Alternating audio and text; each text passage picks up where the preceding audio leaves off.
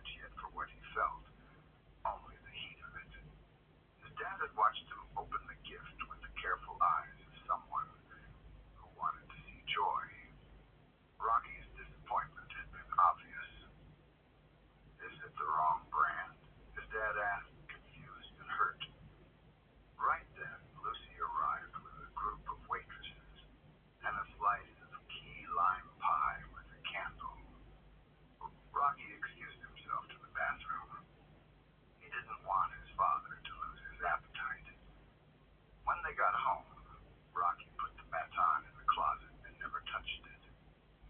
The holes in the walls his father feared never happened. They both pretended Rocky had never asked. Now, years later, the baton felt strange in Rocky's hands. Too smooth, too clean, like it belonged to a different person's life. Rumors was the kind of dive bar that clung to the edge of land lease communities in the South like a barnacle. It had a pool table nobody used and sticky floors that never fully dried. Karaoke night brought in the locals and sometimes a few college kids from the nearby university. It was homecoming week, so the place was packed for a weeknight. Rocky was relieved at first. A packed room meant the sign-up sheet would be full. Then LaRon leaned in and shouted over the noise. Perfect timing. Timing? Rocky yelled back. What you mean? Look, man, sheet's full. I'm sorry. Good thing I got here early and signed you up, LaRon said, grinning. Girl up now, then some guy, then you. You singing Free Bird. You're welcome. Rocky started sweating instantly. He became fixated on the smell under his arms, the mix of onions and ammonia that always leaked out when he raised them. He closed his eyes and tried to remember that half second after his alarm, the only moment of peace he ever really had. A cocky junior who just turned 21 did a loud, sloppy rendition of Pump It Up, unbuttoning his shirt down to his stomach like he thought he was Jim Morrison. He wore aviators indoors. He spilled his beer trying to get off stage. The crowd cheered anyway. For a moment, Rocky let himself believe LaRon was messing with him. Then the host called his name. Rocky didn't close his eyes this time. He threaded through the wires, stepped around the fresh beer spill, and climbed onto the stage. He waited until the opening notes played to close his eyes, not for the lyrics on the screen because he didn't need them. He'd been carrying those words for years. The bar stayed loud at first. Then the tempo grew and something changed. People turned their heads, voices quieted, eyes shifted to the stage. Rocky's voice filled the room, and for once it wasn't just sound. It was truth. Not Leonard Skyner's truth. Rocky's. By the end he was crying and he didn't care. He didn't open his eyes until the song was finished. When he did, he felt more eyes on him than he ever felt in his life. It felt like kindergarten again, except this time nobody looked scared. He looked for LaRon in the crowd and caught someone else's eyes instead. A woman stood near the bar smiling, eyes trembling like she was trying not to cry. Her face wasn't pretty in the way people mean when they say pretty, but her body was soft and curvy.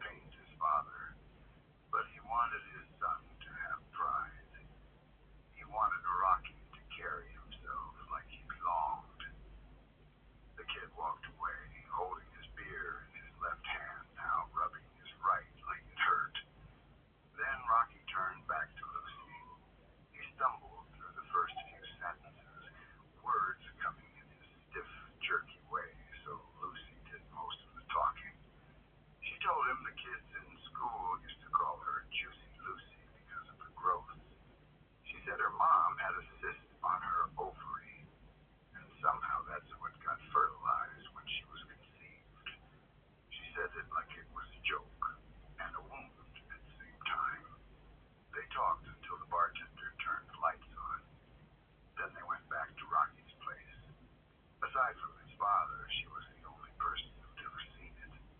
The way Rocky lived, the boxes, the quiet, the shame built into the walls. Lucy's eyes landed on the baton like it was treasure. Is that a baton? She said, picking it up with easy familiarity. I used to love twirling when I was a little girl. She performed a short routine right there in his living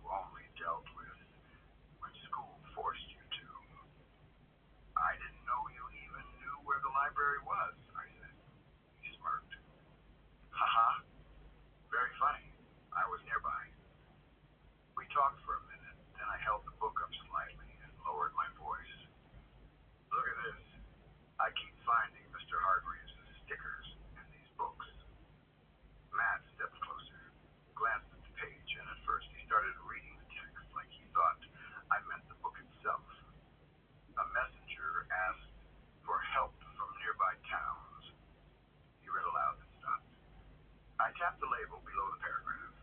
Matt leaned in and squinted at the faded details. Huh? He said. He lives a few streets away from me. Who knew? Why would he be putting these in library books? I asked. Matt shrugged like it was nothing. Probably just uses whatever's lying around as a bookmark. That's what I thought the first time, I said. I reached for two more books on the shelf, ones I remembered seeing the labels in before. I didn't even have to search much. I opened the first one and found it where I expected. He keeps putting them in books, I said. Matt looked at me amused. Maybe he's just weird. I opened another book, this one about wars. It took me a moment to locate the page, but I'd already learned the strange habit of scanning for that white rectangle. Many families were trapped as supplies began to run out. And there it was beneath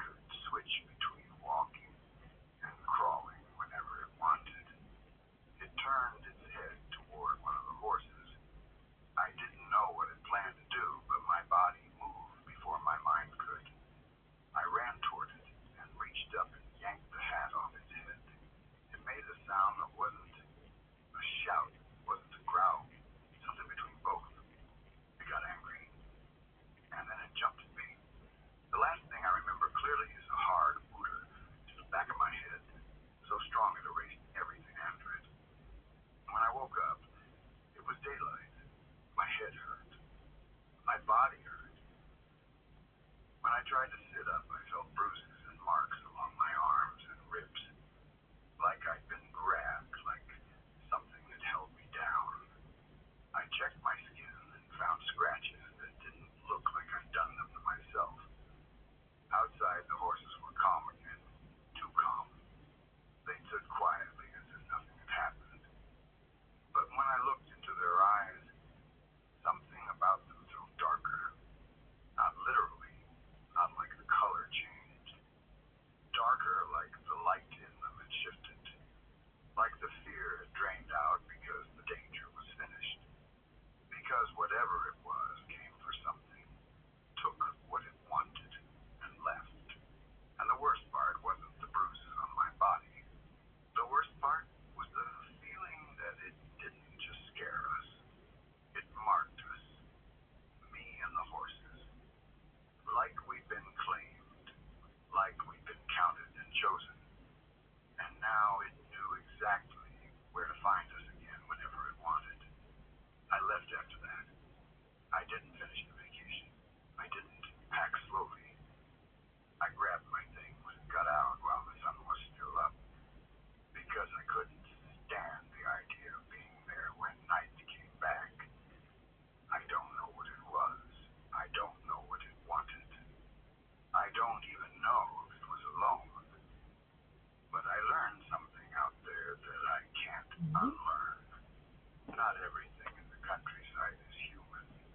Some things just pretend to be. Story 5. June. Joan. I'm sorry. Her little feet tore through the brush faster than mine. She stayed just out of reach, always a few steps ahead, like she knew exactly where to go, and I didn't.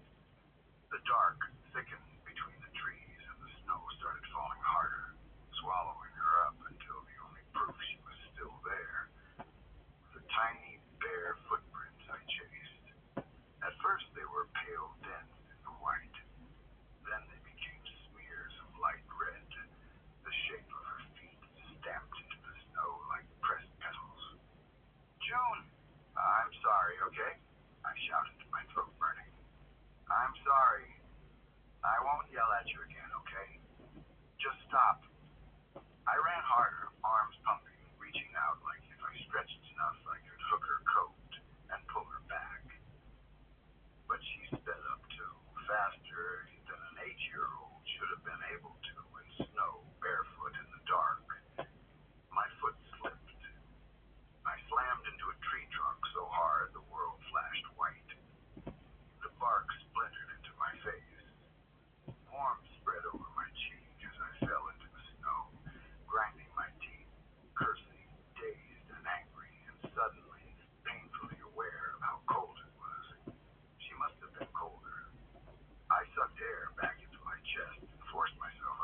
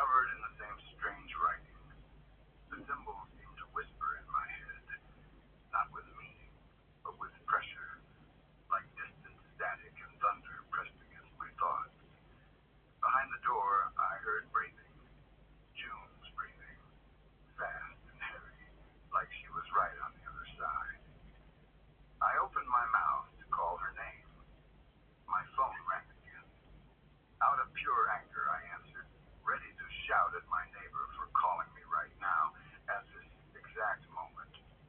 But she spoke so fast, I didn't get a word out.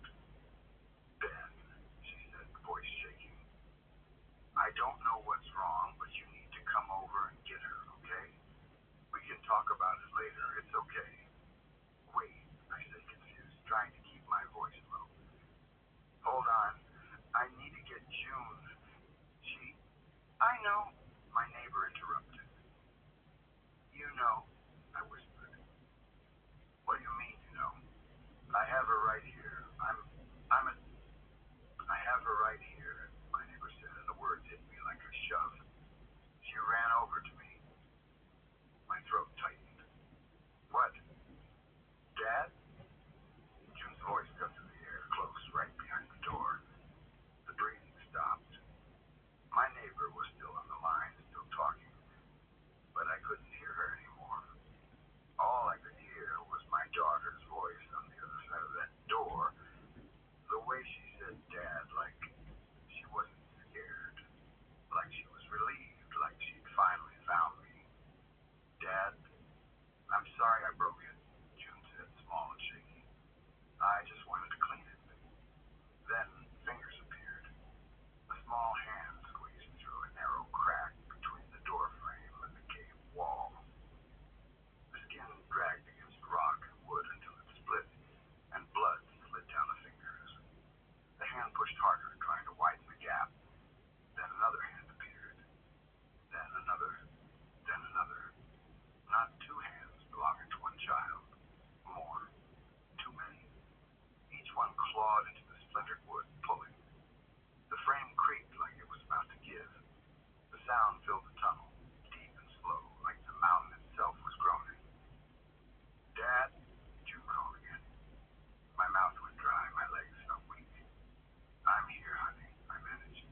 And my voice sounded wrong in that place. Too loud and too thin. It's okay. I stepped closer without deciding to. Like my body had already made up its mind. My hand reached for the doorknob. I'll be there in a second, I whispered. Okay. Hang on. My fingers closed around cold metal, and in the silence between my heartbeat and the creaking wood, I realized I didn't know which June was behind that door. I didn't know if I was about to open it for my daughter, or if I was about to let something else into the world wearing her voice. Story 6. The house I bought out by the lake had an uncanny charm. The wind wailed at the windows at night, and the floorboards complained every time I put my weight on them. The air inside carried this sweet mix of old paper and caramel, like forgotten books and burnt sugar had soaked into the walls over the years.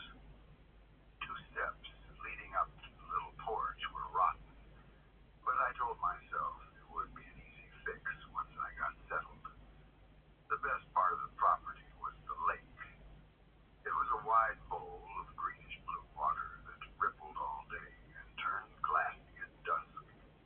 From the dock you could see fish move under the surface, little flashes and shadows, life everywhere. It looked like something from a picture book. Peaceful. Quiet. A place that didn't care what the rest of the world was doing. That was the whole reason I bought it. I wanted seclusion. I wanted to get away from the static noise of my life. The constant feeling that everything was moving too fast and I was falling behind. My brain had been in a fog for months, and I kept catching myself circling thoughts I didn't want to follow all the way to the end. I'd lie awake thinking about eternity, about death, about the huge unknown waiting behind everything. And the dread would settle under my skin like a second heartbeat. I didn't have a place to calm down. I didn't have a place where my mind felt safe. So I spent what I had, bought the cabin, and drove an hour out of the city with the kind of hope that feels desperate when you had missed it out.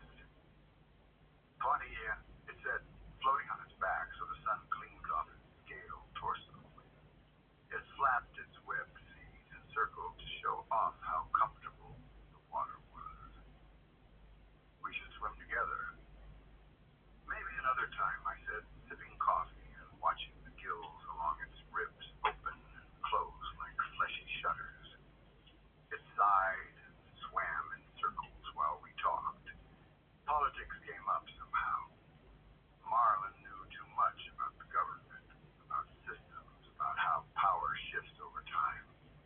We argued about socialism and productivity, about what happens when rights get stripped away, about what it would feel like if people stopped being free to be who they wanted. We could talk for hours. It felt good to talk. It felt like my mind had finally found something to hold on to besides dread. I started bringing an extra mug down with sugar and cream so Marlon could try coffee.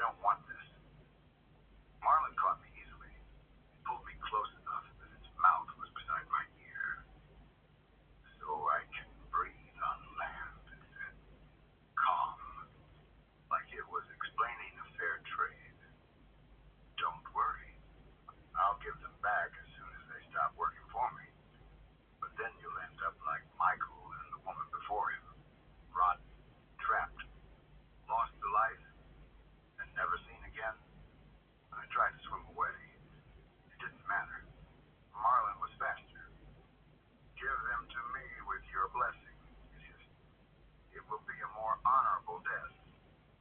I bit and scratched and fought, but the creature didn't care. His grip tightened, his voice stayed polite, almost disappointed. I didn't want to do this, but you've left me with no choice. Now that you have gills, you will continue to live in the lake, and I will visit you, of course, so you won't be alone. Then it reached into my chest. I felt the invasion like fire and pressure and tearing pain I can't put into normal words. It was too intimate, too impossible.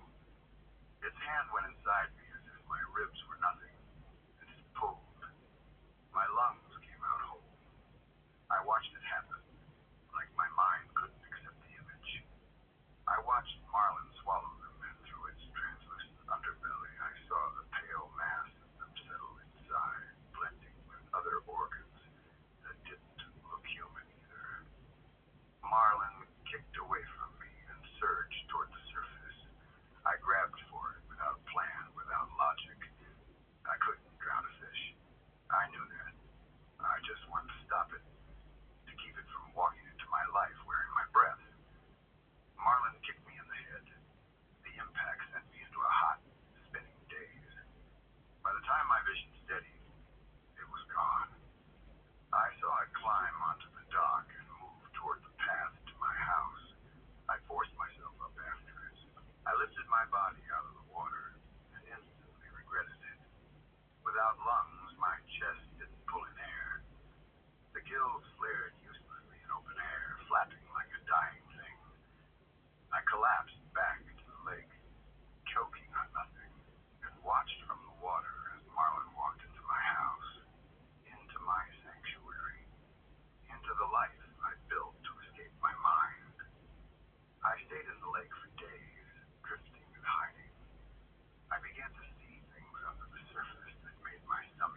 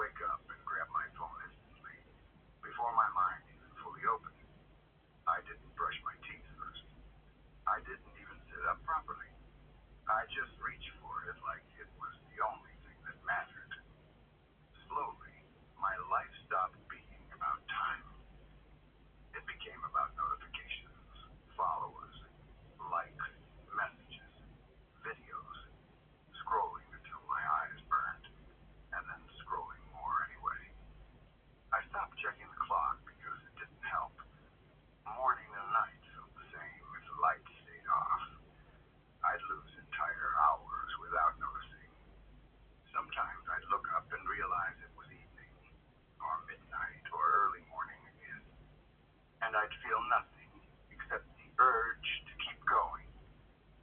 Bathing only happened when my mother yelled long enough that I couldn't ignore her.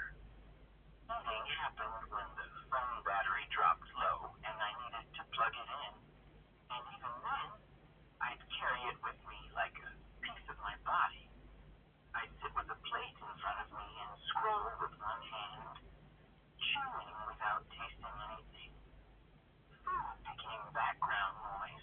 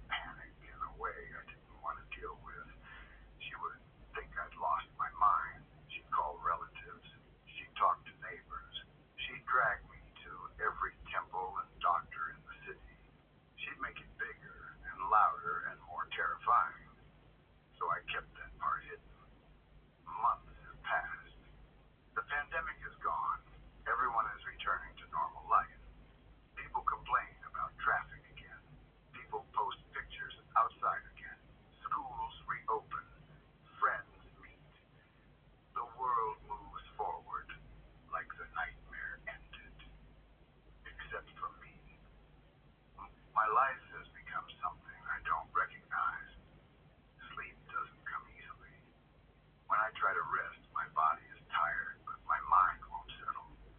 And when I finally close my eyes, the phone screen appears again, bright, clear, like a punishment I built for myself. It glows behind my eyelids like I'm still staring into it. Sometimes I can even feel my thumb twitch like it wants to scroll, even though I can't see my hands anymore. When my friends came to meet me, they said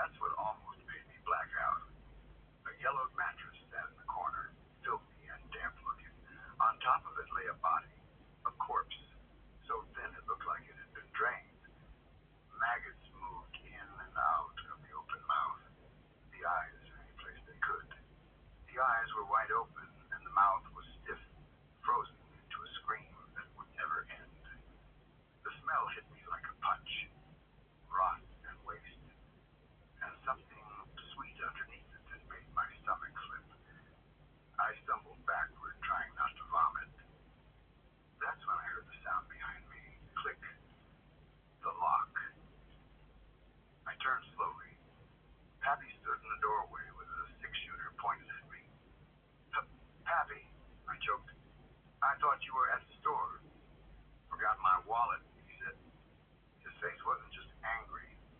It was hateful. It was the kind of look that tells you there is no version of this where you talk your way out. He sighed like I was an inconvenience that had forced his hand. You've seen too much, boy, he said. I didn't want it to come to this, but you left me no choice. Pow. The gunshot was deafening in that small room. For a second, I felt nothing. The shock took pain away like my brain was trying to protect me. Then I looked down and saw blood spreading across my arm.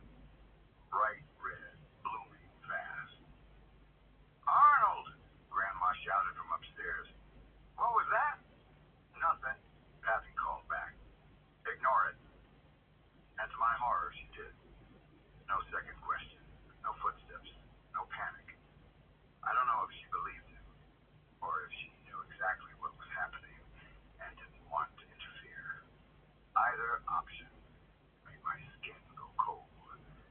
Pappy stepped closer, raised the gun toward my head, and cocked the hammer.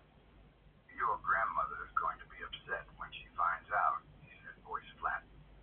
But she'll get over it, eventually. I refused to give him the satisfaction of begging. My body moved on instinct. Fight or flight finally kicked in at the one moment it needed to. I lunged forward. The second shot cracked through the air, and I felt it whip past my head like hot wind. I shoved Pappy hard enough that he stumbled. The gun clattered to the floor. I didn't stop to grab it. I ran. Up the stairs, into the hallway, into the foyer. My arm burned, but fear was louder than pain. I snatched Pappy's spare keys from the hook and sprinted for the front door. Behind me, I heard him coming. Heavy footsteps. Racing.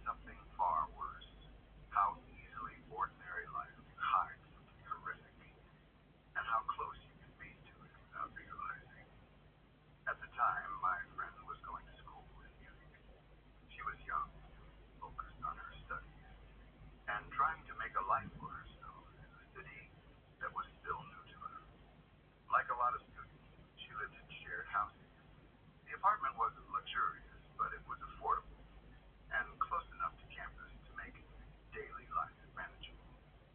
It was the kind of place where people came and went, schedules overlapped, and privacy was respected, mostly because everyone was busy with their own lives. She shared the apartment with another student, a girl who, at first, didn't raise any red flags.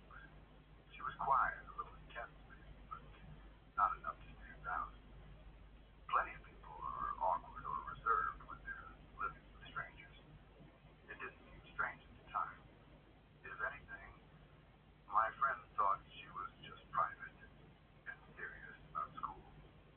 This roommate had a boyfriend. He came over often in the beginning. Not every day, but enough that his presence became familiar. He wasn't loud or disruptive. He didn't cause problems in the apartment. My friend remembers him as polite, if a little distant. He kept to himself, spent most of his time in the roommate's room, and didn't interact much beyond basic greetings. He was just there. Then one day he wasn't. At first, it didn't feel significant. People drift apart. Relationships end. Sometimes partners stop coming around without any announcement. My friend assumed they'd broken up or that he was busy with his own life. She didn't ask questions, and neither did anyone else. It wasn't her business. Not long after that, her roommate made a strange decision. She said she wanted to use the attic for storage. The apartment had an attic space that wasn't used much. It was accessible, but it wasn't somewhere people went regularly. It was dusty, awkward to move things into, and generally ignored. When her roommate brought it up, she said she needed more room for her things. She talked about boxes, old clothes, books, things like that. Then she said she wanted to close it up and move into one of the lower rooms instead. That struck my friend as a little odd.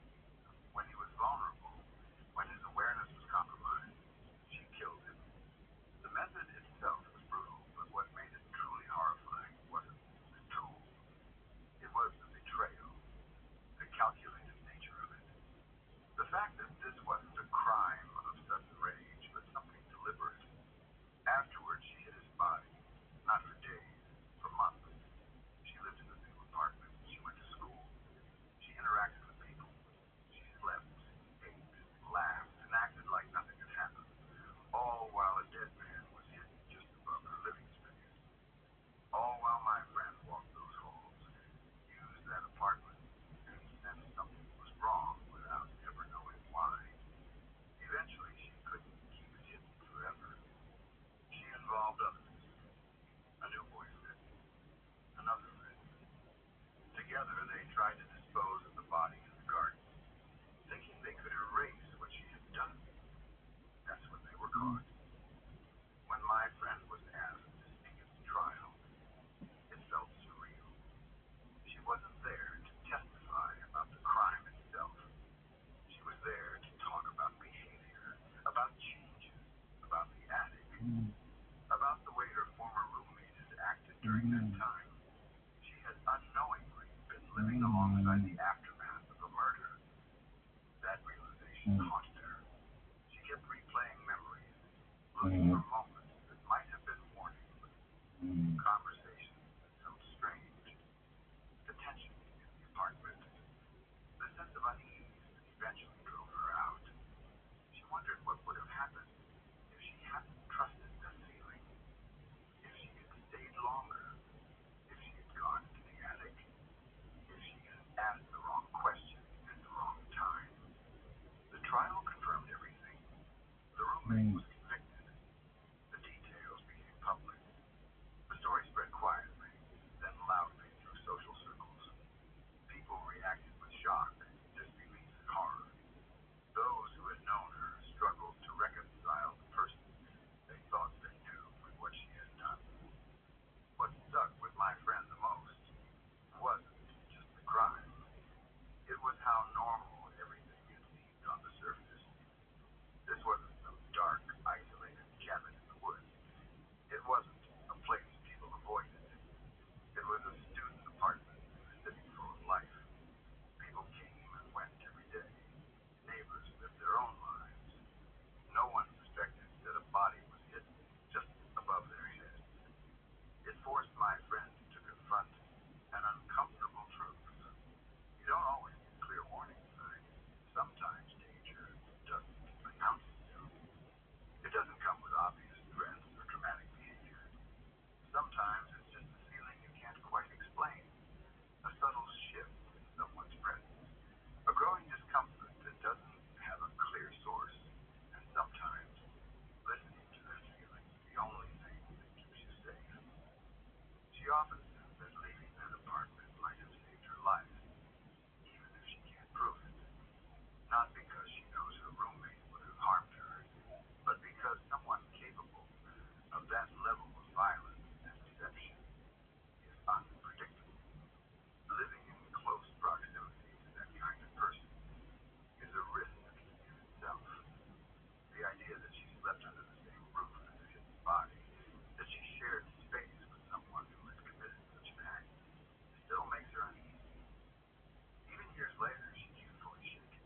It's changed how she looks at people, how she trusts, how she listens to her instincts.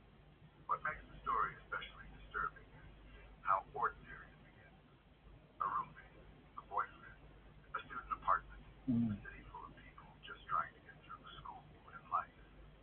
Nothing about it feels like the setup for something so extreme. And yet that's exactly how it unfolded.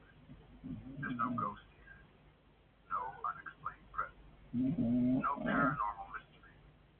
Just a human being who chose to do something horrific and managed to hide it in plain sight for months. That's what makes it hard to forget. Because it reminds you that sometimes the scariest things aren't things you don't understand. They're things you understand all too well.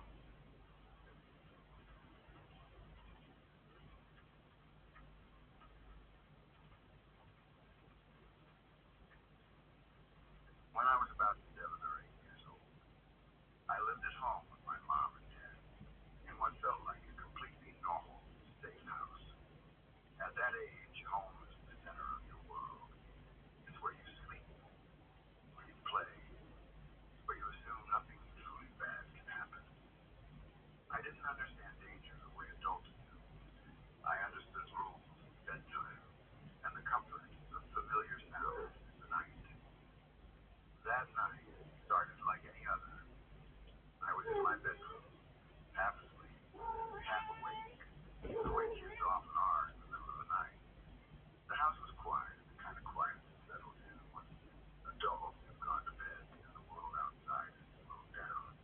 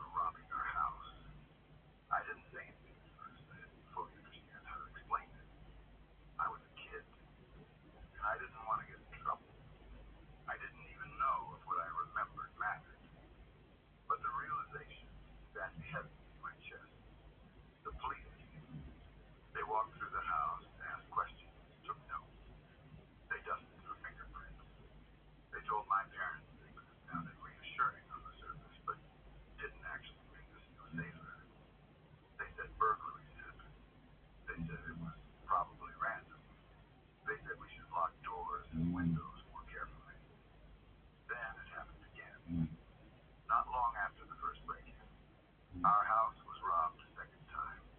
Same feeling, same violation, same helplessness. It felt less like bad luck and more like something deliberate. The police response didn't change much. Reports were filed, notes were taken, promises were made. Nothing came of it. Then it happened a third time. By then, my mom was done trusting that someone else would handle it. She was furious, scared, and exhausted. Our home didn't feel like a refuge anymore. It felt like a place someone else could enter whenever they wanted. The police still didn't have answers. No suspect, no arrest, no meaningful progress. So my mom did something unexpected. She started her own investigation. She paid attention to patterns, timing, what was taken, what wasn't. She talked to neighbors. She listened. She trusted her instincts in a way she hadn't before. She stopped assuming this was random and started assuming it wasn't. She realized something terrifying. Whoever was doing this knew our routine. They knew when we were home. They knew when we weren't. They knew how to get in quietly. They knew where to go in the house. They weren't just stealing. They were watching. That knowledge changed everything. We started locking doors obsessively. We checked windows before bed. Every sound at night made my heart race. I slept lighter. I listened harder. I learned fear earlier than most kids do. Months passed. Then the story took a turn that none of us were prepared for. The man who had been robbing our house was caught, but not for robbing.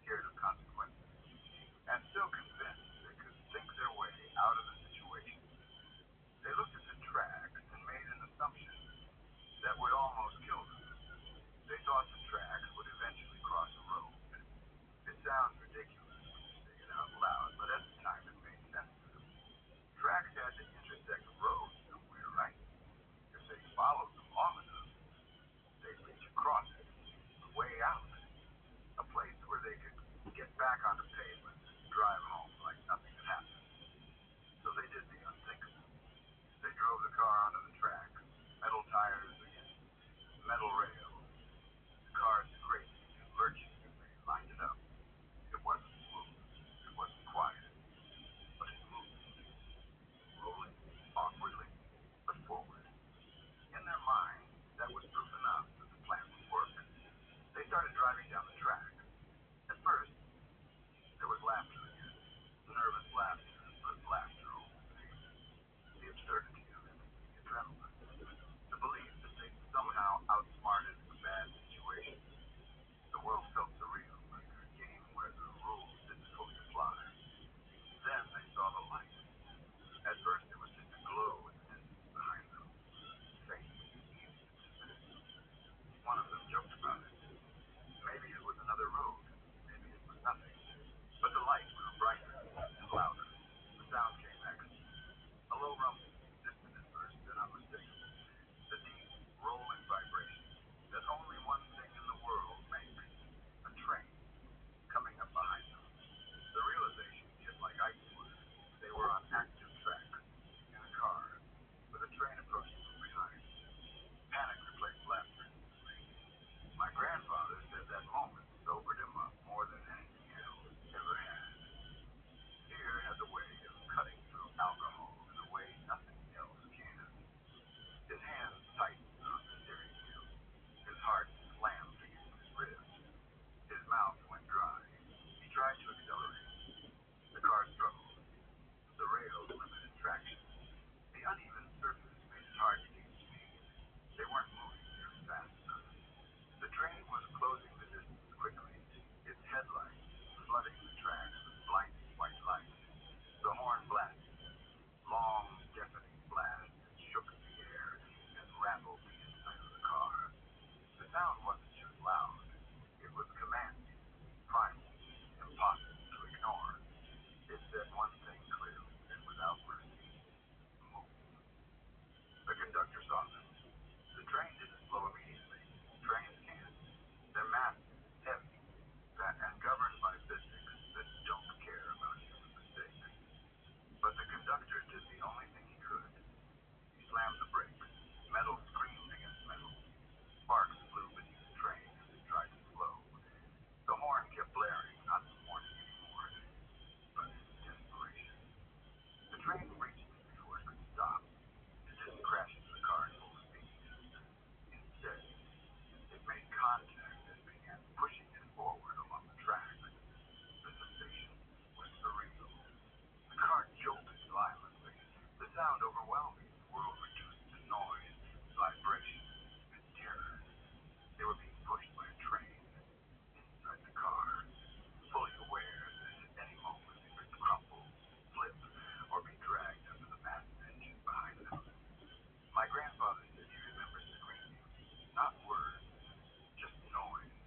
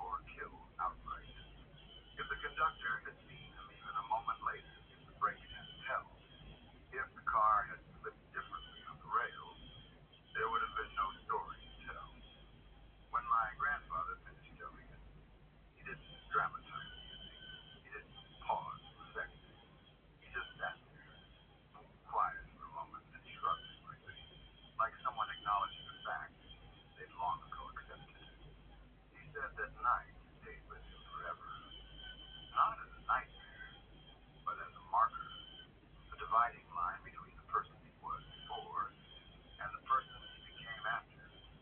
He never drove drunk again. Not once. Not even after a single drink. He never joked about it. Never excused it. The fear had burned itself too deeply into him.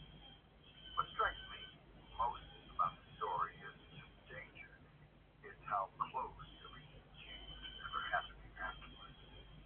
If he had died that night, my parents would never have been born. I would never have existed. Entire branches of a family tree erased because of a choice made by a drunken teenager who thought he could outsmart a bad situation. It's strange to think that so much can hinge on moments like that. On a conductor seeing headlights in time. On brakes working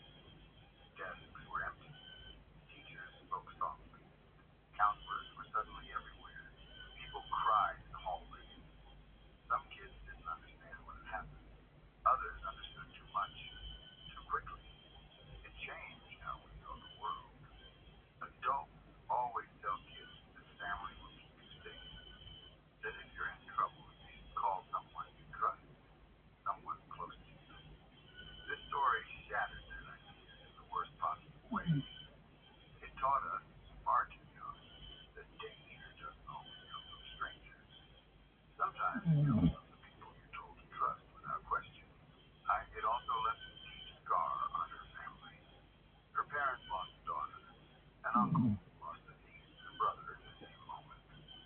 A family was torn apart in a way that could never be repaired. There's no moving on from something like that. Only learning how to live with it. Even years later, when people talk about it, the conversation usually goes quiet. Not because she's forgotten, but because remembering her, she's frozen in time in the middle school, while everyone else grew up, graduated, moved away, built lives she never got the chance to have. What makes this kind of story especially heavy is that there's no meaning to pull from it, no lessons that make it easier to accept, no silver lining. It wasn't an accident.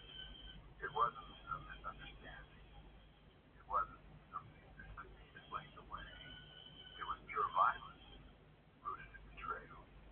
For those of us who were kids at the time, it forced us to grow up too fast. It showed us that the world isn't just unfair in abstract ways. It can be cruel in very personal ones.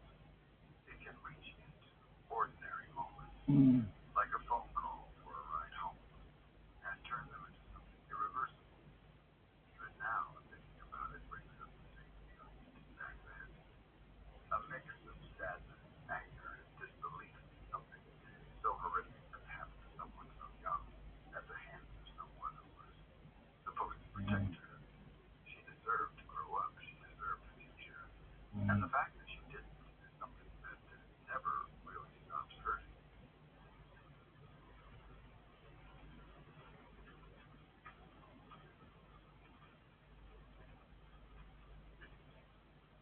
I was riding with my brother in his truck, following behind my mom and dad in their vehicle. We had gone out fishing earlier that afternoon. Nothing special, just one of those calm, familiar days where everything feels routine. The weather hadn't been threatening when we left. Cloudy, maybe, but nothing unusual enough to make us cancel plans. Then the rain came. Not gradually, not politely. It hit like someone flipped a switch. The sky darkened fast, and within minutes the rain was coming down so hard it felt aggressive.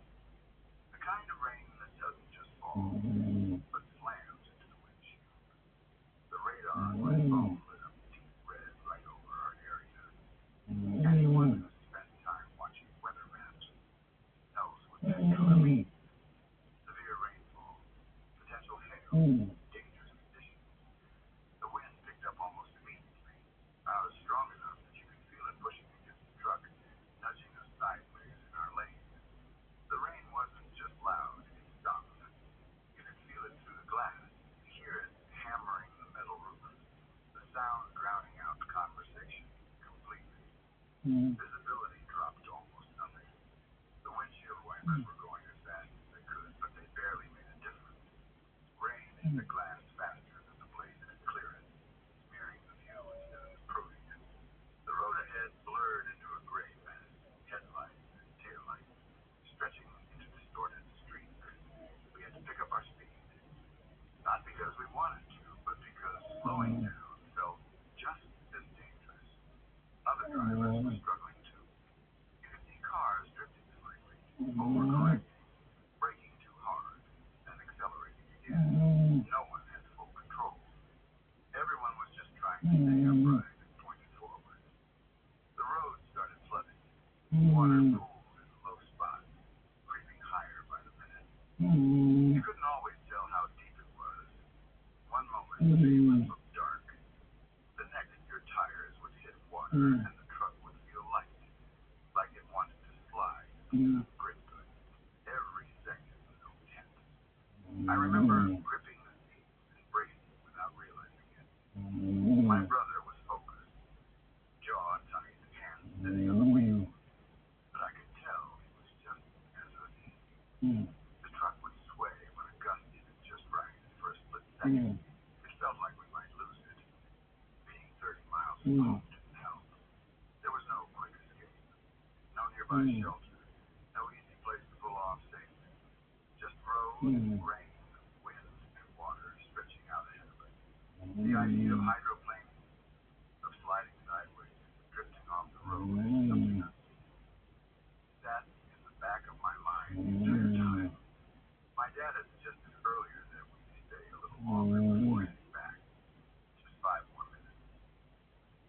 time, that it sounded harmless. 5 minutes doesn't feel like anything. But now, driving through that storm, I kept thinking about how close we had come to delaying, about how quickly conditions had gone from manageable to dangerous. We pushed through, slowly, carefully, doing everything we could to stay aligned with the road. When we finally pulled into our driveway, the relief was immediate and overwhelming. The sound of the rain still roared, but being off the road felt like stepping out of danger and into safety in a motion. We got inside, soaked, shaken, quiet. Not long after, my mom saw a report. Someone had crashed. They had lost control and rolled into a ditch just 5 minutes after we passed through that exact area. The road there is flooded badly, water about a foot deep. When their vehicle hit it at speed, the tires lost traction. The car slipped sideways, and the force of the water caught it just right, flipping it over. They survived. That's the part everyone focuses on when telling the story. They lived. No fatalities. No tragedy, the way people usually define it. But all I could think about was timing. 5 minutes. If we had stayed like my dad suggested, if we had lingered just a little longer, if we had been in that stretch of road when the water had risen just a bit more, it easily could have been us. That realization sat heavy in my chest. Not fear exactly, but something quieter, more sobering. The understanding that sometimes danger doesn't look dramatic or cinematic. Sometimes it looks like rain, like wind, like a road you've driven 100 times suddenly becoming hostile. Weather doesn't care how careful you are. It doesn't care how experienced you feel. It doesn't care that you're close to home or far from it. When conditions turn, they turn fast. And all you can do is react and hope you make the right choices at the right time. That day stood missing because nothing actually went wrong for us. No crash, no injury, no emergency responses. Just a report of news and the chilling knowledge of how close it had been. I'm glad we didn't stay 5 more minutes. I'm glad we trusted that unease and decided to leave when we did. Because sometimes survival isn't about skill or bravery. Sometimes it's about timing. And sometimes you don't realize how thin that margin was until you're already safe, standing inside, listening to the rain, knowing someone else was just a few minutes behind you, paying the price you narrowly avoided.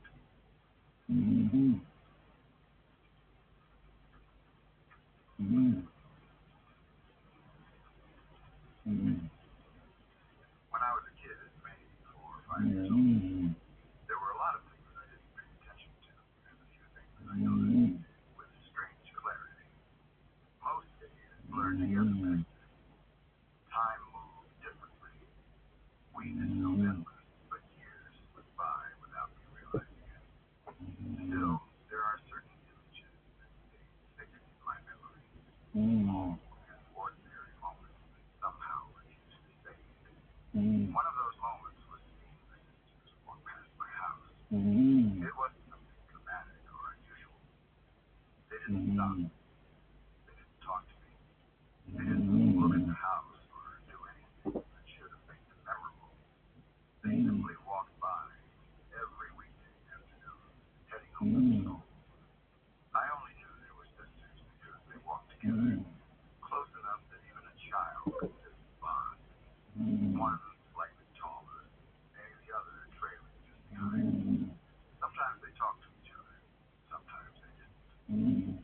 What made them stand out to me was their uniforms. They wore private school uniforms. Dark skirts, light shirts, blazers when the weather was cold. To my child's mind, uniforms meant importance. They meant structure, rules, and a world separate from mine. I didn't go to a private school. I didn't wear anything special when I went outside. I remember thinking they looked official, like they belonged to something bigger, the rest of the neighborhood. They lived down the street, far enough that I didn't know them personally, but close enough that their daily routine passed directly through my world. My house sat in just the right place. If I was in the front room or playing near the window, or sitting on the steps outside, I would see it pass. It became part of the rhythm of the day. Afternoon visitors would walk by. Sometimes I waved. I don't remember if they ever waved back. Sometimes I just watched them go. My attention drifted back to toys or cartoons as soon as they disappeared from view. To me, they were just another background detail of childhood, like the sound of a neighbor's car or the way the light looked at a certain time of day. Nothing about them felt threatening. Nothing about them felt strange. They were just there. As I got older, I stopped noticing them. Or maybe they started walking that route. Maybe they started taking a different path home. Maybe their schedules changed. Childhood habits faded quietly, replaced by new routines and distractions. Eventually, I didn't think about them at all. Years passed. I grew up. I moved to school for friendships. Through all the awkward stages that slowly separate you from the child you used to be. My childhood home became just the place I lived, not the center of my entire universe. The street felt smaller, familiar, safe in that unexamined way you only realize later. Then, about 10 years after those afternoons by the window, I heard the news. It didn't come from a dramatic announcement or a headline shoved in my face. It came casually, the way terrible things often do. Someone mentioned it in conversation. A name came up, a location, a pause. The tone shifted just enough for me to know something was wrong. One of the sisters had been murdered, not by a stranger, not by someone breaking in from outside.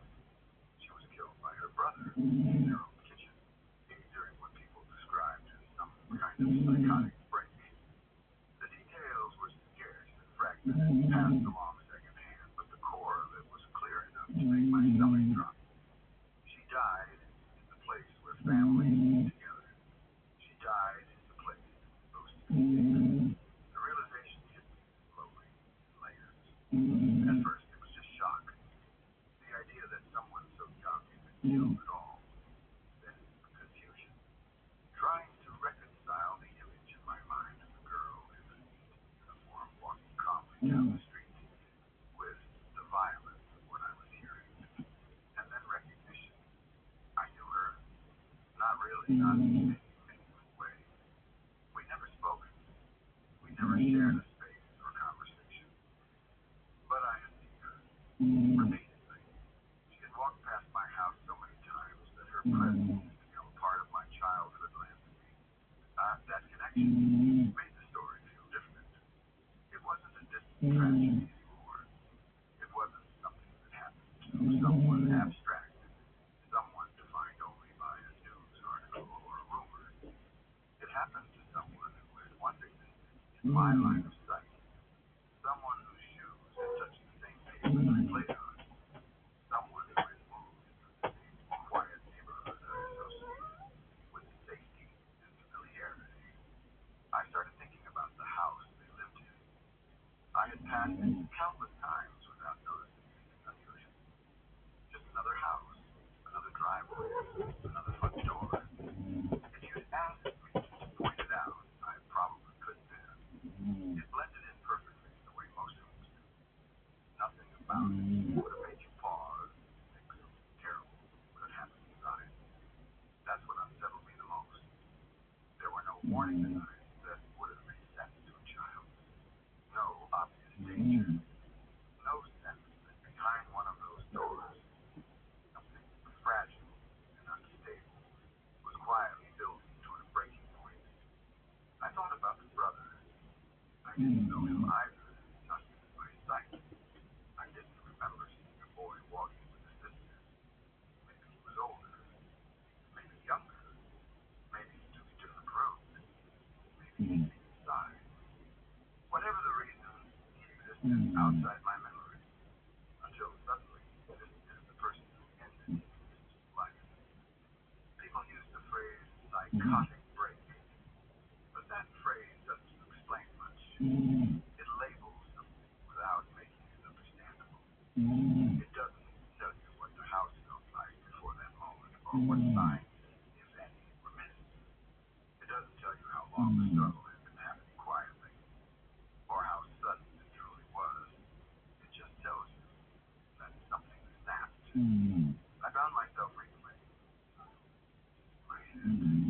the sisters walking together, the sound of their shoes on the sidewalk, the way they kept pace with each other. I wondered what their home life had been like then.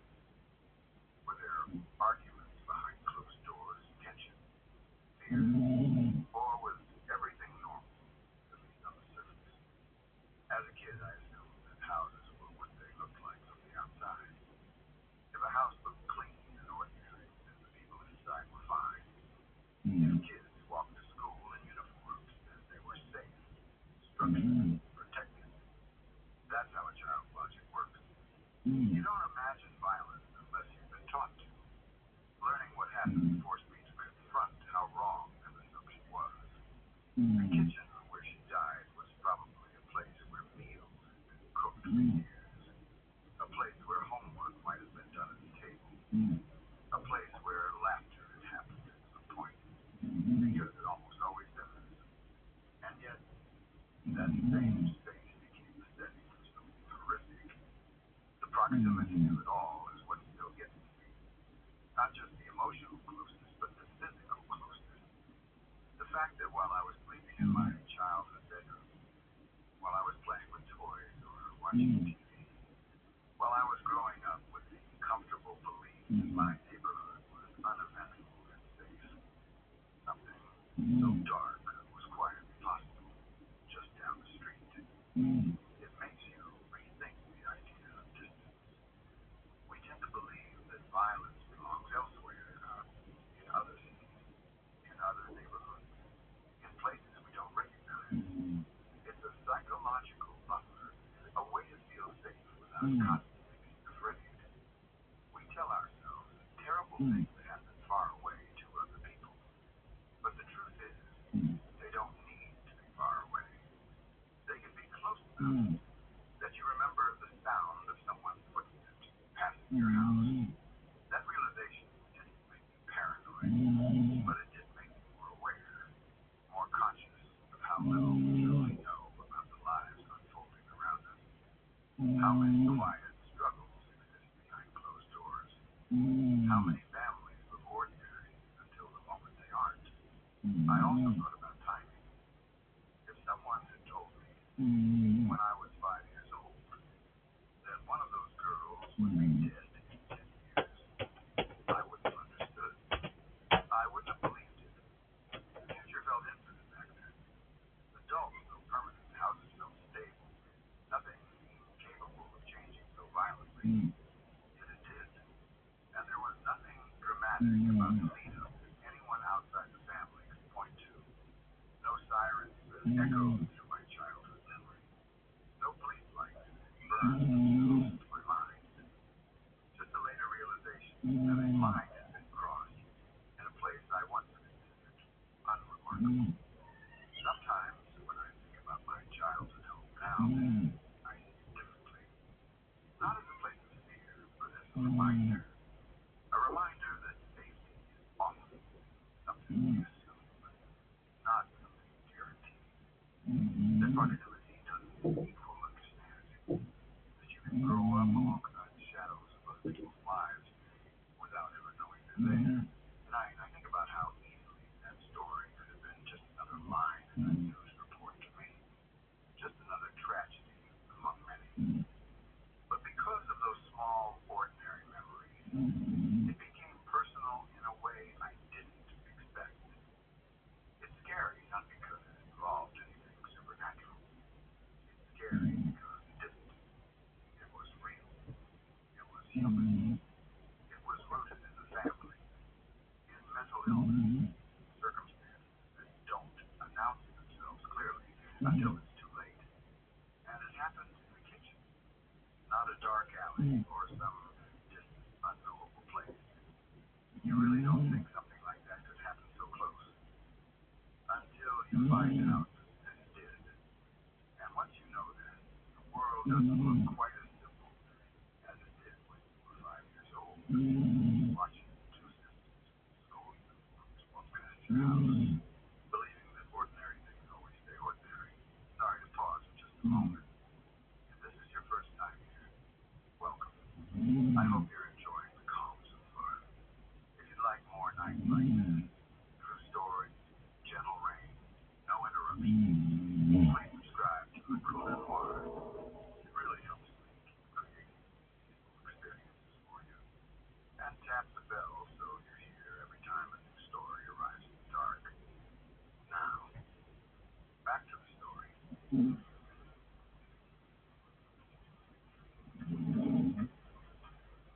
Whenever I went to my dad's house when I was around 13, there was a stretch of road we always passed that I never really thought about.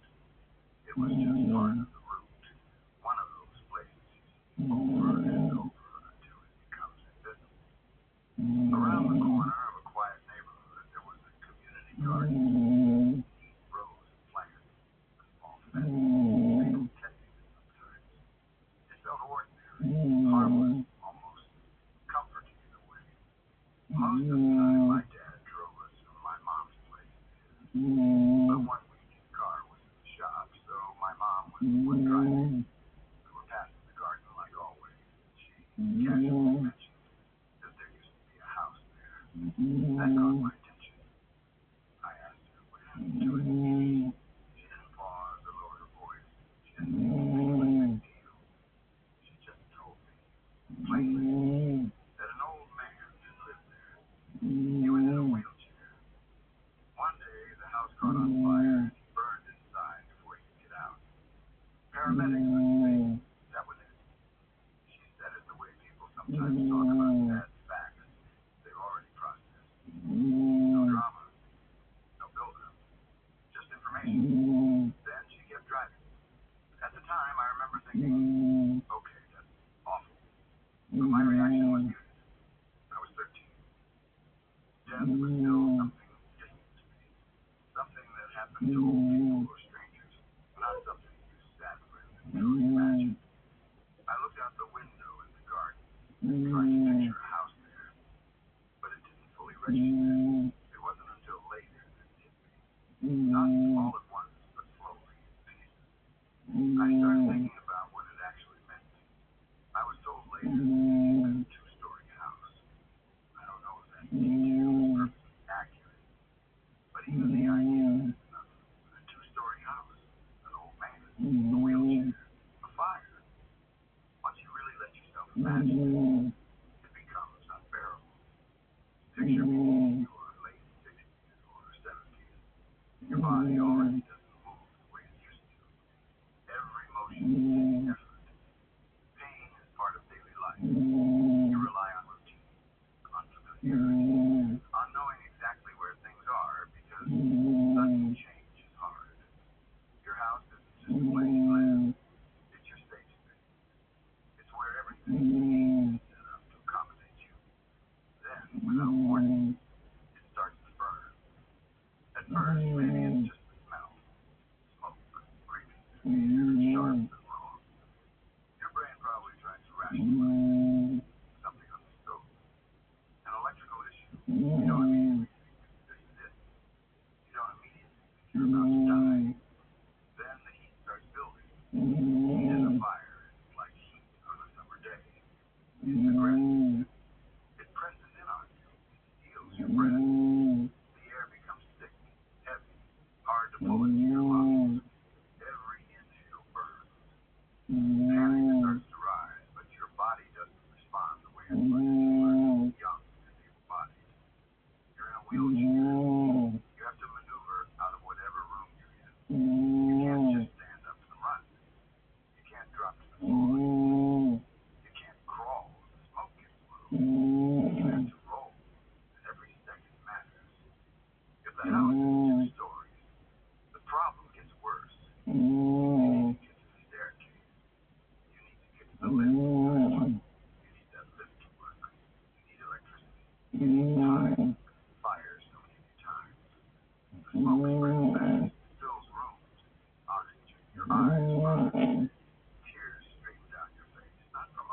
But from pain, your lungs start to scream before your mouth does. Imagine trying to stay calm enough to control a wheelchair while your survival is screaming at you to move faster than your body allows. Imagine reaching the staircase and realizing you're still too far, or the lift isn't responding, or the power has already gone out. Imagine knowing, in a quiet but unmistakable way, that help isn't coming fast enough. That's the part that gets me. Not just the fire, but the awareness. The moment when you understand that you are trapped. People talk about it as loud and chaotic, but sometimes it's crushingly clear. Sometimes it's the sudden, horrible certainty that there is no solution left. That your options are gone. Your skin begins to burn. Not all at once, but in spots. The sleep catches. Heat licks exposed skin. Pain registers in sharp flashes that your brain can barely process. There's too much happening at once. You want to stop, drop, and roll because that's what you've been taught since you were a kid. But you can't.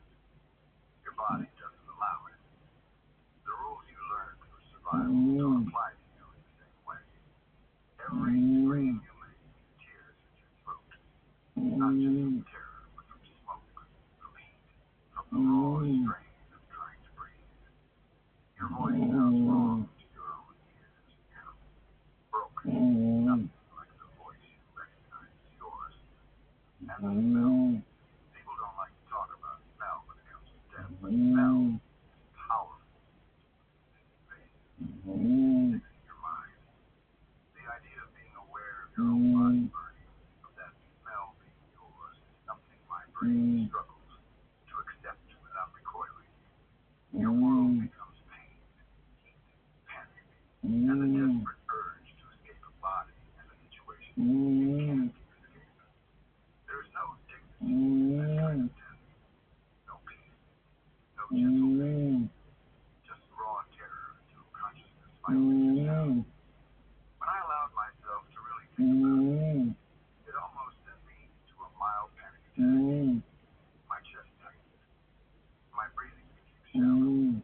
I had to consciously slow myself down and remind myself that I was safe, that I wasn't there, that this had already happened, that I was just imagining it. Even now, right then, I can feel that same blood screaming in. My body reacts before my mind does. John, what makes it so frightening isn't that it's some rare supernatural horror. It's that it's entirely possible. It's that it already happened. It's that someone lived through that exact scenario in a place I passed regularly without a second thought. The community garden looks peaceful, green, alive. People plant vegetables there. Kids walk by. Nothing about it suggests what happened on that ground before. The fire didn't leave a visible scar. The house is gone. The air is erased. Life moved on. But someone died there in one of the worst ways imaginable. That contrast messes with me. We tend to think of danger as something loud and obvious, something that announces itself. Fires, especially house fires, are often talked about in terms of property damage, insurance, rebuilding. The human experience sometimes is glossed over or reduced to statistics, but when you stop and actually imagine being the person inside, especially someone with limited mobility, it becomes deeply disturbing. It also forces you to confront something uncomfortable about aging and vulnerability. As a kid or teenager, you rarely think about what it will feel like to lose independence, to need help, to rely on technology or accommodation just to exist comfortably. The idea that something as random as fire could turn those limitations into a death is terrifying in a way that doesn't fade easily. It made me think about my own grandparents, about people I love, about how many homes are not designed with true emergency in mind, especially for those who can't move quickly or easily. It also made me realize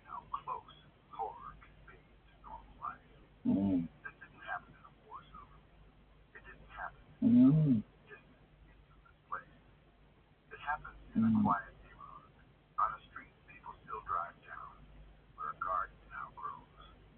I think that's why it unsettled me so much. You never think something like that could happen somewhere so familiar, somewhere tied to routine, to childhood memories, to ordinary days. You assume safety because you need to. Because imagining all the ways things could go wrong would make it impossible to function. But sometimes a single piece of information cracks that illusion. After my mom told me that story, I never looked at that garden the same way again. Every time I passed it, I couldn't help but picture the house that used to be there, the man behind it. The final moment no one could stop. Not scary in a fun way. It's not the kind of story you tell around a campfire to get a thrill. It's scary in a quiet, existential way.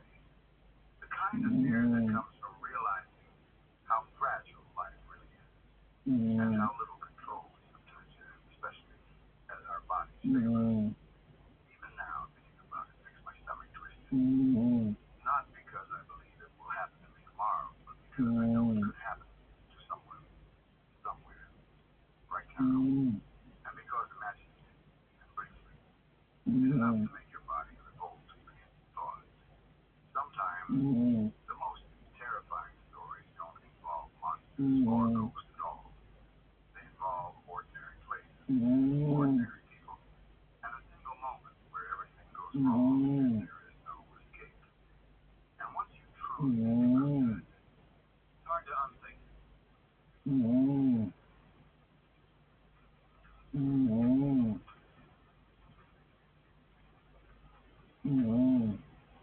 My mom told me this story a while ago, and even now, every time I think about it, it sits somewhere between terrifying and surreal. I should say up front that some details might be off. This didn't happen to me. It happened to her when she was a kid, and it's something she remembers vaguely.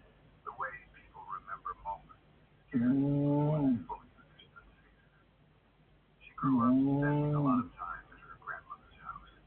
It was one of those old family homes that had been lived in for generations. The kind of place where rooms felt bigger than they should, ceilings were higher than modern houses, and everything carried the quiet weight of age.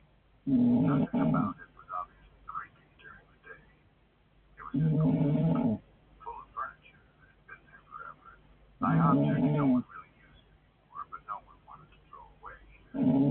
Like a lot of kids, my mom and her friends loved exploring places they weren't supposed to. Doors marked "Don't go in," rooms adults rarely entered, storage spaces filled with forgotten things. The attic was the biggest attraction. It sat at the top of the house, reached by a narrow staircase that creaked loudly with every step. It wasn't a finished attic. There was no insulation covering the beams, no proper flooring in some areas, just wooden planks, dust, and the smell of old fabric and dry air. To kids, it felt like a secret world. One afternoon, my mom and a few of her friends decided to go up there to play. There were no adults watching them closely. They climbed the stairs, laughing and daring each other to go first, and pretending to be brave while secretly hoping someone else would take the lead. Sunlight filtered in through a small window, catching dust particles in the air and making everything glow softly. That's when they found the den. It wasn't something they remembered seeing before, or at least not something they had paid attention to. It sat off to one side of the attic, partially covered by old sheets and boxes. When they pulled the sheets away, they saw that it was an old wooden desk with a large mirror attached to it. The mirror was tall, almost as tall as a child, framed in dark wood that looked worn smooth by time. The desk itself had drawers built into it. Naturally, they opened them. Inside were pieces of jewelry.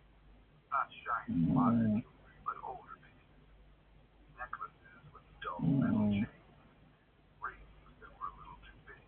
bracelets that looked like they belonged to another era. To a group of kids, it was treasure, something magical and forbidden at the same time. They started trying things on. One girl put on a necklace and admired herself in the mirror. Another slipped a ring onto her finger and joked about being rich. My mom remembers laughing, the kind of carefree laughter kids have when they feel safe and bored at the same time. They talked over each other, making up stories about who the jewelry might have belonged to, imagining fancy parties and secret lives. Then everything changed. Out of nowhere, someone started screaming. Not a quick yell, not laughter, not a startled noise. It was screaming. Full-on, panicked screaming. The kind that makes your stomach drop before your brain has time to process what's happening. All of them froze. They looked at each other, wide-eyed, confused. None of them were screaming. No one's mouth was open. No one was joking. The sound was real, loud, and coming from somewhere in the attic. For a split second, my mom thought maybe someone had fallen or gotten hurt. She scanned her friends' faces, trying to figure out who needed help. But everyone looked just as terrified as she felt. Then one of her friends screamed too. Not in the same way as the first scream, but in pure shock. She shouted something like, "Oh my God," and bolted toward the stairs without waiting for anyone else. Her reaction was so sudden and so desperate that it snapped the rest of them out of their confusion. My mom turned toward the mirror. She didn't know why she did it. Maybe it was instinct. Maybe it was because the mirror had been the focus of their play. Maybe some part of her sense that whatever was happening was connected to it. When she looked up, she saw a face staring back at them. It wasn't any of their faces. It was a clown. Not a cartoon clown. Not something playful or exaggerated. It was a face that looked wrong in a way that's hard to describe. The features were stretched into a wide smile that didn't feel friendly. The eyes looked fixed, unblinking, and far too aware. The expression didn't change. It didn't move closer. It didn't lunge or make a sound. It just smiled. That was enough. My mom didn't scream. She didn't stop questioning. She didn't think about whether it made sense. She ran. All of them ran. They shoved past each other, nearly tripping down the narrow stairs, hearts pounding, breath coming in sharp gasps. They didn't look back, and they didn't slow down until they were far away from the attic, back in the parts of the house that felt normal and safe. They never went back up there. Not that day. Not any other day. The attic became off limits without anyone needing to say it out loud. If someone mentioned it, the conversation died quickly. No one wanted to admit how scared they had been. No one wanted to talk about what they had seen or thought they had seen. Years later, my mom still isn't sure how to explain it. She's not someone who believes easily in supernatural things. She's practical, grounded, and not prone to exaggeration. When she tells the story, she doesn't embellish it. She doesn't claim she knows exactly what it was. She just describes what she remembers plainly, without trying to convince anyone of anything. Oh, sometimes she wonders if it was a trick of the light, shadows and reflections combining in a way that terrifies a group of already excited kids. Old mirrors can distort images, especially dim light, dust, movement, imagination. All of those are possible explanations. But then there's the screaming. That's the part she can't reconcile easily. The fact that all of them heard it. The fact that it happened before anyone reacted. The fact that it didn't belong to any of them. The timing of it, paired with the image in the mirror, made the experience feel shared in a way dreams and imagination usually aren't. When she told me this story, she didn't do it in a dark, dramatic setting. It wasn't whispered late at night. It came up casually, the way family stories sometimes do, folded into a normal conversation. She laughed tell kids to get scared themselves. I listened, half terrified and half amused. When she finished, I looked at her and said jokingly, yeah, fuck that shit. She laughed, a real easy laugh, the kind that tells you she's okay, that whatever happened back then didn't haunt her every day or turn her into someone afraid of mirrors or attics. She moved on with her life. She grew up. She became a mom. She became the kind of person who can tell a creepy story and then immediately go back to talking about dinner plans or aliens. That's one of the things I love most about her. She doesn't let fear own her. Still, sometimes I think about that attic, about a group of kids playing with jewelry that didn't belong to them, about a mirror reflecting something that shouldn't have, about a scream that came from nowhere and made all of them run without fully understanding why. I don't know if what they saw was real. I don't know if it was imagination, coincidence, or something stranger. I don't know if there was ever a clown at all, or if that image was the mind's way of making sense of something it couldn't process. But I do know this. Whatever it was enough to send a group of fearless kids running and keep them out of that attic forever. And even if the explanation is simple, even if it was just fear feeding on itself, there's something unsettling about moments like that. Moments where everyone present agreed something was wrong, even if no one knew exactly what. My mom went on with her life like it was nothing more than a creepy childhood memory. I joked about it and laughed with her, and the day continued like normal. But every now and then, when I see an old mirror in a place that feels forgotten, I remember her story, and I think to myself, quietly and sincerely, yeah, fuck that shit.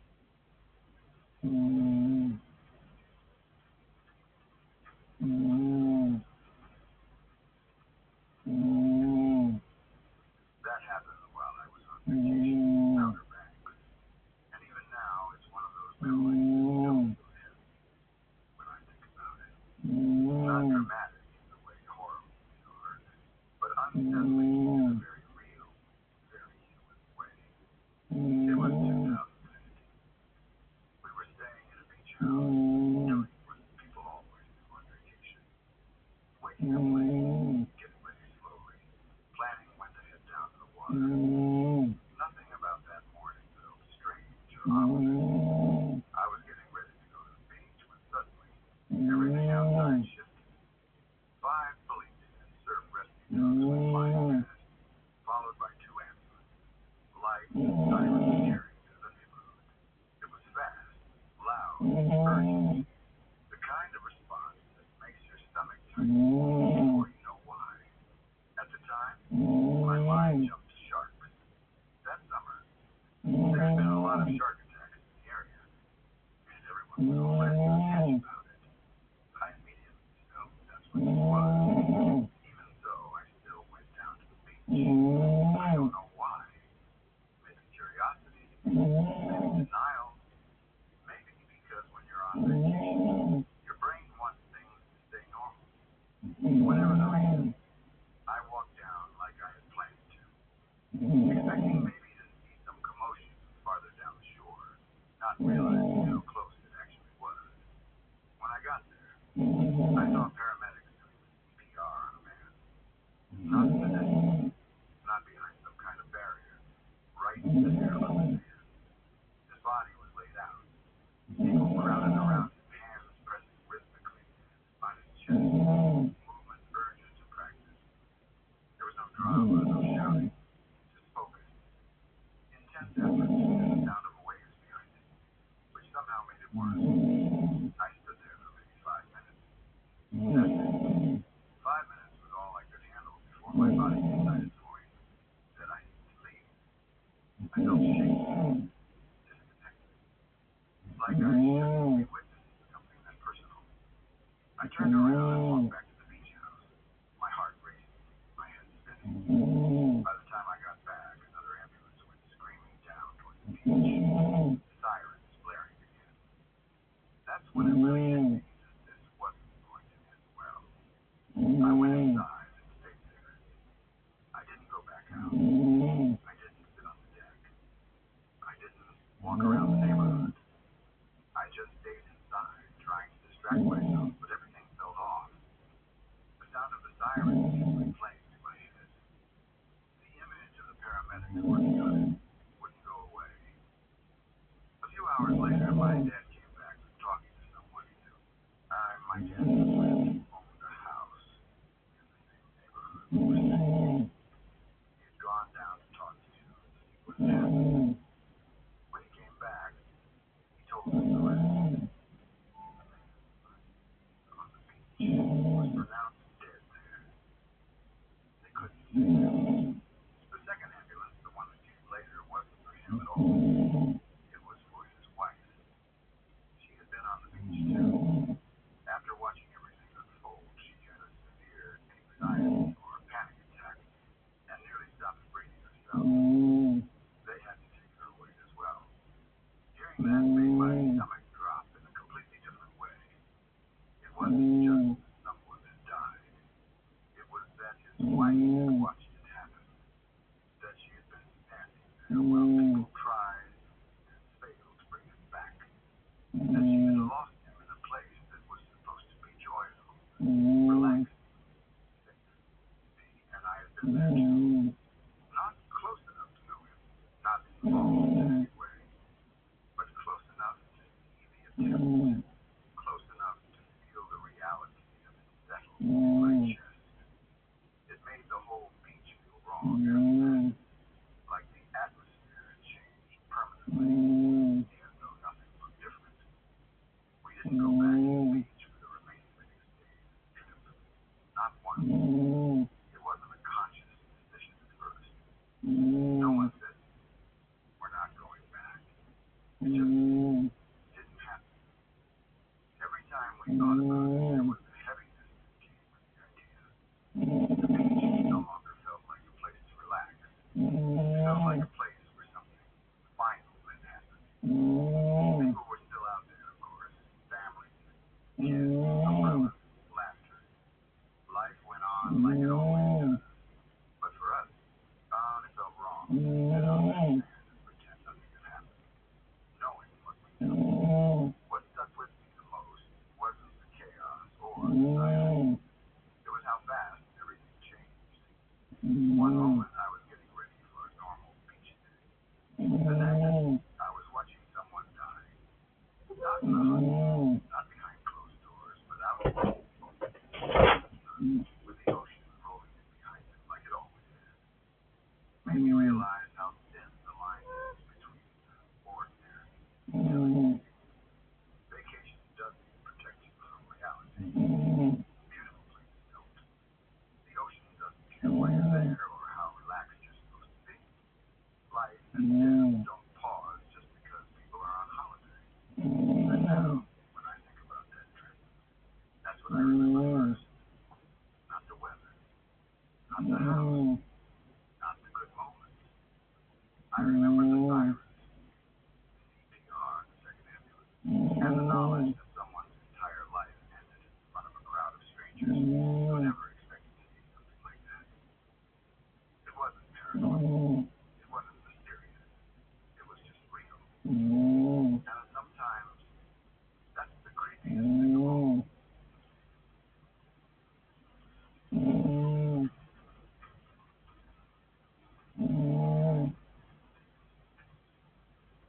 Back in April, something happened that still doesn't feel real when I think about it. It's not a story I tell lightly, because even now my body reacts before my mind does. My chest tightens. My hands feel cold.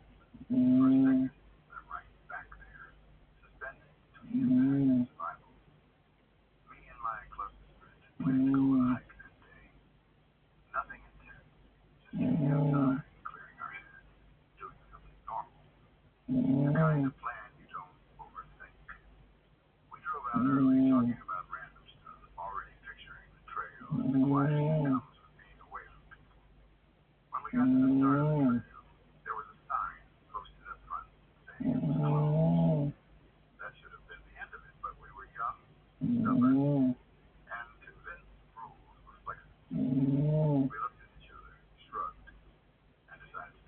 way. It didn't feel dangerous.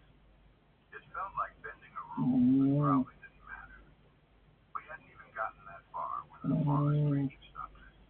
She was firm but calm and told us we needed to turn back immediately. So we did. No arguing. No pushing it. We got back in the truck and headed out. The adrenaline hadn't fully worn off yet, and that's important. We were still in that careless, wired headspace, laughing it off, talking fast, driving faster than we should have been. We were heading back down the road when we took a corner too hard. There was no dramatic buildup, no warning. 1 second we were turning. The next, the truck lost traction completely.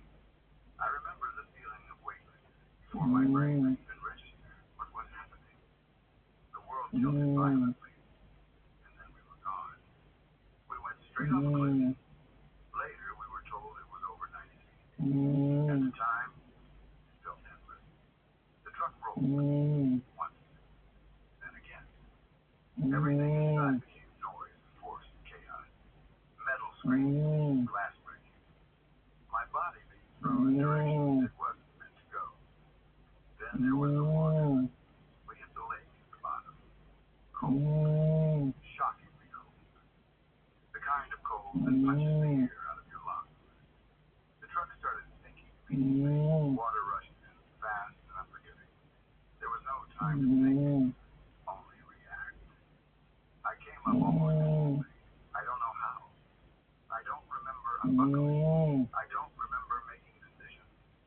I just know that my fight or flight response took over completely. There was no panic, no hesitation, just one overwhelming thought. Get out.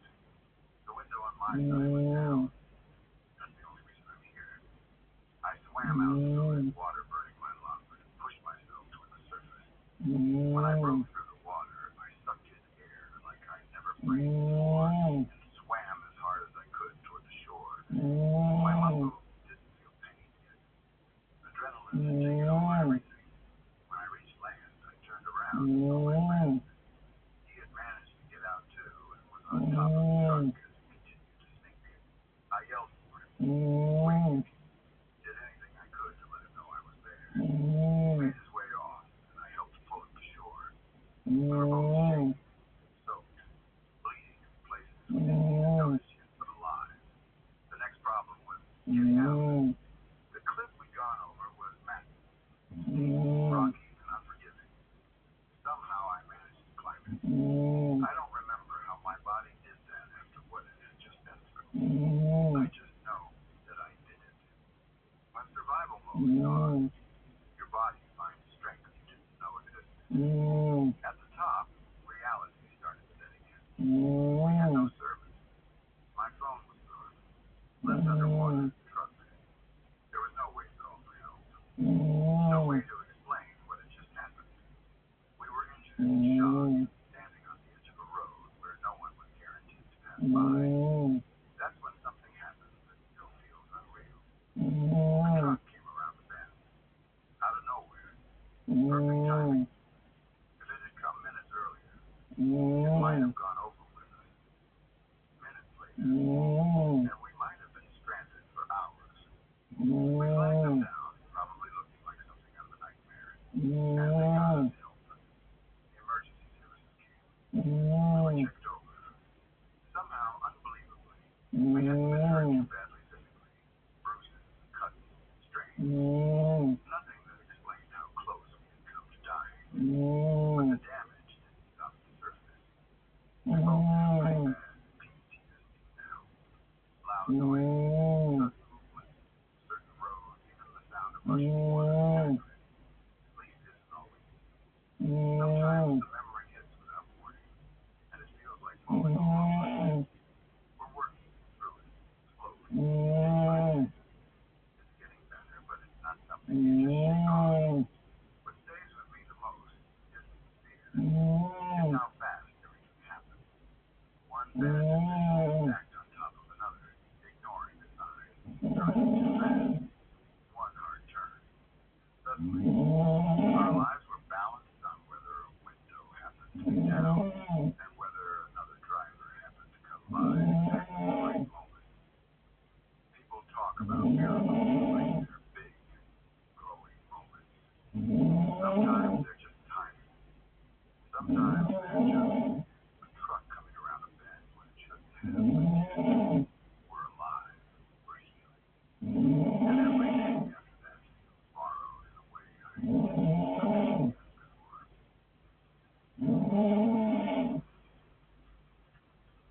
I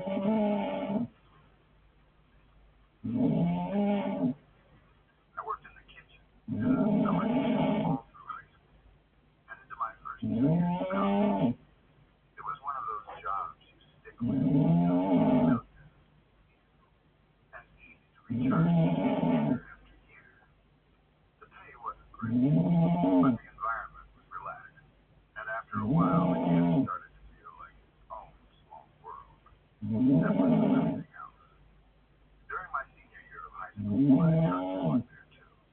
He was on the maintenance crew. He was 3 years older than me, and at the time I really looked up to him. In my mind, he was one of those guys who had things figured out. He was confident, social, and comfortable with who he was.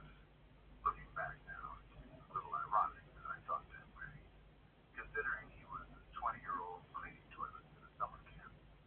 But when you're younger, perspective is different.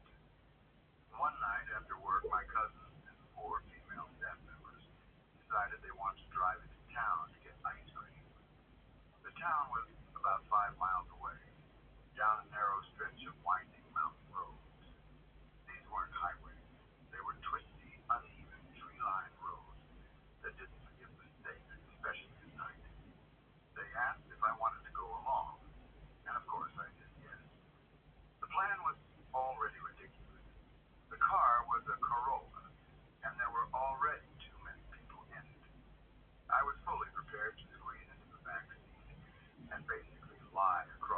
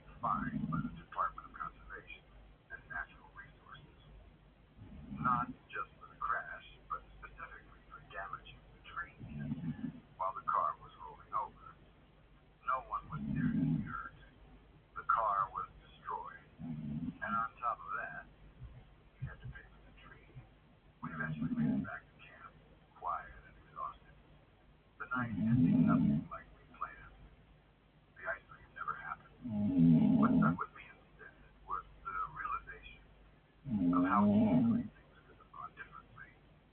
I still think about it sometimes, about how confident I was, how careless we all were, and how a decision that felt trivial at the time almost put me in the worst possible place, in the worst possible moment. It wasn't dramatic, but no change, no life-changing epiphany, just a slow understanding. Sometimes survival or intelligence. Sometimes about who gets in which car, about one that quietly changes everything.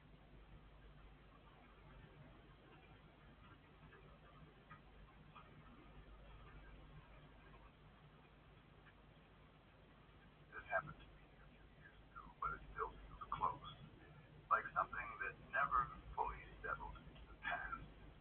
It's one of those experiences that doesn't fade or turn into a funny story over time.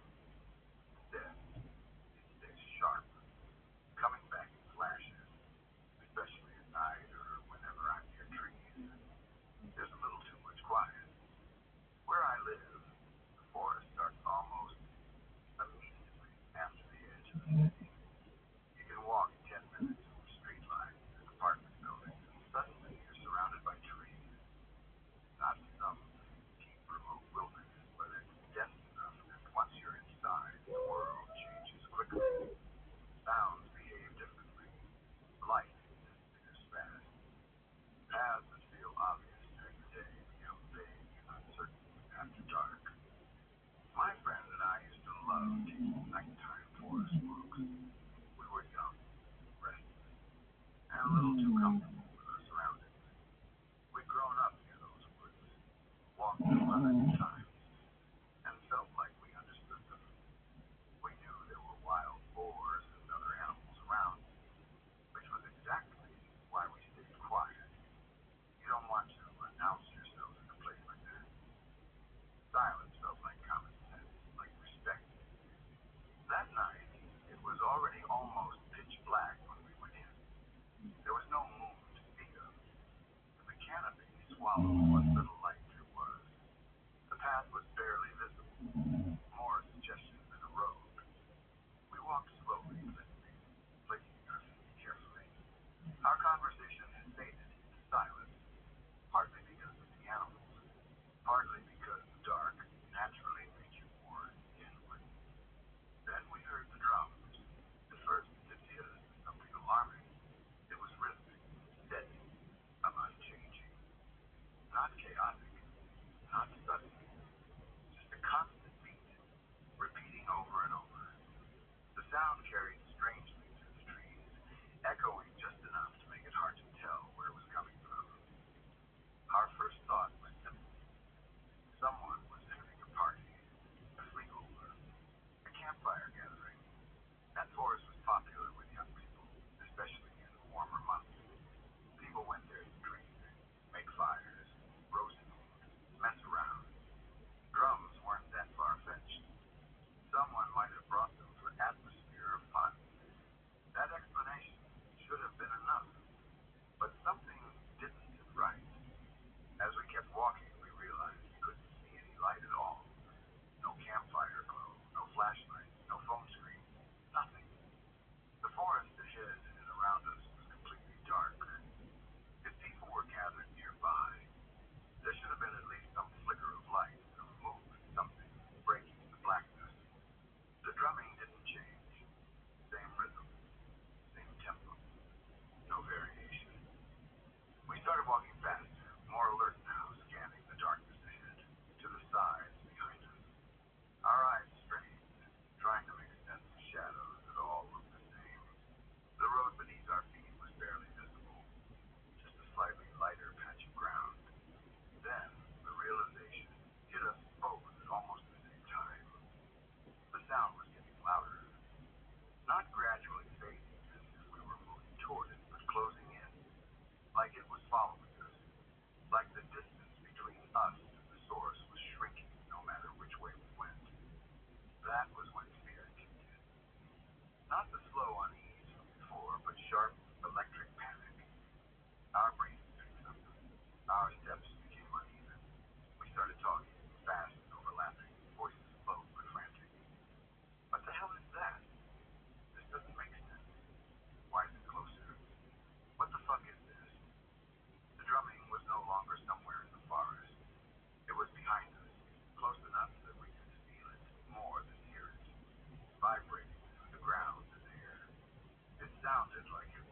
5 meters away, maybe less. We didn't wait to confirm it. We ran. Not a controlled jog, not cautious movement, but full, reckless, sprinting. Branches flapped at us. Leaves, sticks, crunched loudly under our feet. Any thought of wild animals vanished. At that point, being quiet didn't matter anymore. Survival did. The sound stayed with us as we ran. It didn't lag behind. It didn't fade. It felt like it was keeping pace, always just out of sight. Neither of us dared to turn around. We both knew, without saying it, that looking back would make it worse. When we finally broke out of the forest and reached the edge where the city began, the sound stopped. Not slowly, not gradually. It just wasn't there anymore. Streetlights came into view. Pavement replaced dirt. The world snapped back into something recognizable and human. We didn't slow down until we were far enough away that our lungs burned and our legs shook. We never went back after dark. Even now, years later, we talk about that night. We've gone over it again and again, trying to explain it away. Sound traveling strangely. Echoes. Coincidence. Adrenaline amplifying something mundane. But every time, we come back to the same conclusion. It wasn't our imagination. We both heard the same thing. We both felt the same shift. We both experienced the same impossible closeness of that sound. And the way it stopped the moment we left the forest is something neither of us has ever been able to rationalize. There was another strange experience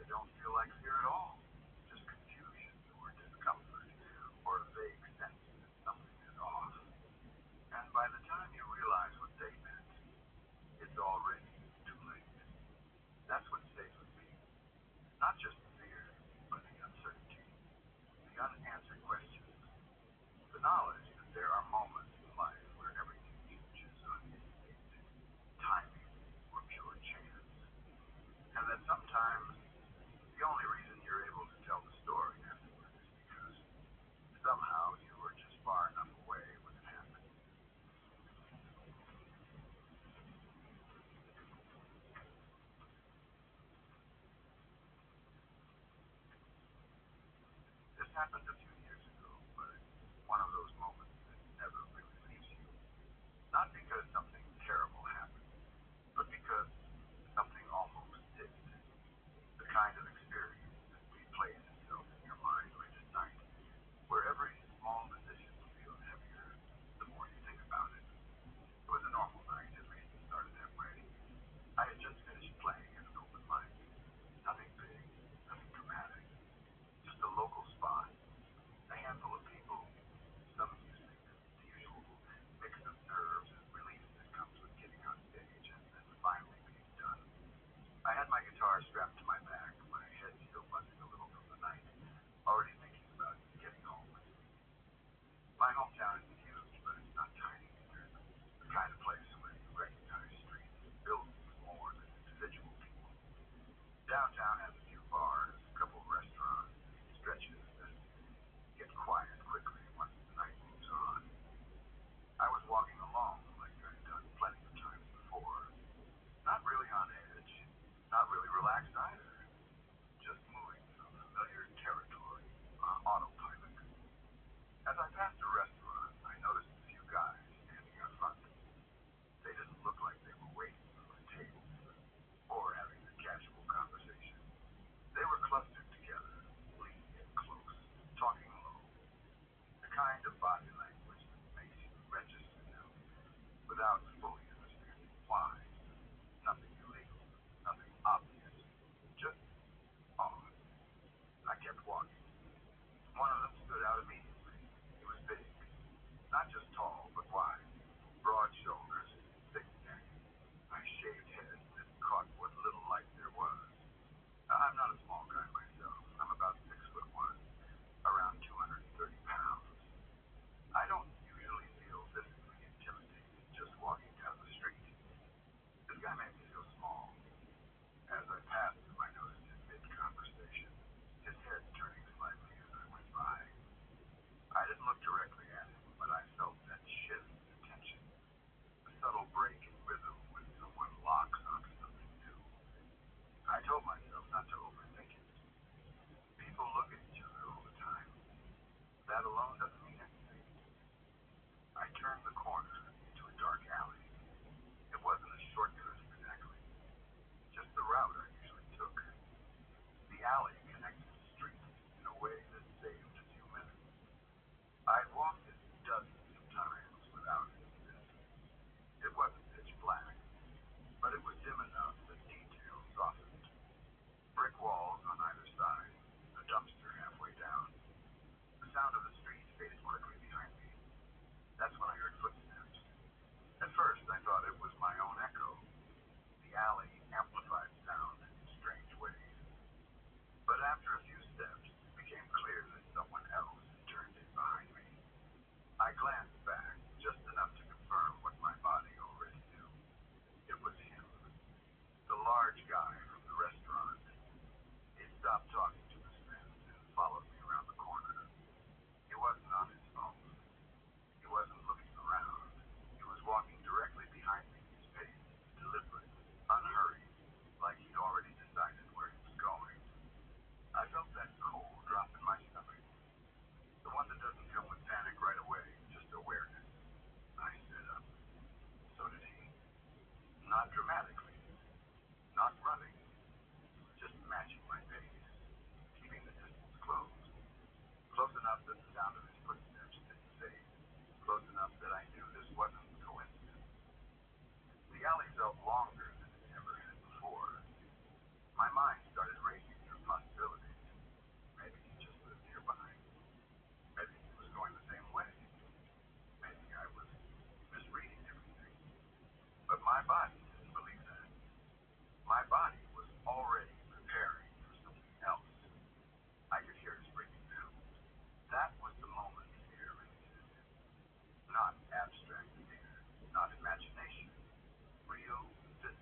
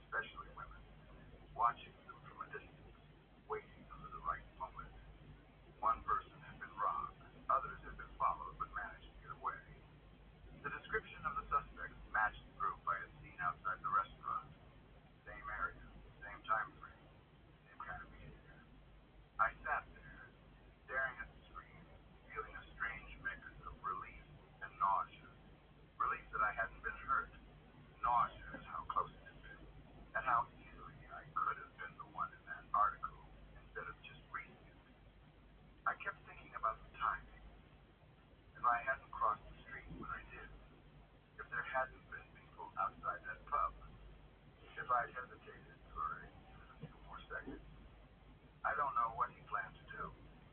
Maybe it was just the guitar. Maybe it was more than that.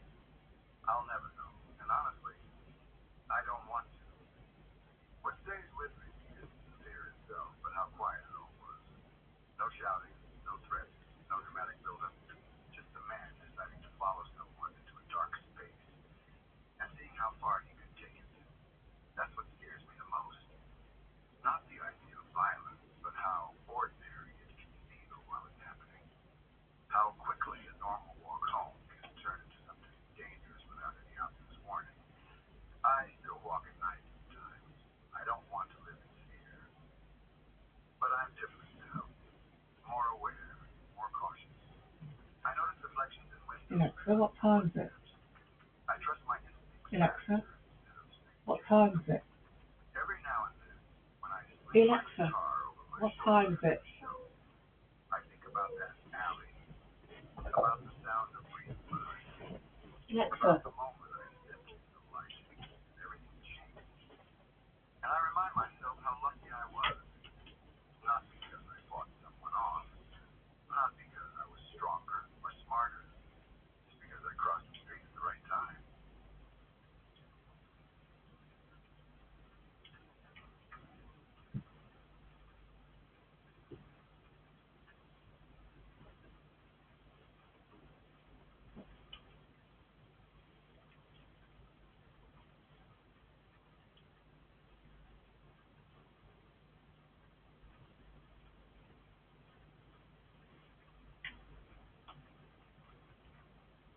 Look, if you're still watching, I know what this channel is. No jump scares, no fake dramas, just real stories about real people. If you're tired of gray hair making you look older than you are, watch this.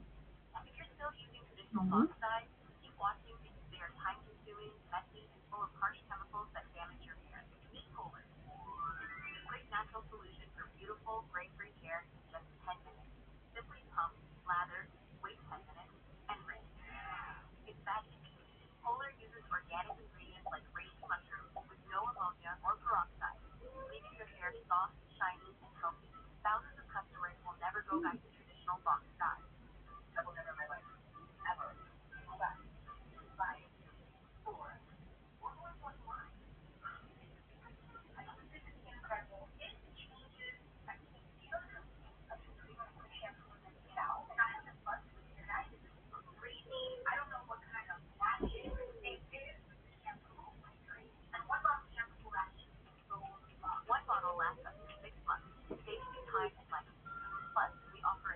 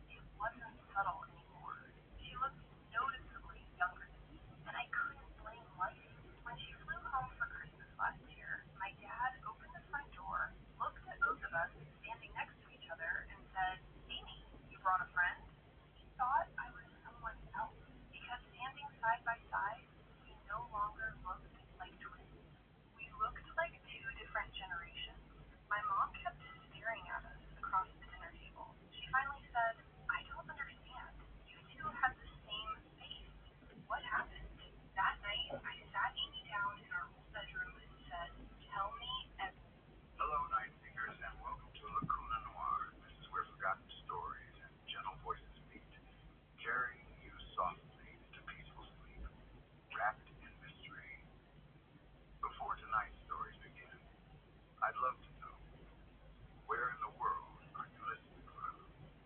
Drop a comment below and let me know. And a little note before we begin. You may notice a few brief ads in the first 10 minutes, but after that, the rest of the video is completely ad-free. Just you, the silence, Someone was detected at the front door. so settle in, get comfortable, and let the night carry you. If you're drawn to these quiet shadow nights, don't forget to like, subscribe, and tap the bell so you never miss a story when darkness calls.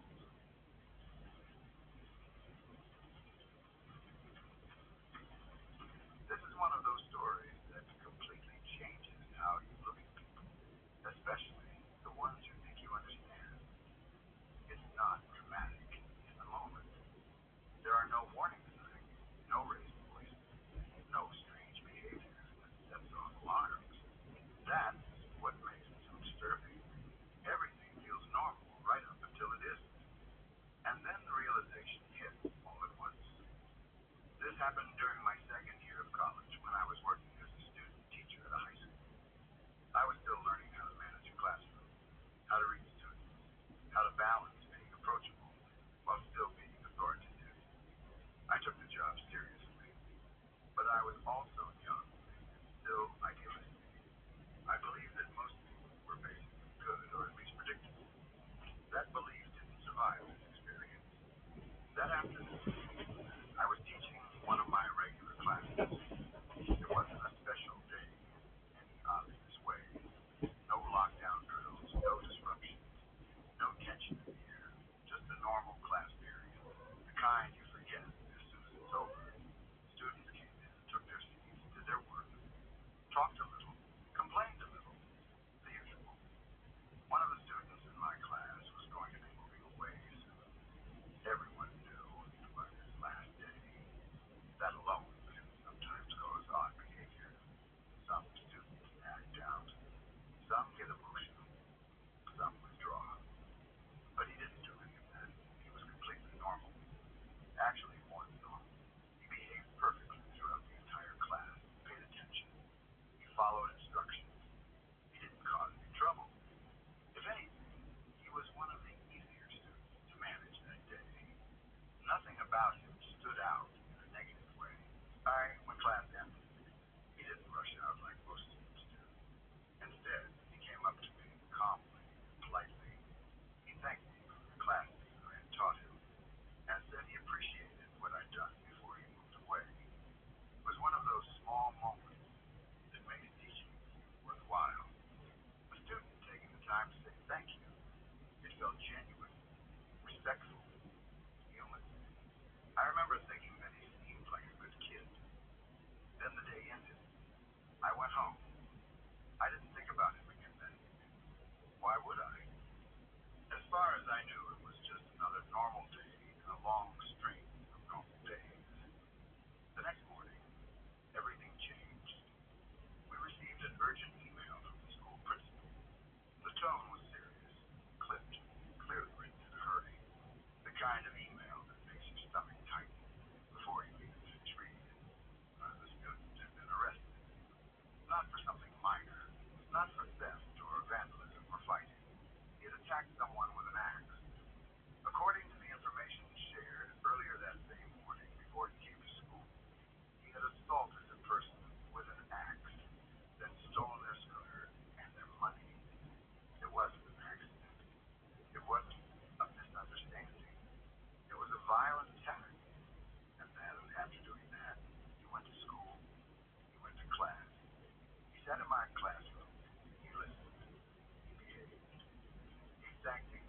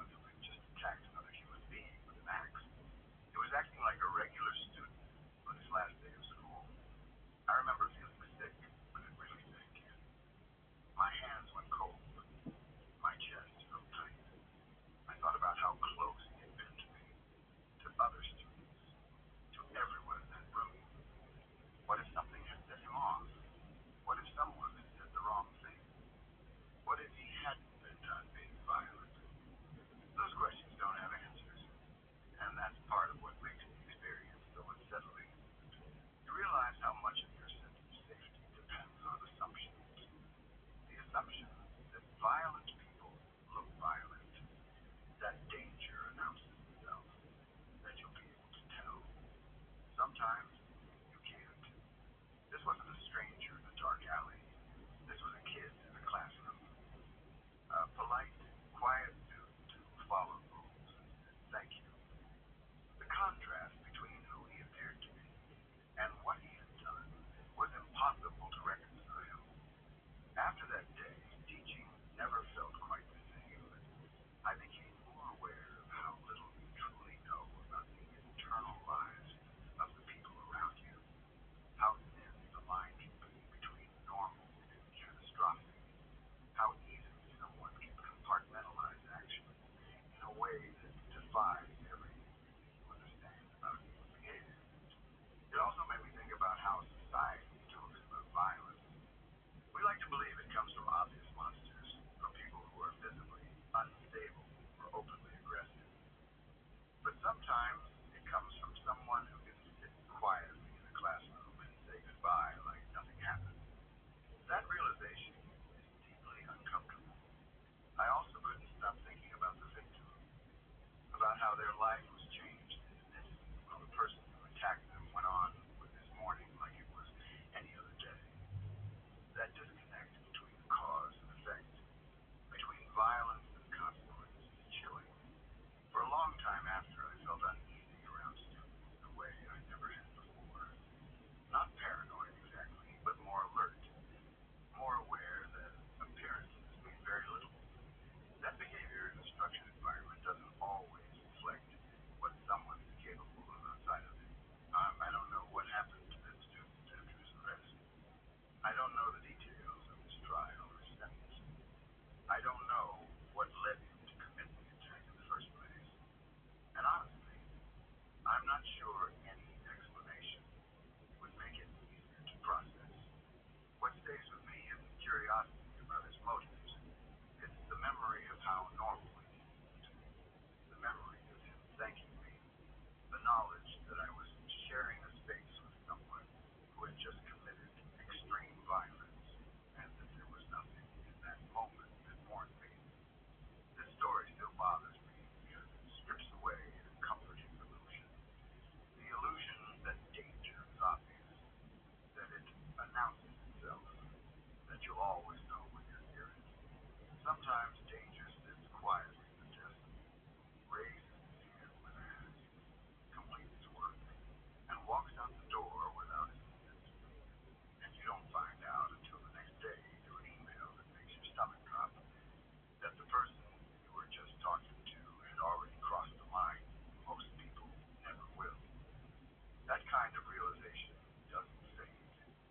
It changes how you see people, how you interpret calmness, how you understand violence, and it leaves you with a lingering, unsettling thought. If someone can do something that brutal and then walk into a classroom like nothing happened, how many other moments have we all been closer to danger than we ever realized? That question still has no answer, and maybe that's the scariest part of all.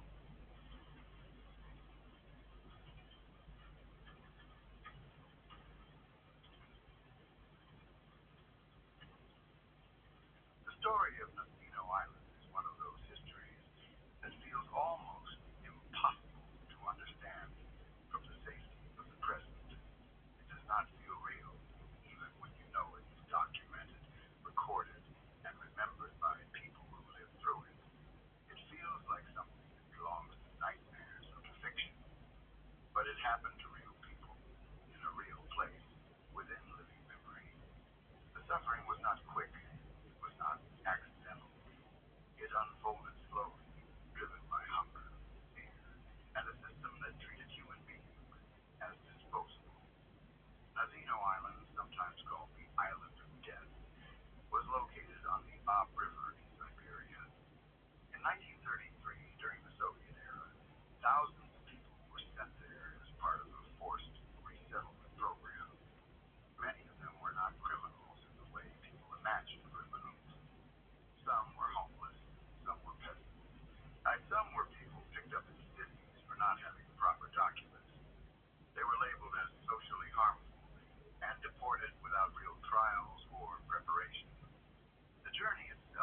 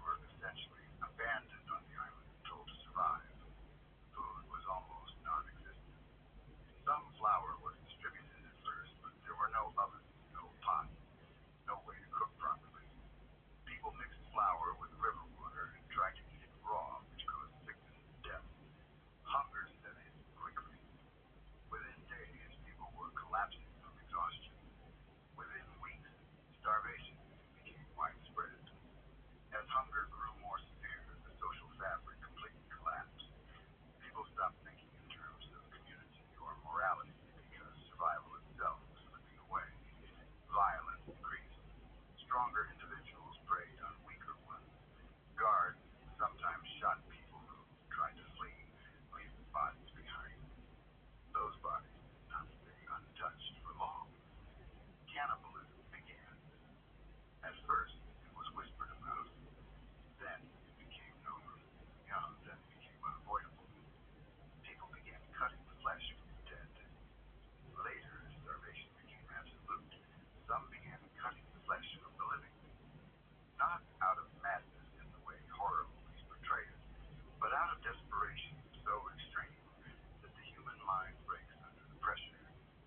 Women were especially vulnerable. They were targeted because they were often physically weaker and less able to defend themselves. There are documented accounts of women being attacked and having parts of their bodies cut away while they were still alive. Calves and breasts were targeted because they were seen as sources of meat that could be removed without immediately killing the person, at least not right away. One of the most haunting accounts comes from a woman named Theophila Bailina, a resident of the village of Nacino on the north bank of the Ob River. In 1989, decades after the event, she gave an oral history that captured the horror in a way no official report ever could. She recalled that one night, a woman from the island of death was brought into her house. The woman was being transported to another camp and needed a place to stay for the night. She was taken into the back room. Theophila noticed something deeply wrong and asked what had happened to her. The woman explained that her calves had been cut off on Nacino Island. They had cut them off and cooked them. The meat on her legs was gone. Because of this, her legs were constantly freezing. She had wrapped them in rags to keep what little warmth she could. Despite her injuries, she was still able to move on her own. What struck Theophila most was how the woman looked. She appeared like an old woman, worn down by life, fragile and broken. But in reality, she was only a little over 40 years old. Hunger, pain, and trauma had aged her beyond recognition. This was not an isolated story. It was one example among many. What makes Nacino Island so disturbing is not just the acts themselves, but the conditions that allowed them to happen. The people sent there were not given a chance. There was no plan for survival, no meaningful oversight, no intervention when it became clear that things were going horribly wrong. Reports of death and cannibalism were slow to reach authorities, and when they did, the response was minimal and delayed. By the time the situation was finally addressed, thousands were already dead. The island itself became a mass grave. Bodies were left where they fell. Some were buried shallowly, others not at all. The living walked among the dead daily. Hunger erased taboos that humans rely on to stay human. When the body is pushed far enough, the mind follows. It is important to understand that the people who committed these acts were not monsters in the way we like to imagine monsters. They were ordinary people placed in an extraordinary situation of deprivation. That does not excuse the violence, but it does explain how such things become possible. Nacino Island shows what happens when a system removes dignity, resources, and hope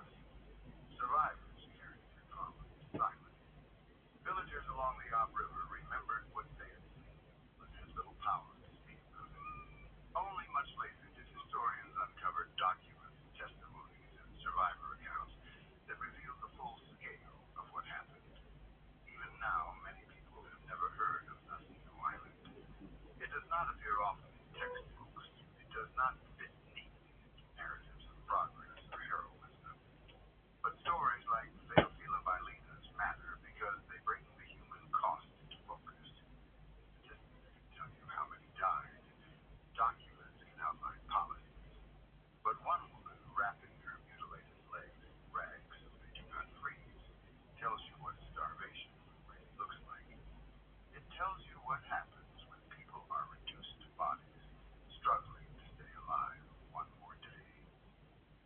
Mendocino Island forces uncomfortable questions. How thin is the line between civilization and collapse? Oh, how much suffering can humans endure before survival instincts override everything else? What responsibility does the government have for the people it controls? And how many similar stories have been lost because no one was willing to listen? This was not ancient history. It happened in the 20th century. The witnesses lived long enough to tell their stories to people who are still alive today. The pain did not vanish when the island was abandoned. It lived on in the memories of survivors, villagers, and families who never saw their loved ones again. When people talk about starvation, it is often abstract. Numbers, charts, famine statistics. Mendocino Island strips that abstraction away.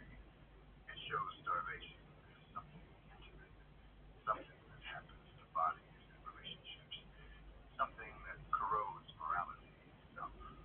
It shows how hunger can turn a place into something worse than a prison, worse than a battlefield. And yet within that horror there are still moments that reveal humanity. The fact that Theophila took that woman into her home. The fact that she remembered her story decades later. The fact that survivors tried to care for each other when they could. These moments do not erase the horror, but they remind us that even in the darkest conditions, people still notice, still remember, still bear witness. Mendocino Island should not be remembered for shock value or sensationalism.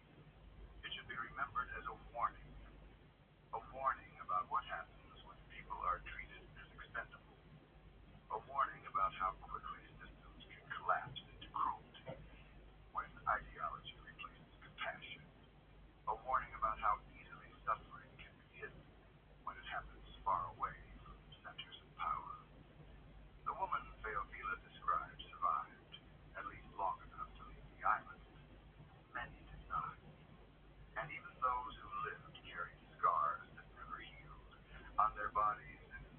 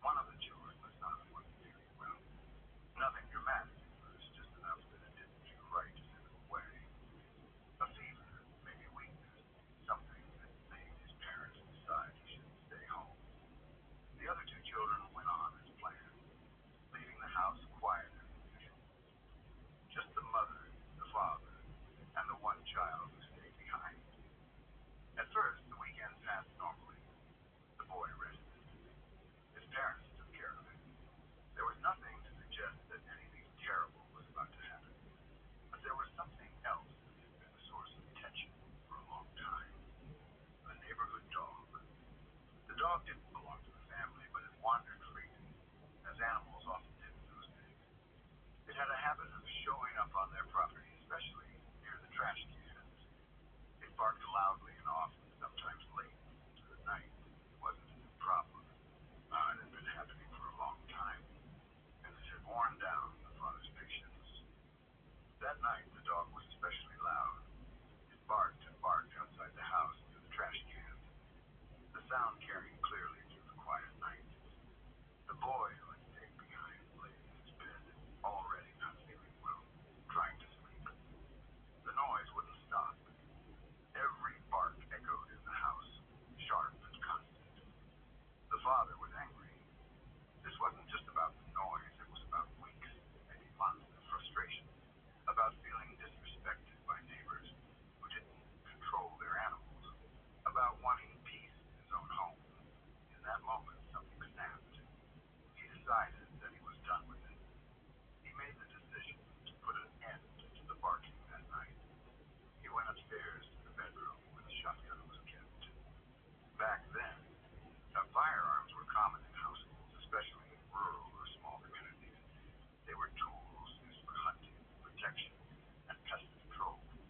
The father intended to take the gun and shoot the dog outside. The mother immediately objected. She didn't approve of killing the dog. Whether it was out of compassion, fear of consequences, or simply not wanting violence, she was firmly against it. What started as a disagreement quickly became an argument. Voices were raised. Tension filled the room. The boy downstairs could hear them, though he likely didn't understand what was happening yet. As the father reached for the shotgun, the mother tried to stop him. She tried to take the gun from him. What happened next was a moment that changed everything. In the struggle, the shotgun went off. The mother was shot. It wasn't intentional. There was no plan to harm her. But accidents don't care about intentions. The blast hit her, and she fell to the floor. She didn't move. She didn't make a sound. From the father's perspective, it looked like she was dead. The room went silent. In that silence, the weight of what had just happened crashed down on him all at once. Shock, horror, guilt, fear, regret. There was no time for reason to take hold.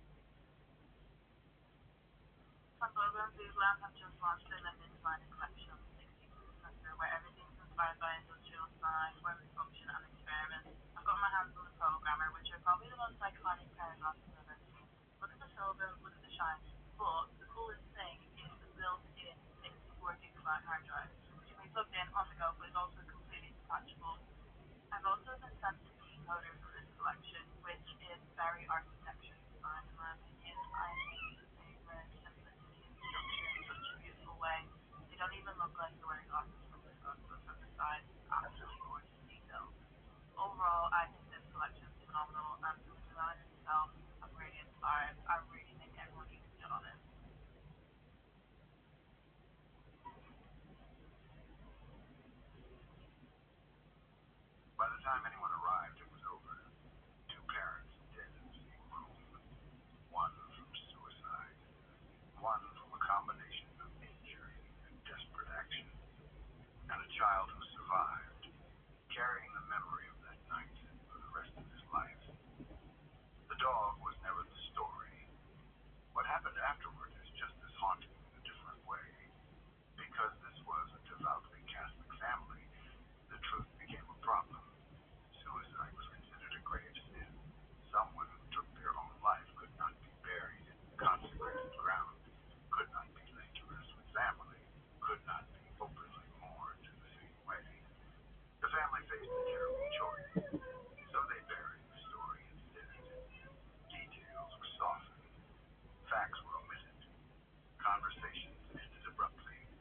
Over time, the truth faded into whispers and half-remembered fragments.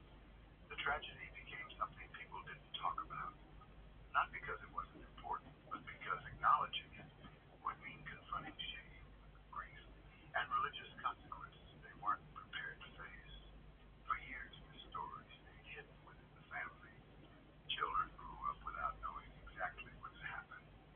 Adults avoided the subject. The night became a shadow in the family history, felt but not named. Trauma doesn't disappear when it's ignored. It just changes shape.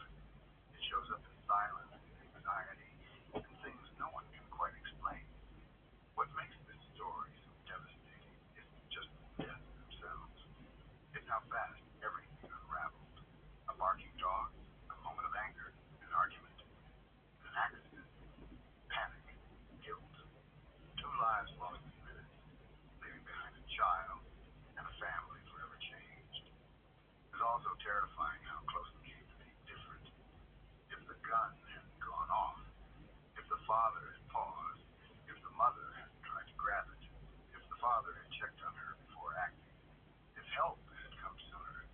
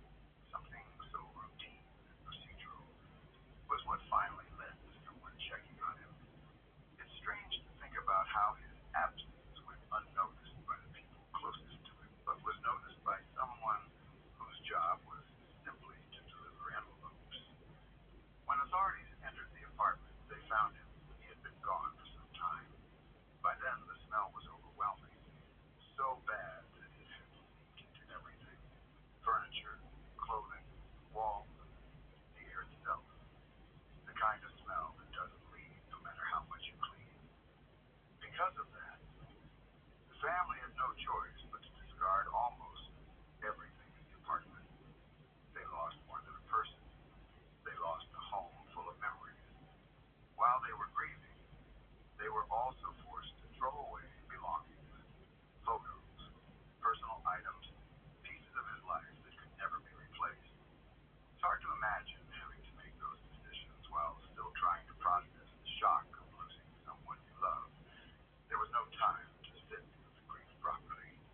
It was compounded by logistics, by damage control, by the reality of death in its most unforgiving form. As more details came out, the story became even heavier. He had recently lost his job. That alone can be enough to destabilize someone who was already struggling. Work isn't just income, it's structure, purpose, identity. When that disappears, everything else can start to feel like it's unraveling too. For him, it seems like that loss set off something much deeper. He had become convinced that his wife had cheated on him. Not just suspected, he was sure of it. He believed that their newest child wasn't his. Whether that belief was grounded in reality or fueled by paranoia, depression, substance abuse, or some combination of all three, no one can say for certain. But what matters is that it felt real to him, real enough to consume him, real enough to poison his thoughts and make him feel betrayed, humiliated, and worthless. He already had a little girl. She was about 5 years old. That detail hurts the most. A 5-year-old doesn't understand addiction. She doesn't understand paranoia or job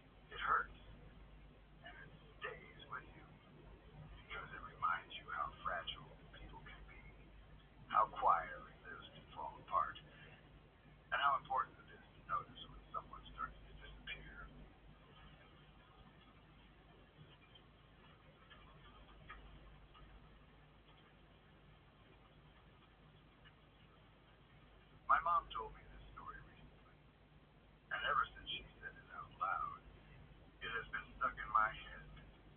Not because it was some urban legend or spooky rumor, but because it happened in a real place, to real people, in a town where everyone knew everyone, the kind of small town where nothing ever really happens, where news travels fast, and where the idea of something violent feels almost impossible. That's why it hit so hard. It wasn't a story about a stranger far away. It was something that happened in the same quiet streets my mom used to walk down, in the same kind of neighborhood where people leave their doors unlocked and assume they're safe. She told me that when she was younger, living in that small town, there was a murder so horrifying that the entire town basically shut down. People didn't go out unless they had to. And parents kept their children inside. Shops closed early. Streets that were normally quiet became quieter, like the whole town was holding its breath. It wasn't because of a storm or some natural disaster. It was because of one man. The town stayed on edge for days, because the man responsible for the murder was still out there. Nobody knew where he was. Nobody knew what he might do next. And worst of all, people believed him when he said he wasn't finished. The fear wasn't just that he had killed someone. It was the fear that he might kill again. According to my mom, the man who did it was known to have serious mental issues. People in town already thought he was unstable. Not in the harmless, eccentric way that some small towns tolerate, but in a way that made people uncomfortable. The kind of person who gives you a bad feeling in your stomach when you pass them on the street. The kind of person you don't want to make eye contact with. Someone whose behavior didn't seem normal, even before anything happened. But no one expected what he was. One day, without warning, he murdered his wife. Not in private. Not behind closed doors in a way that could be hidden. He did it right in front of his children. He had 3 kids, 2 boys and 1 little girl. And those kids witnessed something that no child should ever have to see. My mom said it wasn't just a murder. It was like an explosion of madness inside that house. Like something snapped and turned him into someone unrecognizable. After he killed her, he didn't stop. He hung her body up from the ceiling. Even writing that feels sickening. It's not the kind of thing you expect to hear in a story that comes from a small town. It sounds like something out of a nightmare, something too extreme to be real. But according to my mom, this is exactly what happened. He strung her up as if she wasn't even a human being anymore. And then he began to beat her, even after she was already dead. Like he was trying to destroy her completely. The violence didn't have a purpose. It wasn't about anger anymore. It was about something darker, something broken. Then came the part that made the whole town believe he had completely lost his mind. He claimed he pulled her eyes out. He said he did it to give them to a stray cat that only had 1 eye. That detail is what makes the story feel so unreal, because it isn't just cruel, it's twisted. It's the kind of thing that doesn't come from normal rage. It comes from delusion. From a mind that isn't operating in reality anymore. The kind of thought process that no sane person could follow. And all of this happened with his children there.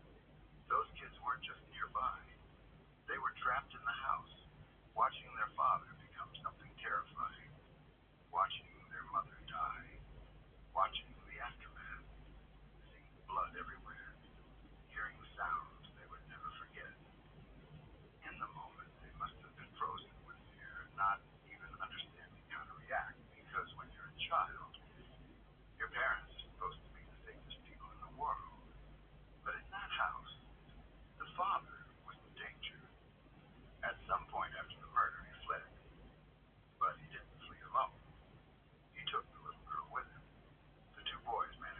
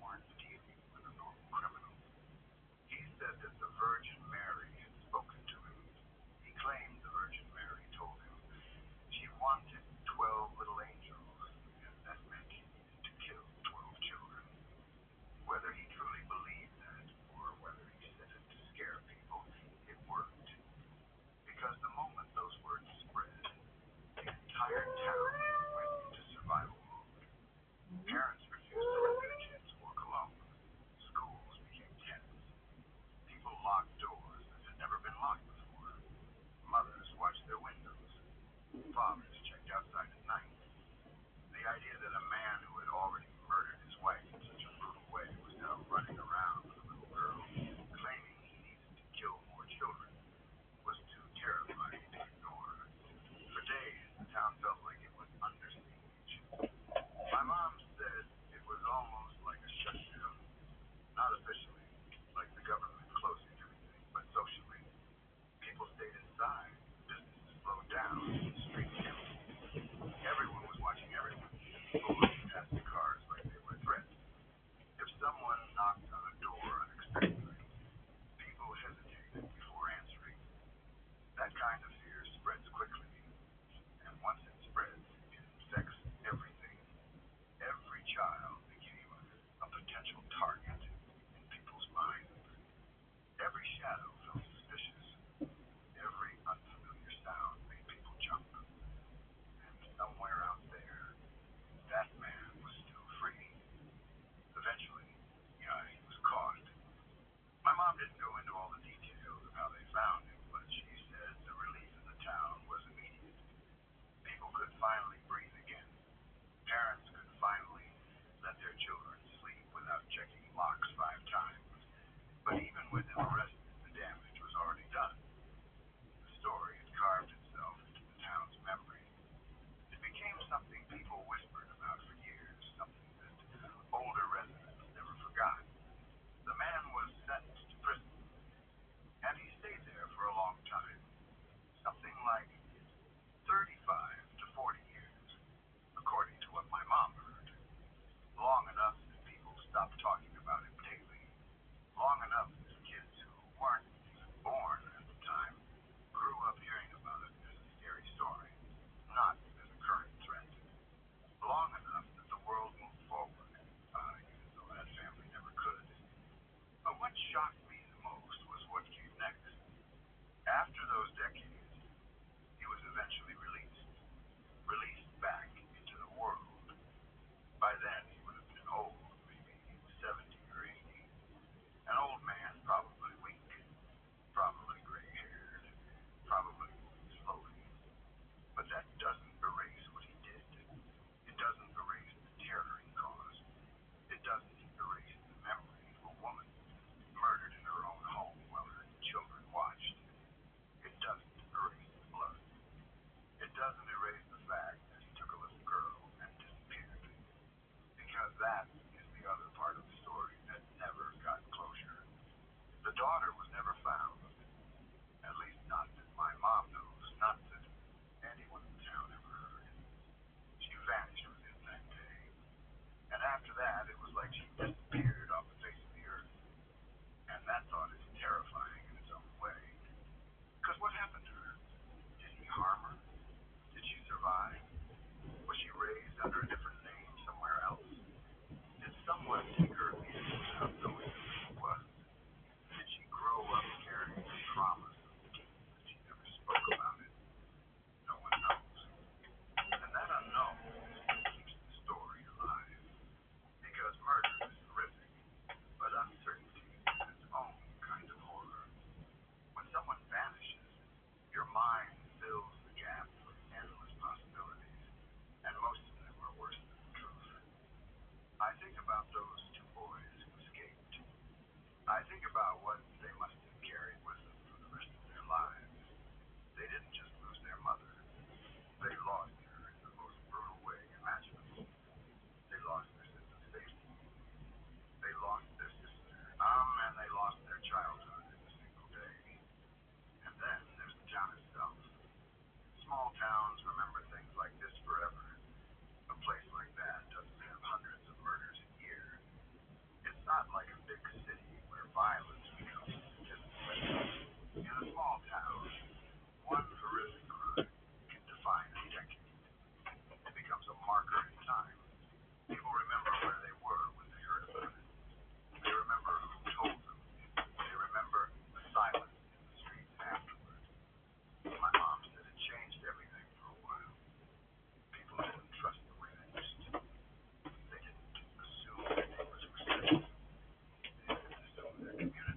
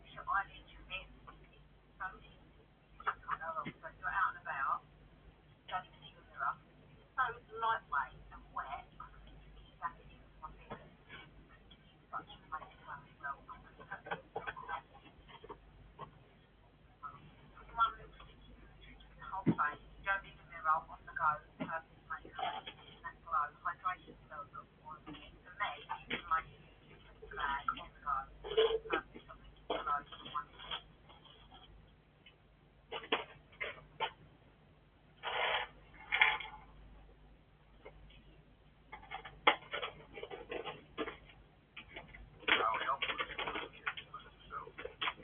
Because when you're a child, you assume adults, you assume police will arrive quickly. You assume that if you scream, someone will come. But in that house, none of those assumptions mattered. They were alone with a man who had lost his grip on reality. And even after the police came, even after he was arrested, the damage couldn't be undone. A life was taken. A child was lost. A family was destroyed. And decades later, the horror still lingered in the town like a stain. That's why my mom still remembers it so clearly.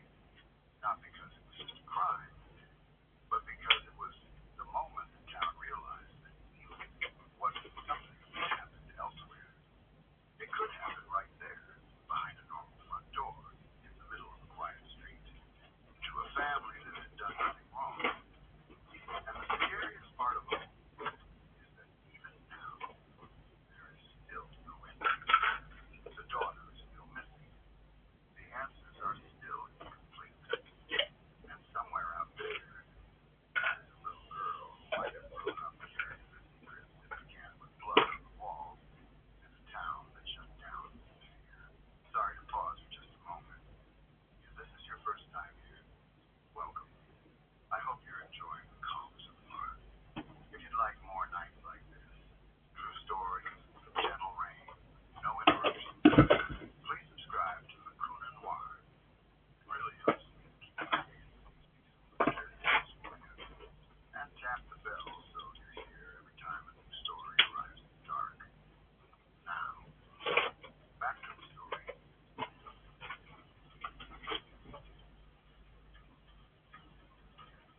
One night, I was doing something completely normal.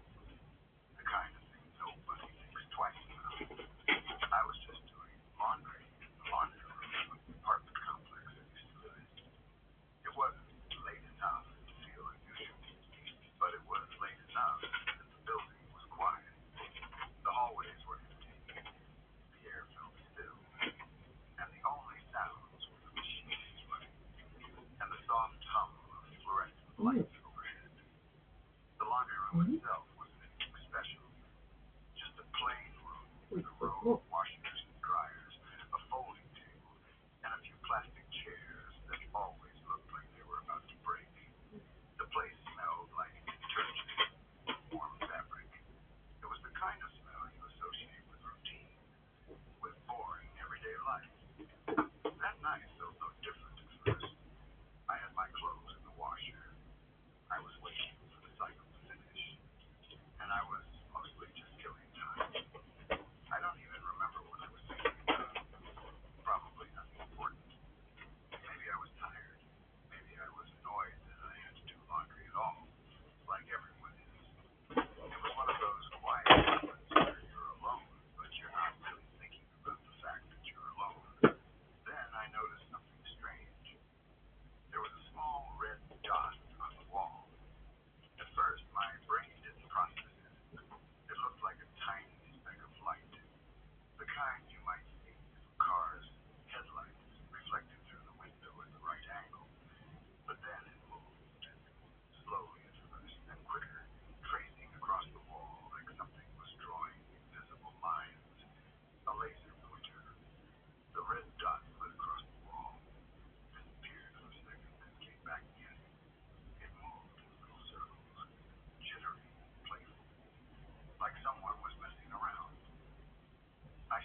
for a moment, trying to figure out where it was coming from.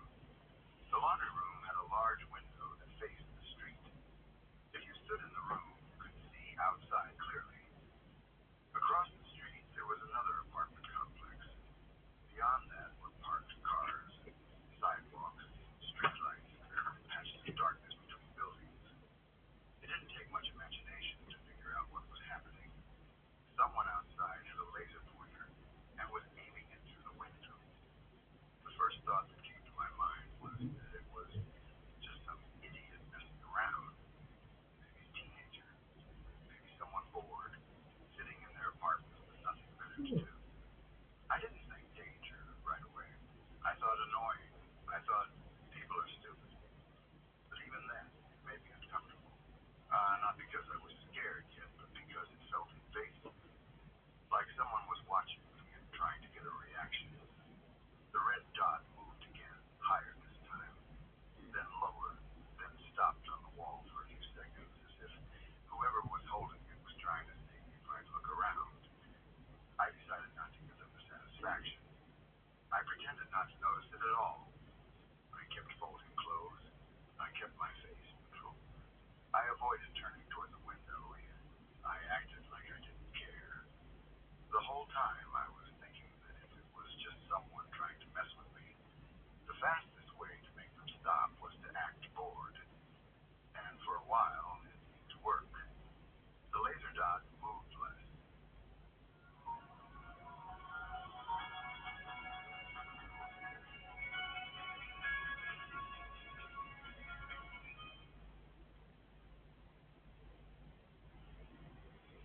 It would appear for a second, then vanish, then reappear. It was like whoever was doing it was getting frustrated that I wasn't reacting. I remember feeling slightly smug, like I had won some stupid little game without even playing. But beneath that, there was still an uneasy feeling I couldn't fully explain. Because even if it was harmless, it still meant someone was sitting out there watching me. They knew I was alone. They knew I was in the laundry room. They knew exactly where I was standing. I told myself it didn't matter, that it was probably just someone drunk or bored. I finished my laundry, grabbed my basket, and left. I went back to my apartment, locked the door, and went to sleep. By the time I woke up the next morning, I had almost forgotten about it. Almost. Then I stepped outside. There were police cars in front of the apartment complex. Not just one, multiple. Officers standing around talking, yellow tape blocking off part of the area. And the laundry room entrance was sealed off, like it was a crime scene. The door was shut, and nobody was allowed inside. At first I thought maybe there had been a break-in. Maybe someone had vandalized the machine. Maybe there was a fire, or some kind of damage. But then I saw where the officers were looking. The laundry room window. And that's when I felt my entire body go cold. There were several bullet holes in the glass. Not cracks from rocks. Not damage from an accident. Clean, unmistakable holes. Punched through the window. The kind of holes you only see after a gun is fired. The glass around them was shattered in a spiderweb pattern, glittering in the morning light. The police said they were 9mm rounds. That detail hit me like a punch.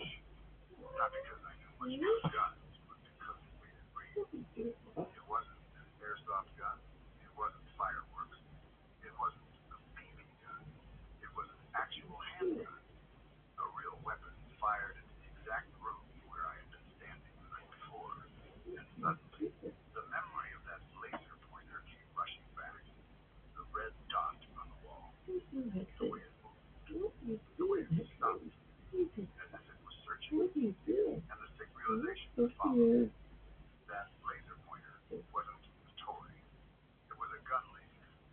Someone had been aiming a gun into the laundry room while I was inside. That was the moment I started shaking. I could feel my heart pounding in my throat. My stomach twisted. My hands went numb. It was like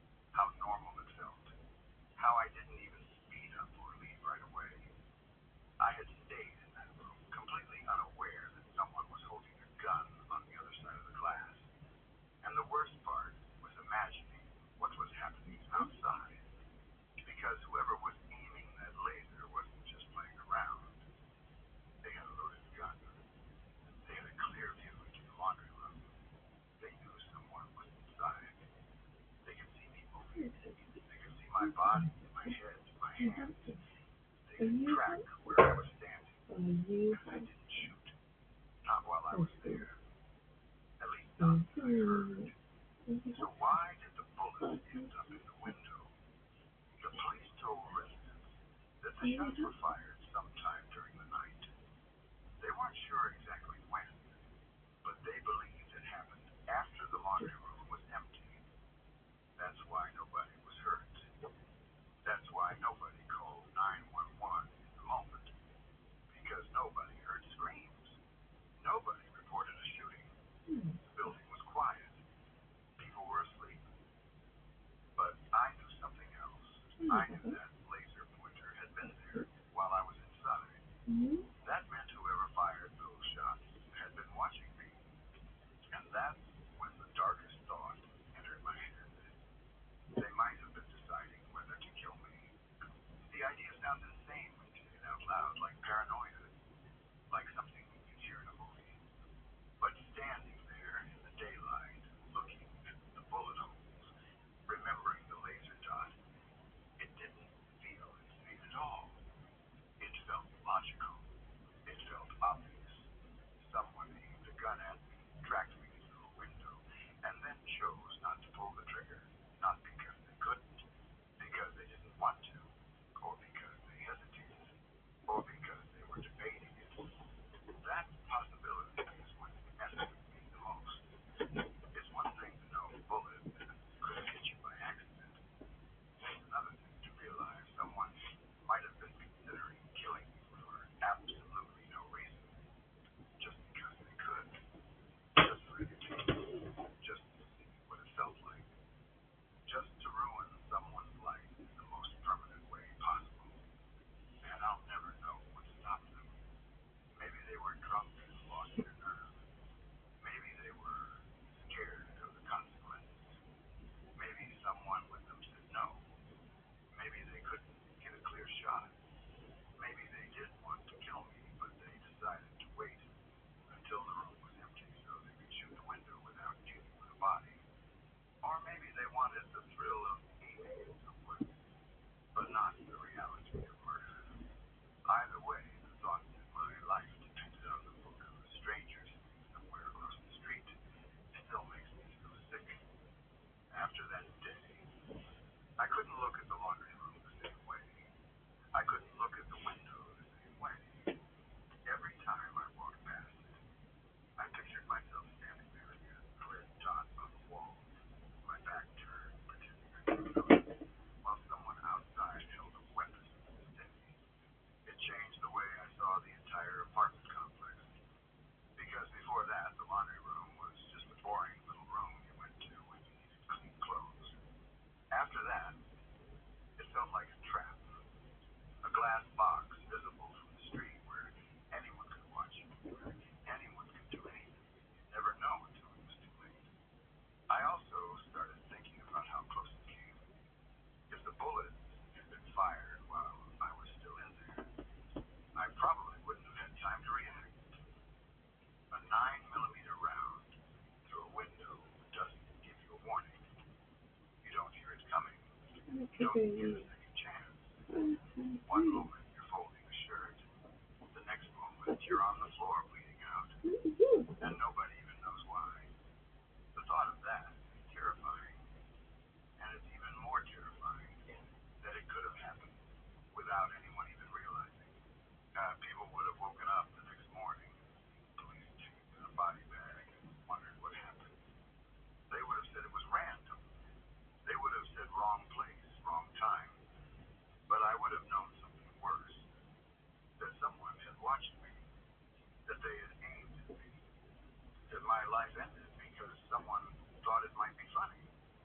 I remember the feeling I had when I saw those police cars. It wasn't just fear. It was the delayed shock of realizing how fragile life is. How easy it is for something ordinary to become deadly. How you can go to do laundry and accidentally step into a moment where you are one decision away from being dead. I also remember how angry I felt. Not angry at myself, even though part of me blamed myself for not being sure.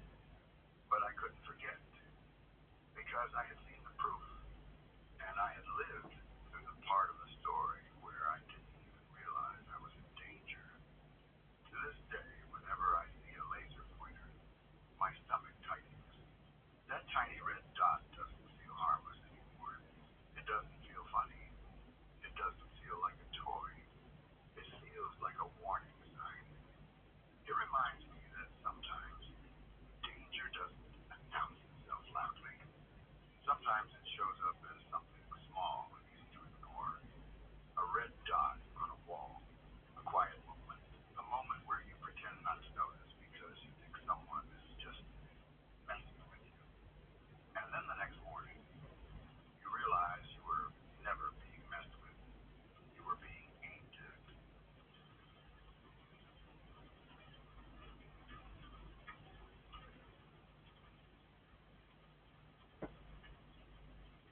When I was a kid growing up in Oakland, California, me and the other neighborhood kids used to spend most of our free time outside.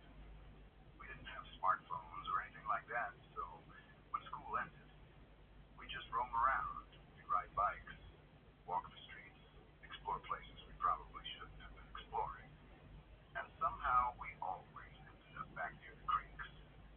Those creeks were like our little secret world. They were dirty, sure, and they smelled sometimes, but when you're a kid, you don't care about that. To us, it was an adventure. It was like having our own wilderness right in the middle of the city. There was this Kentucky Fried Chicken on the corner of 34th Avenue and Foothill Boulevard. Everybody in the area knew this KFC. It was one of those places you passed all the time, and you never really thought about what was behind it. It was just a normal restaurant. Cars pulling in and out, people ordering food, lights on at night, nothing suspicious. But behind that building, behind the dumpsters and the back parking area, there was a gate. And in that gate, there was a hole cut into it. Not a small hole either. A hole big enough for a person to crawl through. And that hole led straight into the creek. Kids knew about it. Older kids told younger kids. It was like a secret entrance. If you didn't know, you'd never notice it. But once you did, you couldn't unsee it. You could slip through that hole, duck down, and suddenly you were out of sight from the street, out of sight from adults, out of sight from normal life. You were in the creek bed, surrounded by weed, mud, and the sound of water moving under the city. And those creeks weren't just open streams. Oakland had these storm drain tunnels that connect to the creeks. Big tunnels, concrete tunnels, the kind you can actually walk through. And once you're inside one of those tunnels, it feels like you're not in Oakland anymore. It feels like you're under the city, like you're in a different world that most people don't even know exists. That's what we used to do. We'd gather up as kids, sometimes 5 of us, sometimes 10, and we'd climb down into the creek. We'd catch frogs. We'd mess around with sticks and rocks. We'd chase each other, laugh, get our shoes soaked, and then walk home like nothing happened. And sometimes, when we were feeling brave, we'd go into the tunnels. Those tunnels were creepy, but they were also exciting. They were long and dark, and the sound inside them was strange. Every footstep echoed. Every voice bounced off the walls. Sometimes you'd hear water dripping somewhere, and you couldn't tell where it was coming from. And if you stayed quiet long enough, you could hear the city above you, but it sounded distant and muffled, like you were hearing it through a thick layer of earth. As kids, we treated it like an underground maze. We would walk deeper and deeper, shining flashlights, sometimes using lighters if someone had one, sometimes just relying on the light coming from the tunnel opening. We'd talk about how far the tunnel went, what it connected to, and how cool it would be if we could walk all the way to another part of the city underground. We thought it was like something out of an adventure movie, and most of the time it was harmless, just dirty water, graffiti, and the occasional rat that would send everyone running and screaming. But there was one tunnel that changed everything for me. It was behind that KFC, through that gate with the hole cut in it. That particular creek led into a tunnel that felt different from the others. Even before we saw anything, it felt wrong. The air felt heavier. The smell was worse. And the deeper you went, the more you felt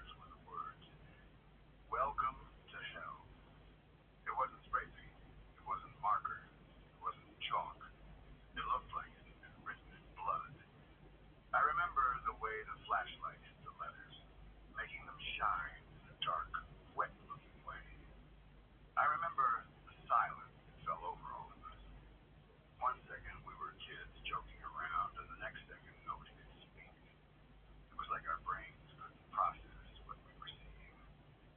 And then we looked down. On the floor was a giant pentagram, not drawn with paint, not scratched into the concrete.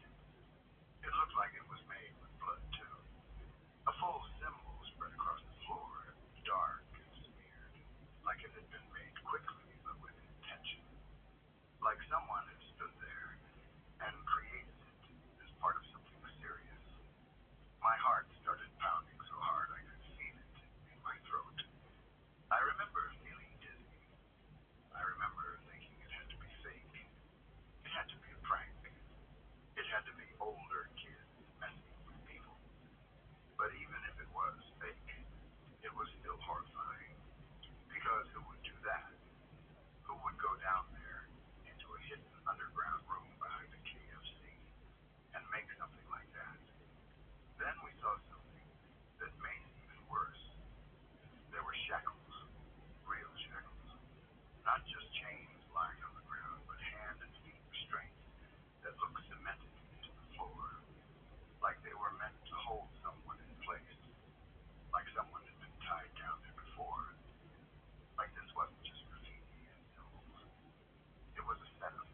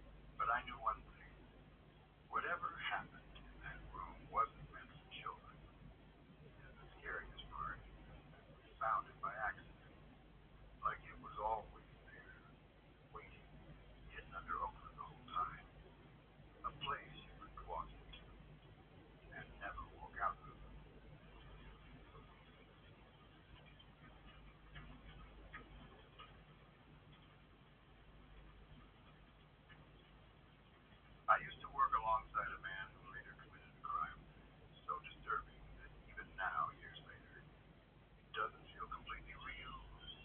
At the time, it was just a co-worker, not a close friend, not someone I spent time with outside of work, but someone familiar enough that his presence became part of the everyday routine. We shared shifts, exchanged small talk, and sometimes talked about life the way people do when they see each other often, but don't truly know each other.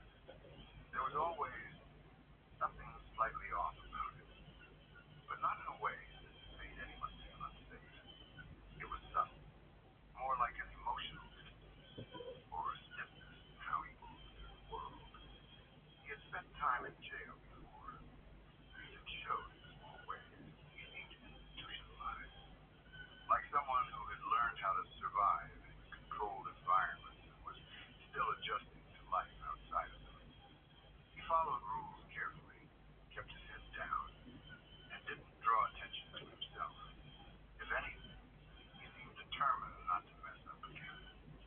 Despite that, he wasn't aggressive or cruel. He could be quiet, sometimes awkward, but never openly hostile. He was the kind of man people might describe as troubled, not dangerous. Someone with a past, but also someone trying to move forward. Looking back, that's what makes everything so unsettling. Nothing about him screamed that he was capable of what he eventually did. Over time, he started talking to me about his relationship. It wasn't constant, and it wasn't dramatic. Just occasional conversations where he seemed unsure and needed someone to listen. He confided in me a few times, asking for advice. The issues he mentioned were not unusual. Arguments, communication problems, stress, the kinds of struggles many couples face, especially when money and past mistakes are involved. What stood out was that he genuinely seemed to want to do right by her. He talked about trying to be better, trying to provide, trying to make things work despite their problems. He didn't speak badly about her. He didn't blame her. If anything, he spoke with concern, like he was afraid of losing something important. He already had a little boy from a previous relationship, and when he talked about his son, there was a complicated mix of pride and regret in his voice. He loved his child, but he knew his past had affected his ability to be the kind of father he wanted to be. It was clear that he carried guilt about that. When he found out his partner was pregnant again, this time with a baby girl, something in him seemed to change. He was genuinely excited, not in a loud or showy way, but in a quiet, steady way that felt real. He talked about his daughter often, about her name, about what she might look like, about how different things would be this time. He spoke as if this baby represented a second chance, a chance to be present, a chance to build a family the right way. He worked hard so she wouldn't have to work while pregnant. He took extra shifts, saved money, and talked about wanting her to be comfortable and stress-free. He planned an extravagant baby shower, far bigger than anyone expected of him. Decorations, food, gifts. He invited co-workers, even people he barely spoke to. It felt like he wanted to celebrate openly, like he was proud of this new chapter in his life and wanted others to see it too. At the time, it all seemed like a good thing, like someone with a rough past was finally doing something right. People talked about how dedicated he seemed, how serious he was about becoming a better father and partner. There was nothing about his behavior that suggested violence. If anything, he seemed hopeful. When the baby was born, Growlithe is paying the lowest price possible in the UK for weight loss meds. I kept seeing those weight loss masks for like £300 a month and thought there's no way I can afford that.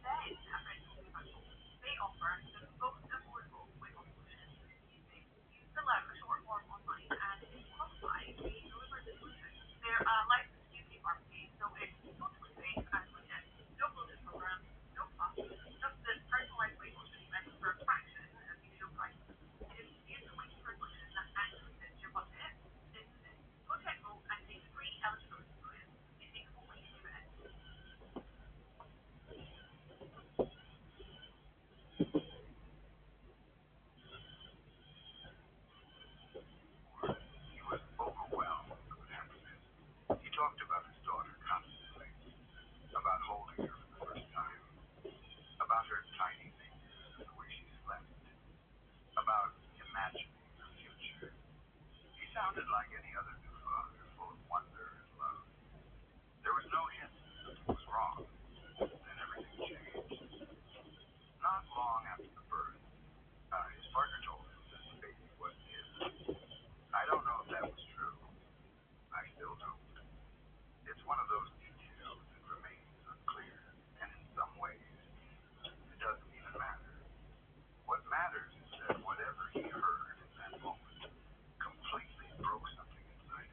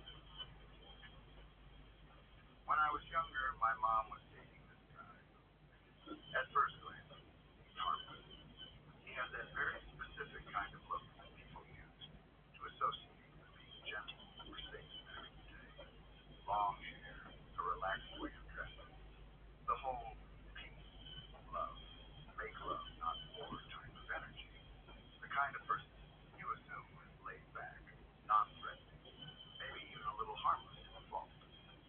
At the time, nothing about him raised alarms for me. He wasn't loud or aggressive. He didn't come across as controlling. He didn't argue openly or show obvious anger. He just existed around us in a quiet way. They had been dating for a while, long enough that his presence didn't feel strange anymore. He wasn't a stranger who popped in once or twice. He was someone my mom chose to spend time with, and as a kid, that alone carries weight. If your parent trusts someone, you tend to follow that lead without questioning it. Back then, where we lived, locking doors just wasn't really a thing. It sounds wild now, but at the time, it felt normal. It was the 1990s, and the area had that false sense of safety that a lot of places have then. People believed crime happened somewhere else, bigger cities, to other people. Neighbors left doors unlocked, cars unattended, windows open. It was seen as relaxed, trusting, almost wholesome in a strange way. So we didn't lock our doors. I don't even remember conversations about safety. It wasn't emphasized. It wasn't drilled into us. The house felt like a safe bubble, and the idea that someone would just walk in uninvited didn't really exist in our minds. It's strange how much cultural attitude shape behavior, especially when you're a kid and don't know any better. My mom and this guy had been dating for a while, long enough that I had stopped paying much attention to him. He blended into the background of daily life. Looking back, and that's part of what makes this story unsettling, there was no build-up, no obvious red flags that stood out in memory, just a quiet assumption that everything was fine until one morning, when it very suddenly wasn't. It was early, the kind of morning where the house is still quiet, and your brain isn't fully awake yet. My mom woke up and went to get out of bed, probably half asleep, still in that foggy space between dreaming and being fully conscious. She walked toward the bathroom like she did every other morning, not expecting anything unusual. That's when she saw him. He had let himself into our house. No knocking, no calling out, no warning. He was just there, sitting inside our home, staring at my mom's bedroom door. No explanation for how long he'd been there. No indication of when he arrived. Just the knowledge that he had entered without permission and positioned himself in a way that suggested he had been watching and waiting. That kind of realization hits all at once. The safety you assumed was there vanishes as you sleep. The normal rhythm of the morning is shattered by something deeply wrong. My mom had no idea how long he had been sitting there, how much he had seen, or what he intended to do next. It scared the hell out of her. That fear wasn't just surprise, it wasn't just shock. It was the kind of fear that comes from realizing your personal space has been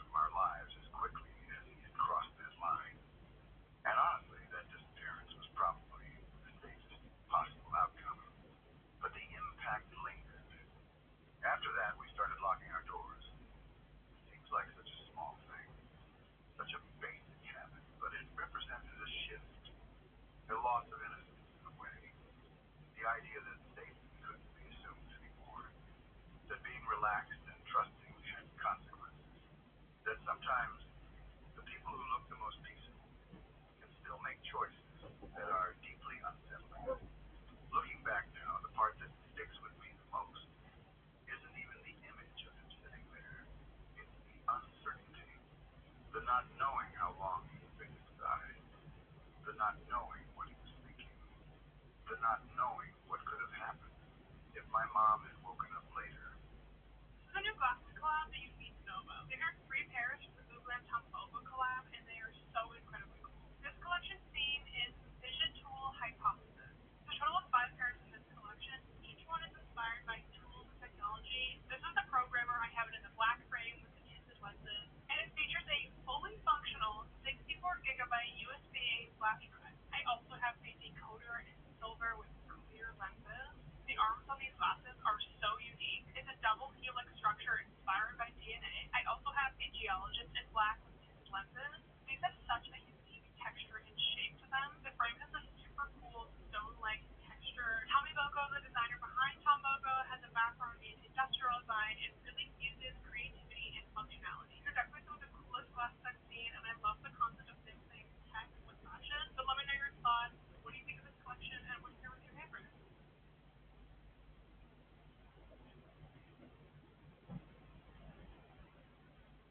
Or if something had gone differently.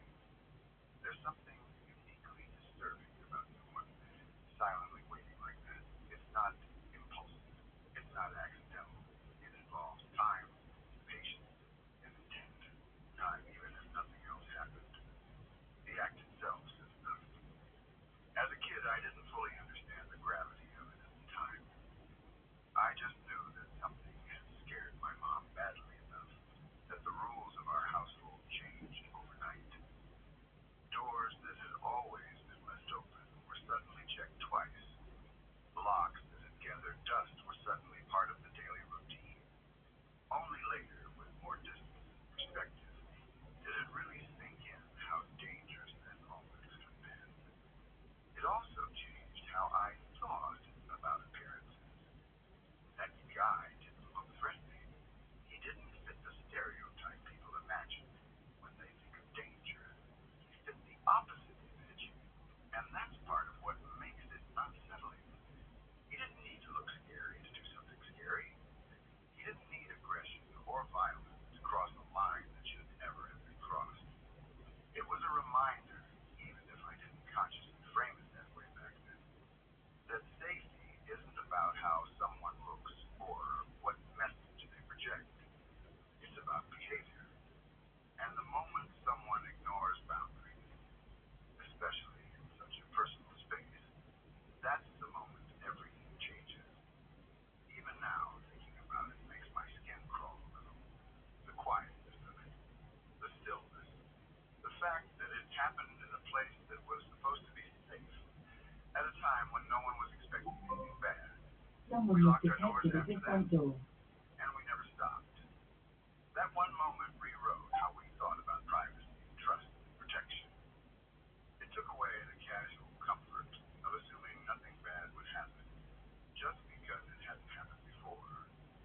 And every so often, when I hear people talk nostalgically about the 90s and how relaxed things were, how people left doors unlocked and trusted everyone, I think about that morning, about how close something could have come to being much worse, about how quickly that illusion of safety could collapse.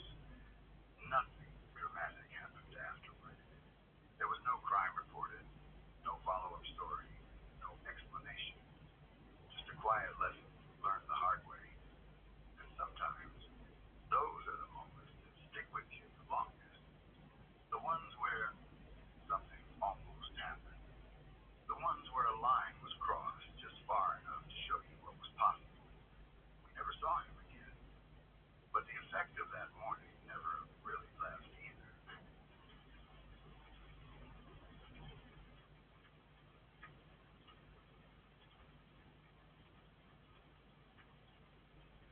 When my mom was a kid, she lived with her grandparents in a house that sat deep near the woods.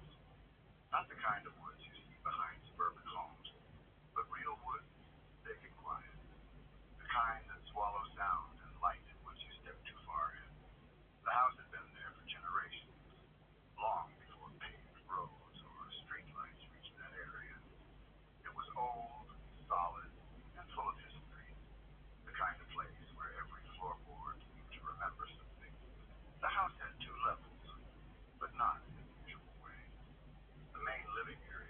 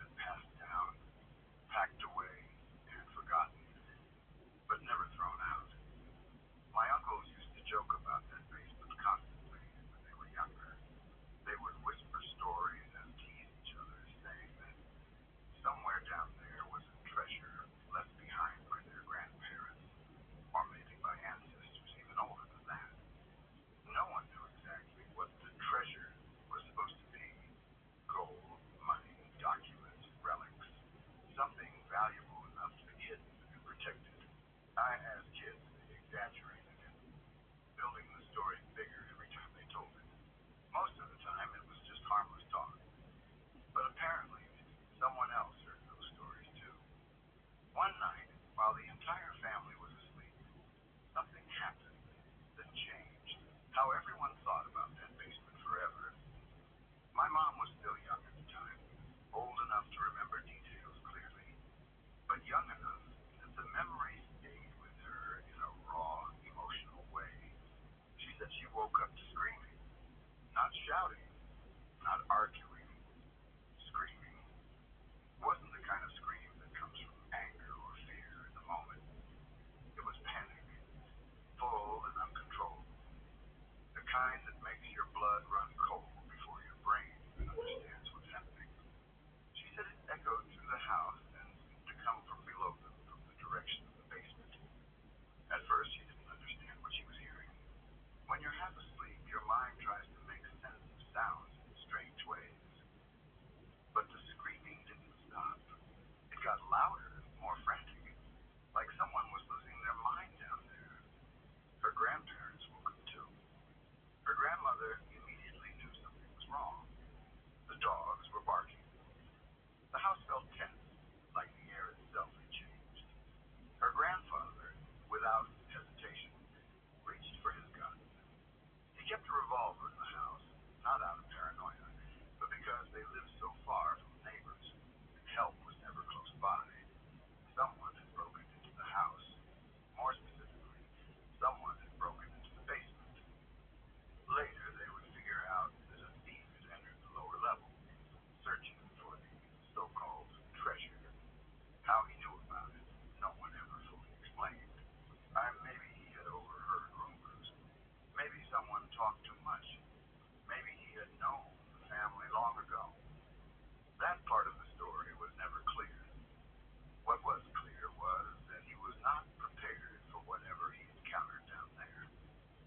My mom says her grandfather went downstairs slowly, gun in hand, while her grandmother called the police.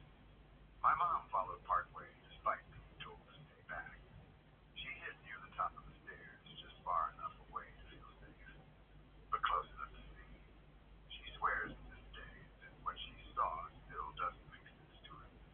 The thief was on the ground, not hiding.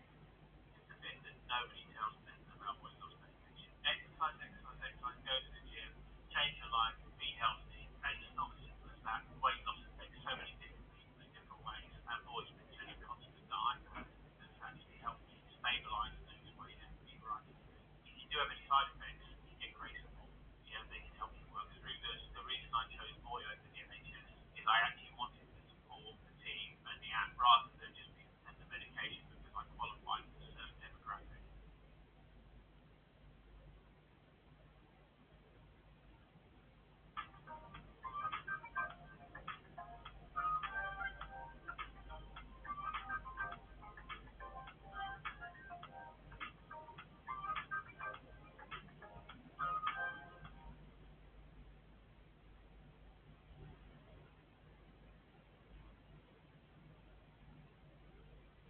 Not attacking, not trying to escape.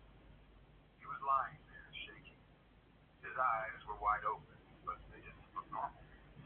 She said the whites of his eyes were showing in a way that made him look barely human, like he was in shock or had seen something that completely broke him. His face was pale, his body stiff, like his muscles didn't know how to move anymore. When her grandfather demanded to know what he was doing there, the man didn't answer the way you'd expect a thief to answer. He didn't apologize. He didn't beg.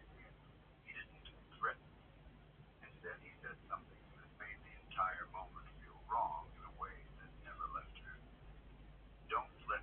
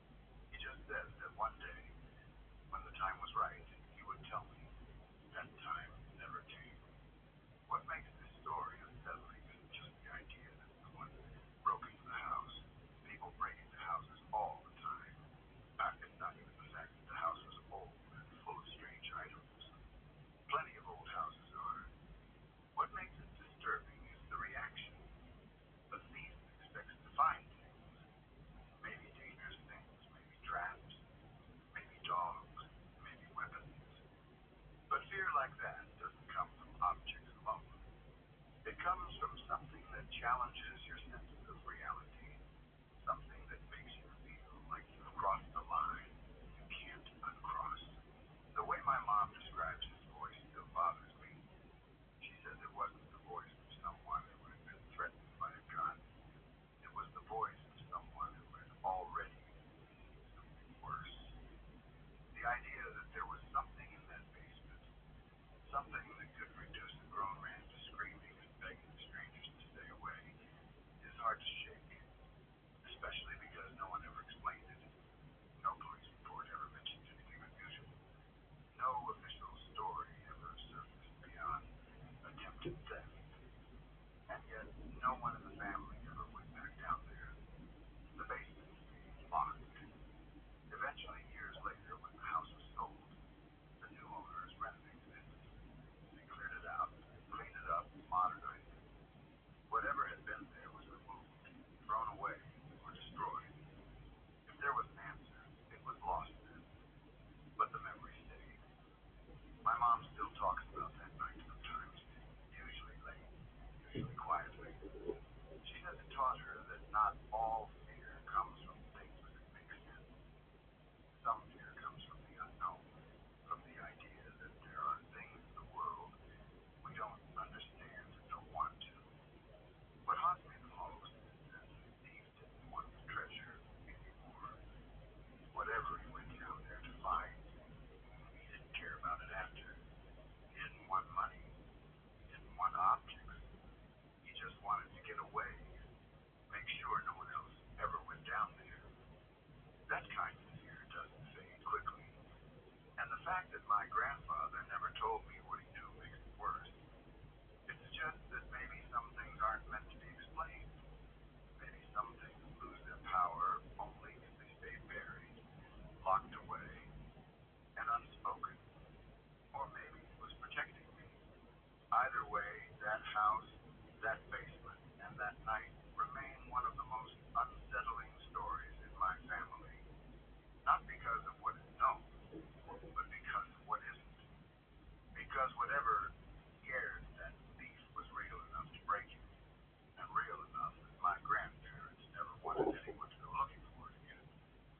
Sometimes the scariest stories aren't the ones with clear answers. They're the ones that end with silence.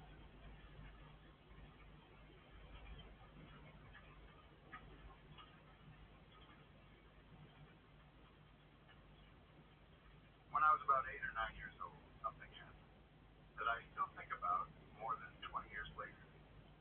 It wasn't something that happened directly to me, and I didn't witness it with my own eyes. In fact, the reason it still stays with me is because of how close I came to being there, and how differently my life might have felt if I had been. At that age, sleepovers were a big deal.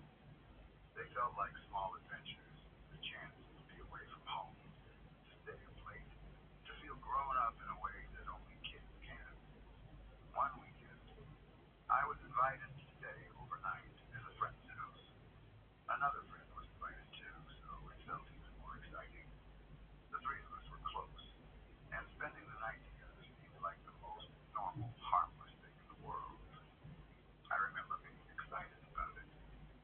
I remember packing my bag. I was thinking about what pajamas to bring, and wondering what snacks we might eat or what games we would play. There was nothing unusual about the plan. It was just another childhood sleepover, the kind that blends into a blur of similar memories as you grow older. Then, for some reason, I honestly can't remember anymore. I had to cancel at the last minute. It wasn't anything dramatic. I wasn't sick in a memorable way. There wasn't a big argument or an emergency that stands out in my mind. It was just one of those small, forgettable decisions that happen all the time in childhood. My parents decided I shouldn't go, or plans changed, or something came up. Whatever the reason, I stayed home. My other friends still went. That's an important part of why this memory feels so strange. Nothing about the situation felt dangerous or unusual. It wasn't like I avoided something because of fear or intuition. I didn't have a bad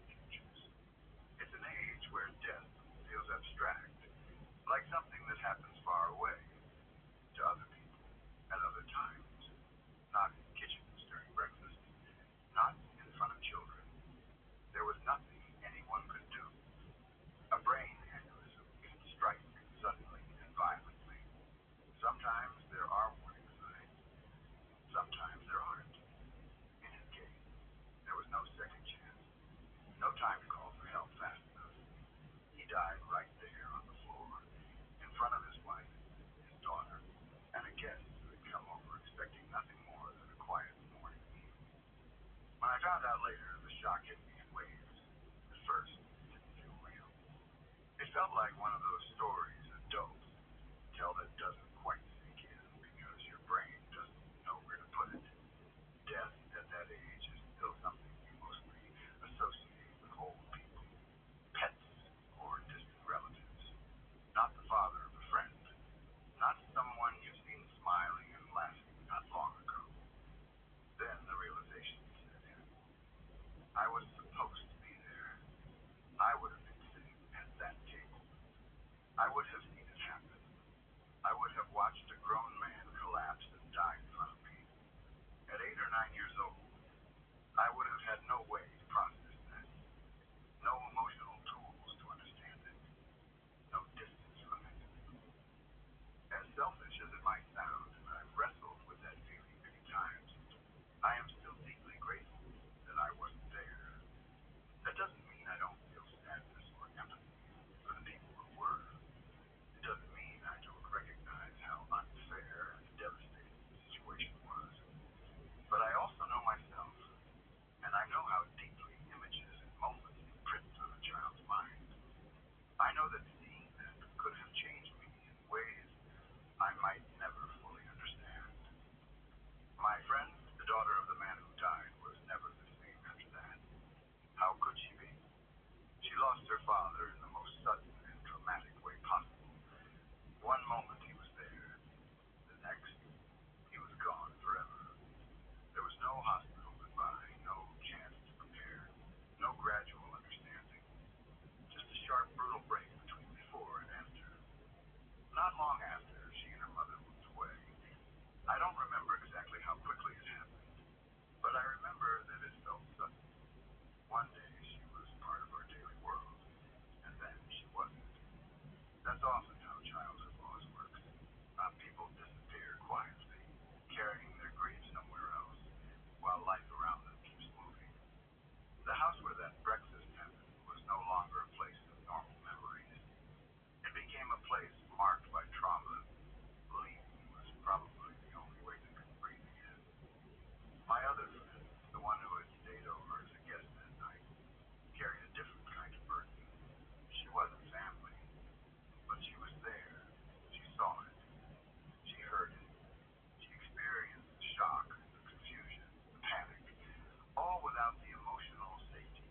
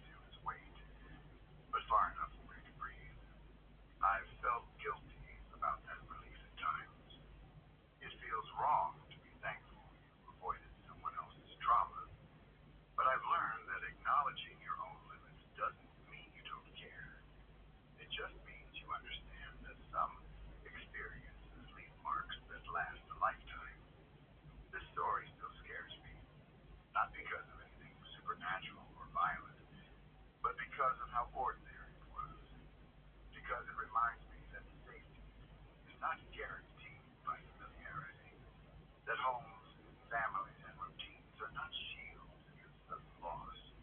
It also reminds me how differently people carry trauma depending on where they stood when it happened. One child lost a father. One child witnessed death. One child narrowly missed both experiences entirely, all because of a last-minute change that no one thought would matter. More than 20 years later, I still think about that morning sometimes. About the man who died far too young. About the families that had to rebuild their lives without him. About my friend who needed therapy to process something no child should have to see. And yes, I think about myself too. About the version of me that stayed home, unaware that a small decision had quietly spared me from something that would have followed me forever. That's what makes this story scary to me. Not the death itself, but the randomness of it. The way life can split into completely different paths based on choices that feel meaningless at the time. The way trauma doesn't announce itself in advance. It just happens right in the middle of breakfast, and nothing is ever quite the same again.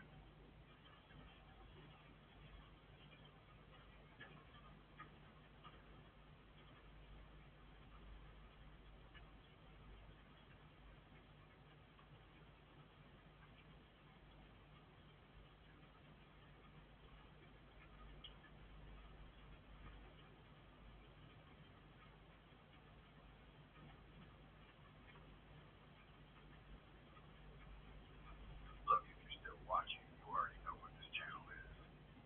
No jump scares, no fake drama, just real stories about real people who survive things most of us can't even imagine. And that's scarier than any movie could ever be. If you want more of this raw, unfiltered truth, told the way it deserves to be told, subscribe to Lacuna Noir. We're not here to waste your time. We're here to tell the stories that actually matter. Thanks for listening. Now go get some sleep, if you can. Clutter piling up? Turn your kids' unused toys into extra cash. Fast. On Vinted, those unused toys can become cash. That's it. List in seconds.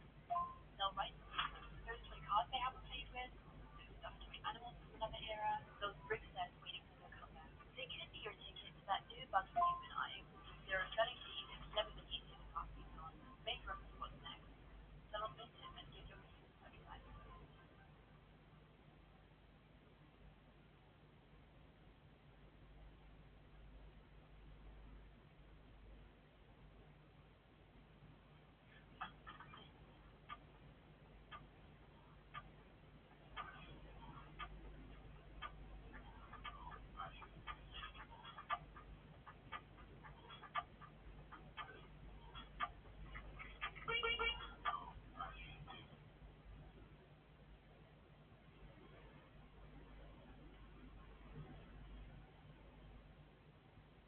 Hello, Night Seekers, and welcome to Lacuna Noir. This is where forgotten stories and gentle voices meet, carrying you softly into peaceful sleep, wrapped in mystery. Before tonight's stories begin, I'd love to know, where in the world are you listening from? Drop a comment below and let me know. And a little note before we begin. You may notice a few brief ads in the first 10 minutes, but after that, the rest of the video is completely ad-free. Just you, the silence, and the stories. So settle in, get comfortable, and let the night carry you. If you're drawn to these quiet shadow nights, don't forget to like, subscribe, and tap the bell so you never miss a story when darkness calls.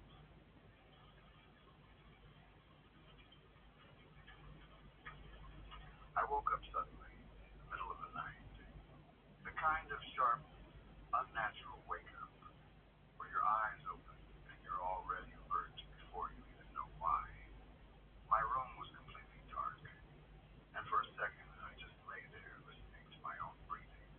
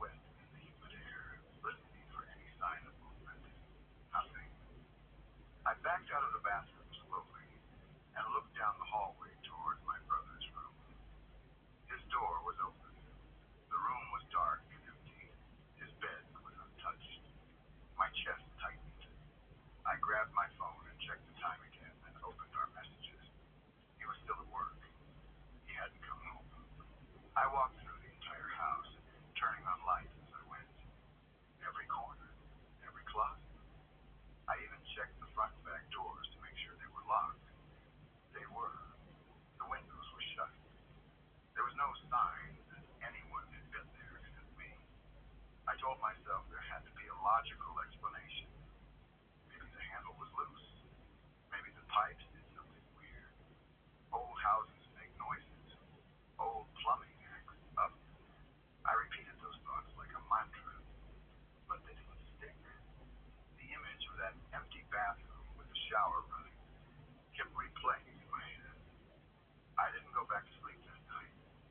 I sat in my room with the lights on, phone in my hand, jumping at every tiny sound. The house settled and creaked the way houses do, but now every noise felt intentional. Like footsteps I just couldn't quite catch. I kept staring at my doorway, convinced I'd see a shadow move across it. When my brother finally came home hours later, I nearly scared him by how fast I ran out to meet him. I told him what happened, trying to laugh it off as I explained, but he could tell I was shaken. He checked the bathroom, fiddled with the handle, and said maybe it had slipped or I dreamed it. But I know what I heard. I know I walked into that bathroom wide awake.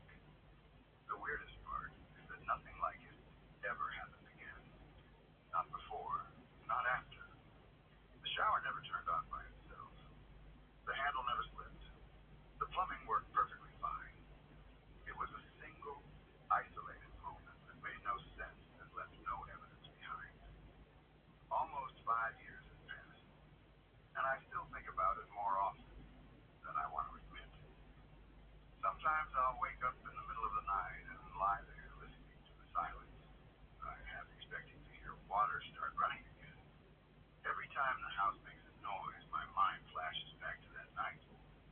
The memory hasn't faded. If anything, it's sharper because I've replayed it so many times trying to find an explanation. Even now, writing this, I can feel that same tightness in my chest. I'm glancing over my shoulder in dark corners like something might be standing there just out of sight. It's ridiculous, and I know it is. But fear doesn't care about logic. There's something deeply unsettling about hearing a normal, everyday sound coming from an empty space. It twists your sense of reality just enough to make you question what you trust. I've told the story to friends, and they always try to rationalize it. Faulty plumbing, sleepwalking, a trick of memory. I nod along because I want to believe them. I want a boring explanation. But late at night, when the house is quiet and I'm alone with my thoughts, that certainty slips. I remember standing in that steamy bathroom, staring at an empty shower that should have had someone in it. I remember the silence after I turned it on. And every time I think about it too long, I end up doing the same thing I did that night, turning on more light than I need, just to push the shadows back a little.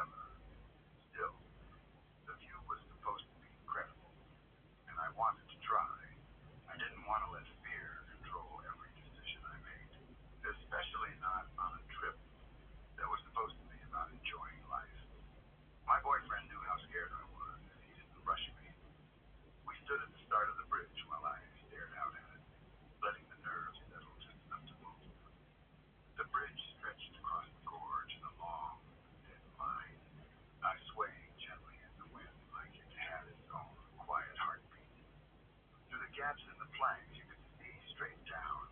A dizzying drop that made my chest tighten. The air felt cooler up there, moving freely through the open space, brushing against my skin as dizzy waves. It was beautiful in a way that almost distracted me from the fear. The gorge opened wide beneath us, layered with rock and trees and shadow. Sunlight filtered through the leaves and caught the water far below, turning it into a ribbon of light.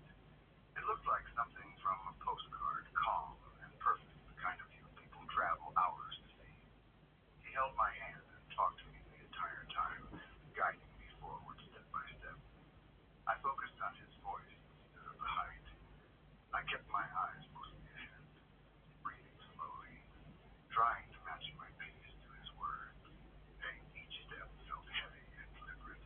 Every small shift of the bridge made my heart jump, but I forced myself to keep moving.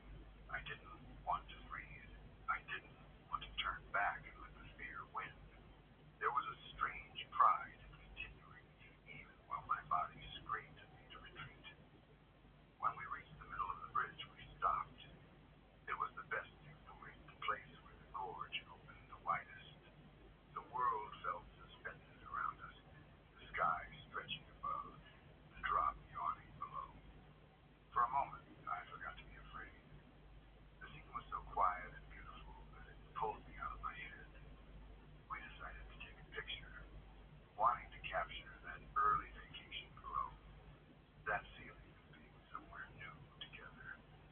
On the side we had come from, there was a small parking lot and a staircase leading down toward the gorge. It felt organized and contained, like there were clear edges and safe paths. The far side of the bridge looked different. It opened into trails that seemed to blend into the wild landscape, with fewer barriers between the path and the drop. I noticed the difference in passing, the small detail that barely registered at the time. While we were adjusting our phone and laughing about how awkward we looked, trying to balance it, a woman walked past us. She looked completely ordinary, average height, casual clothes, nothing that stood out in any way. Her face was calm. She smiled at us in a friendly, open way and offered to take a picture. It was such a simple gesture, the kind travelers exchange all the time. We thanked her but declined, a little shy and not wanting to inconvenience her. She smiled again, warm and polite, and continued walking. There was no sign of distress in her expression, no hesitation in her stride. She walked with purpose, quick but smooth, heading toward the far side of the bridge like someone continuing an afternoon hike. I watched her casually, the way you do when you're only half paying attention, but still aware of the people around you. She reached the end of the bridge and stepped onto the trail. For a split second, my brain assumed she would turn or slow or look around. Instead, she moved forward in one continuous motion, and then she jumped. There was no build-up, no visible pause, no moment where she leaned over and looked down. She stepped as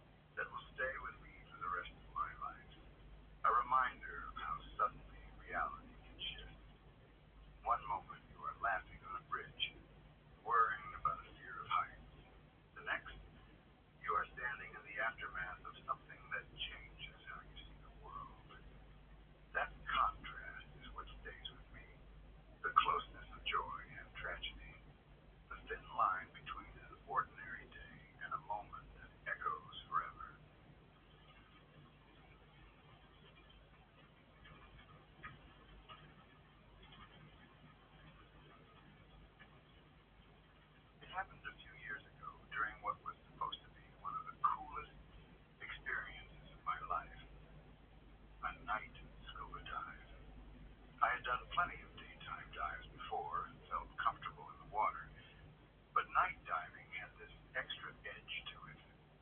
Everyone tells you it's peaceful, magical even, because the ocean changes after dark. Different creatures come out. The reef feels alive in a completely different way. I signed up excited, but I'd be lying if I said there wasn't a knot of nervous energy in my stomach the entire afternoon leading up to it.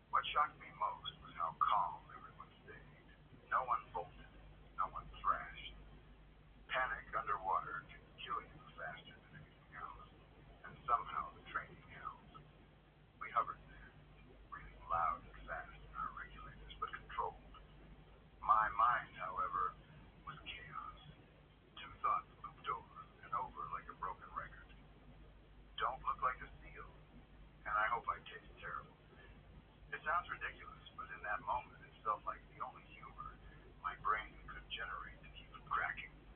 The shark passed close enough once that I could see the detail of its skin, scars, texture, the slow sweep of its tail pushing water with effortless power. It was beautiful in a way that made the fear even sharper. This wasn't a monster from a movie. It was an animal perfectly built for its world, and we were visitors who suddenly felt very out of place. The dive master caught our attention again. He moved slowly, deliberately, making eye contact with each of us. Then he gave the signal, thumb up, ascend. But he didn't shoot upward. He mimed the motion carefully, emphasizing slow, controlled. Together, we began to rise as a group. Every instinct wanted to rocket to the surface, but we followed his lead. Our bubbles streamed upward in silver columns. The shark adjusted instantly, rising with us. It stayed just outside the lights, matching our pace. The idea that it was choosing to stay with us sent a fresh wave of fear through my chest. I kept my light locked on it, unwilling to lose sight of where it was. The water grew lighter above us, a faint gray hinting at the surface. My ears popped as we ascended. My breathing sounded thunderous in my head. I was hyper-aware of every movement of my fins, terrified of splashing or looking injured. I wanted to be the most boring, unappetizing thing in the ocean. At around 10 feet from the surface, the shark slowed. It made one final pass around the circle, its body turning visible dark. For a second, it was fully illuminated, suspended in all our light at once. It looked enormous, ancient, completely at home. Then, with a flick of its tail, it angled away. It vanished into the darkness like it had never been there. For one moment, we were being watched by a predator older than human memory. The next, there was nothing but empty water. We hung there for a heartbeat, stunned, light, searching for a shape that didn't return. Then the dive master gestured upward again, and we finished the descent. Breaking the surface felt like being reborn. Air hit my face. The boat light seemed blinding after the dark below. Hands grabbed my gear and helped me aboard. The second I was sitting safely on deck, my body started shaking. The adrenaline that had stayed locked down underwater finally released. Everyone started talking at once, voices overlapping, half laughing, half swearing. We replayed it in fragments. Did you see how big it was? It stayed the whole time. It was right there.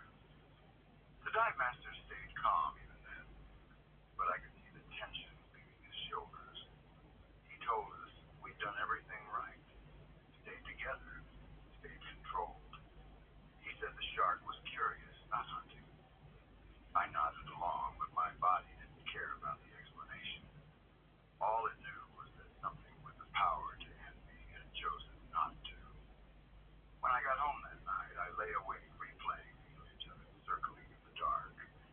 Every time I closed my eyes, I saw that pale shape just beyond the light. The ocean had always felt like a playground to me before that. Afterward, it felt different, deeper, wilder, more honest about what it contained. I didn't go back into the ocean for a week. Even standing on the shore made my chest tighten. I watched the waves and imagined what moved beneath them, unseen and silent. Eventually, I forced myself back in, because I didn't want fear to win. The first dive after that was tense, every shadow suspicious.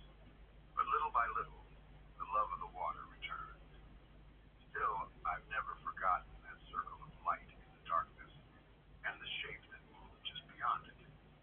It was a reminder that the ocean isn't ours. We visited it on borrowed time, guests in a place ruled by creatures perfectly designed for it. And for a few long minutes that night, we were allowed to leave unharmed. Not because we were safe,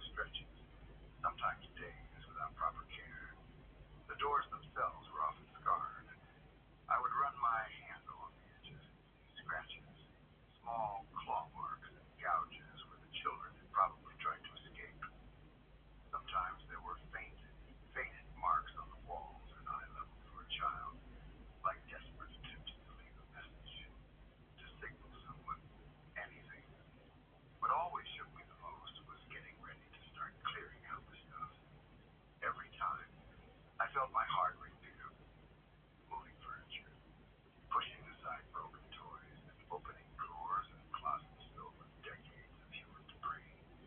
It was disgusting work, yes, but it also carried the unshakable fear that I might find something worse.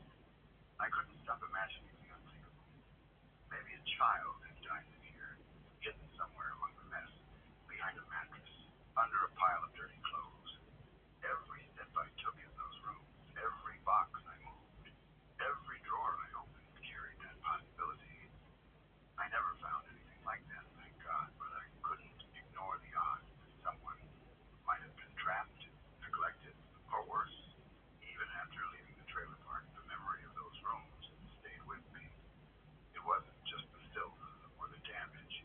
It was the atmosphere, the silent echoes of lives lived in fear and neglect, the scratches on the doors, the locks on the outside, the tiny corners used as toilets. It all painted a picture of something horrific.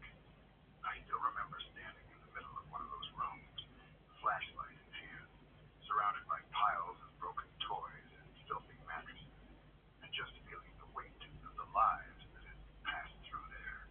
You could almost hear the faintest whispers of fear in the air, and I would shiver every single time.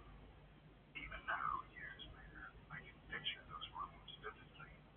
I can see the scratches on the door frames, the faded handprints on the walls, the empty cribs and torn bedding. It's not something I could ever unsee. It was a glimpse into a world of real, human horror, the kind you don't see on TV or in movies. And while I never actually found a child harmed beyond repair, the thought that it might have happened, and the very real signs of abuse and neglect, have haunted me long after those trailers were torn down. It's strange to think about now, but every trailer I demolished wasn't just a pile of trash. It was a reminder of lives disrupted, of innocence trapped in places it didn't belong. And as I worked through the film, moving broken toys and shattered furniture aside, I realized that the most terrifying part wasn't the mess itself. It was what it said about the people who had lived there, and the children who had suffered in silence. Even today, I feel a chill remembering those rooms. The locks, the scratches, the faint, lingering smell of neglect. It all comes back to me in a way that makes my stomach twist. It's a memory that's impossible to shake. A reminder that sometimes the scariest things aren't ghosts or monsters. Sometimes they're the traces of real human cruelty, hiding behind a door, waiting for someone to notice.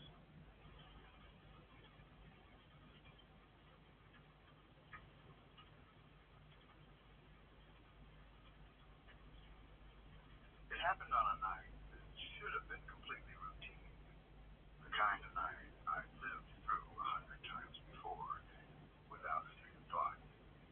I was out in the middle of a field working on an old cleaner K2 combine, fixing a belt that had jumped while I was running it. It was late, well past the hour when most people in town were asleep. Out there, though, time feels different. When you work land and machines, you get used to long stretches of darkness and silence. Usually it's peaceful. That night it wasn't. The darkness was thick, the kind that presses in on you from every direction. There were no street lights, no houses close by, no distant glow from a city. Just open field and sky. My flashlight was almost dead, throwing out a weak yellow circle that barely reached a few feet in front of me. Every time I moved it, the shadows seemed to jump and rearrange themselves. The combine loomed over me like a giant skeleton of metal and belts, creaking softly as it cooled. My dog Cooper was with me like he always was. He was a massive Labrador, about 110 pounds of muscle and loyalty. Normally when I stopped to fix something, he'd wander off a little, sniffing around, chasing scents, maybe watching birds or mice in the road.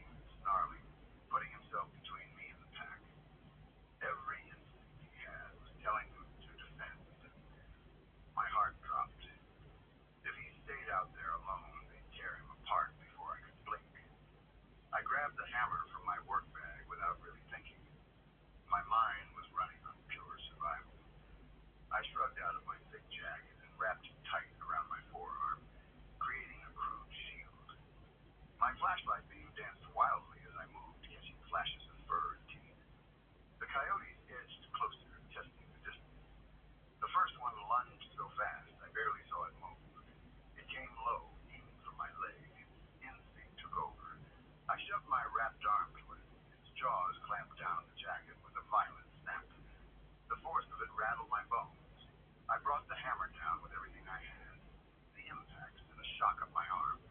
The coyote yelped and released, scrambling back into the dark. There was no pause. Another one came in immediately, teeth flashing in the weak light. I swung again, panic and adrenaline fueling the blow. It connected, and the animals skidded away, disappearing into the circle. The rest shifted their focus. They rushed Cooper. I saw them trying to split him from me, darting in and out, snapping at his sides. He fought like a demon, barking and biting.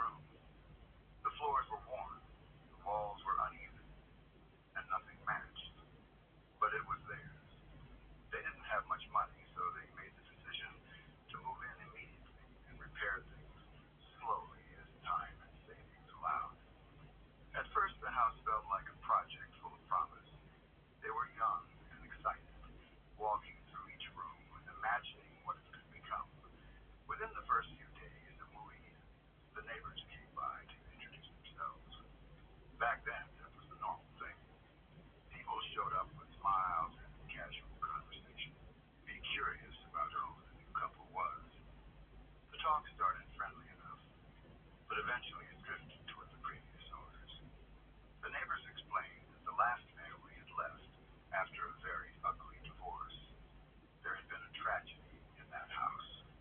The couple had lost their second baby this Disney. The stress and grief tore them apart, and the marriage collapsed not long after. The neighbors didn't say it in a dramatic way. It was more like quiet, sad gossip passed along as background information. Still, the words landed heavy. My parents were deeply shaken when they heard it. The timing couldn't have been worse. My mom was newly pregnant with her first child. The thought of losing the baby wasn't abstract to her. It was immediate and personal. She later said she could feel the fear settle in her chest the moment the neighbors told them. The house suddenly carried a history they hadn't asked for. It wasn't just walls and floors anymore. It was a place where something awful had happened. For a while, that knowledge lingered in the air. Every creak and shadow felt loaded with meaning. But life is a way of moving forward, whether you want it to or not. Days turned into weeks, and the house slowly started to feel like theirs. They painted rooms, replaced fixtures, and argued playfully over colors and furniture. The excitement of expecting a baby began to outweigh the unease tied to the house's past. Eventually, the story of the previous family faded into the background. They focused on preparing for the nursery. That room became my mom's obsession. She wanted it perfect. She picked out wallpaper she loved, soft and cheerful, something that felt hopeful and safe. My dad, practical as always, tried to cut corners where he could. He told her there was no reason to wallpaper inside the closet. No one would see it.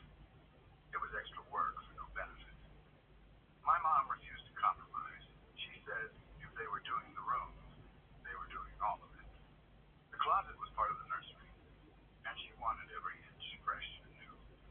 So one afternoon, she knelt inside that small closet with a scraper in her hand, determined to remove the old paint before hanging the wallpaper. The space was tight and dusty. The air smelled like old wood and plaster. She worked slowly, focused on the repetitive motion. At some point, she paused to rest her hand. Her eyes drifted across the inside wall. That's when she saw it. At first, her brain didn't understand what she was looking at. It was just a few lines of color breaking through the dull paint. But as she leaned closer, the shapes became letters. The letters became words. Written in crayon at a height that matched the eye level of a small child was a message in uneven, childish handwriting. I killed the baby. The words were jagged and crooked, the kind of scrawl you'd expect from a kindergartner still learning how to hold a crayon. The colors had faded slightly with time, but they were still unmistakable. For a moment, my mom couldn't breathe. She later described it as feeling like ice water had been poured straight into her veins. Her hands went numb. The scraper slipped from her fingers and clattered softly on the floor. All she could do was stare. The sentence sat there, silent and final, carved into her vision. Her mind instantly connected it to the story the neighbors had told. The lost child, the broken marriage, the grief that had filled the house before they ever stepped inside it. She felt the room shrink around her, the closet walls lean closer, the air heavier. She scrambled backward out of the closet on shaking hands and knees. When she stood up, her legs barely held her. She called for my dad, her voice thin and unsteady. He came down the hall, expecting a normal question about paints or wallpaper. Instead, he found her pale and trembling, pointing toward the nursery. He stepped into the closet and saw it too.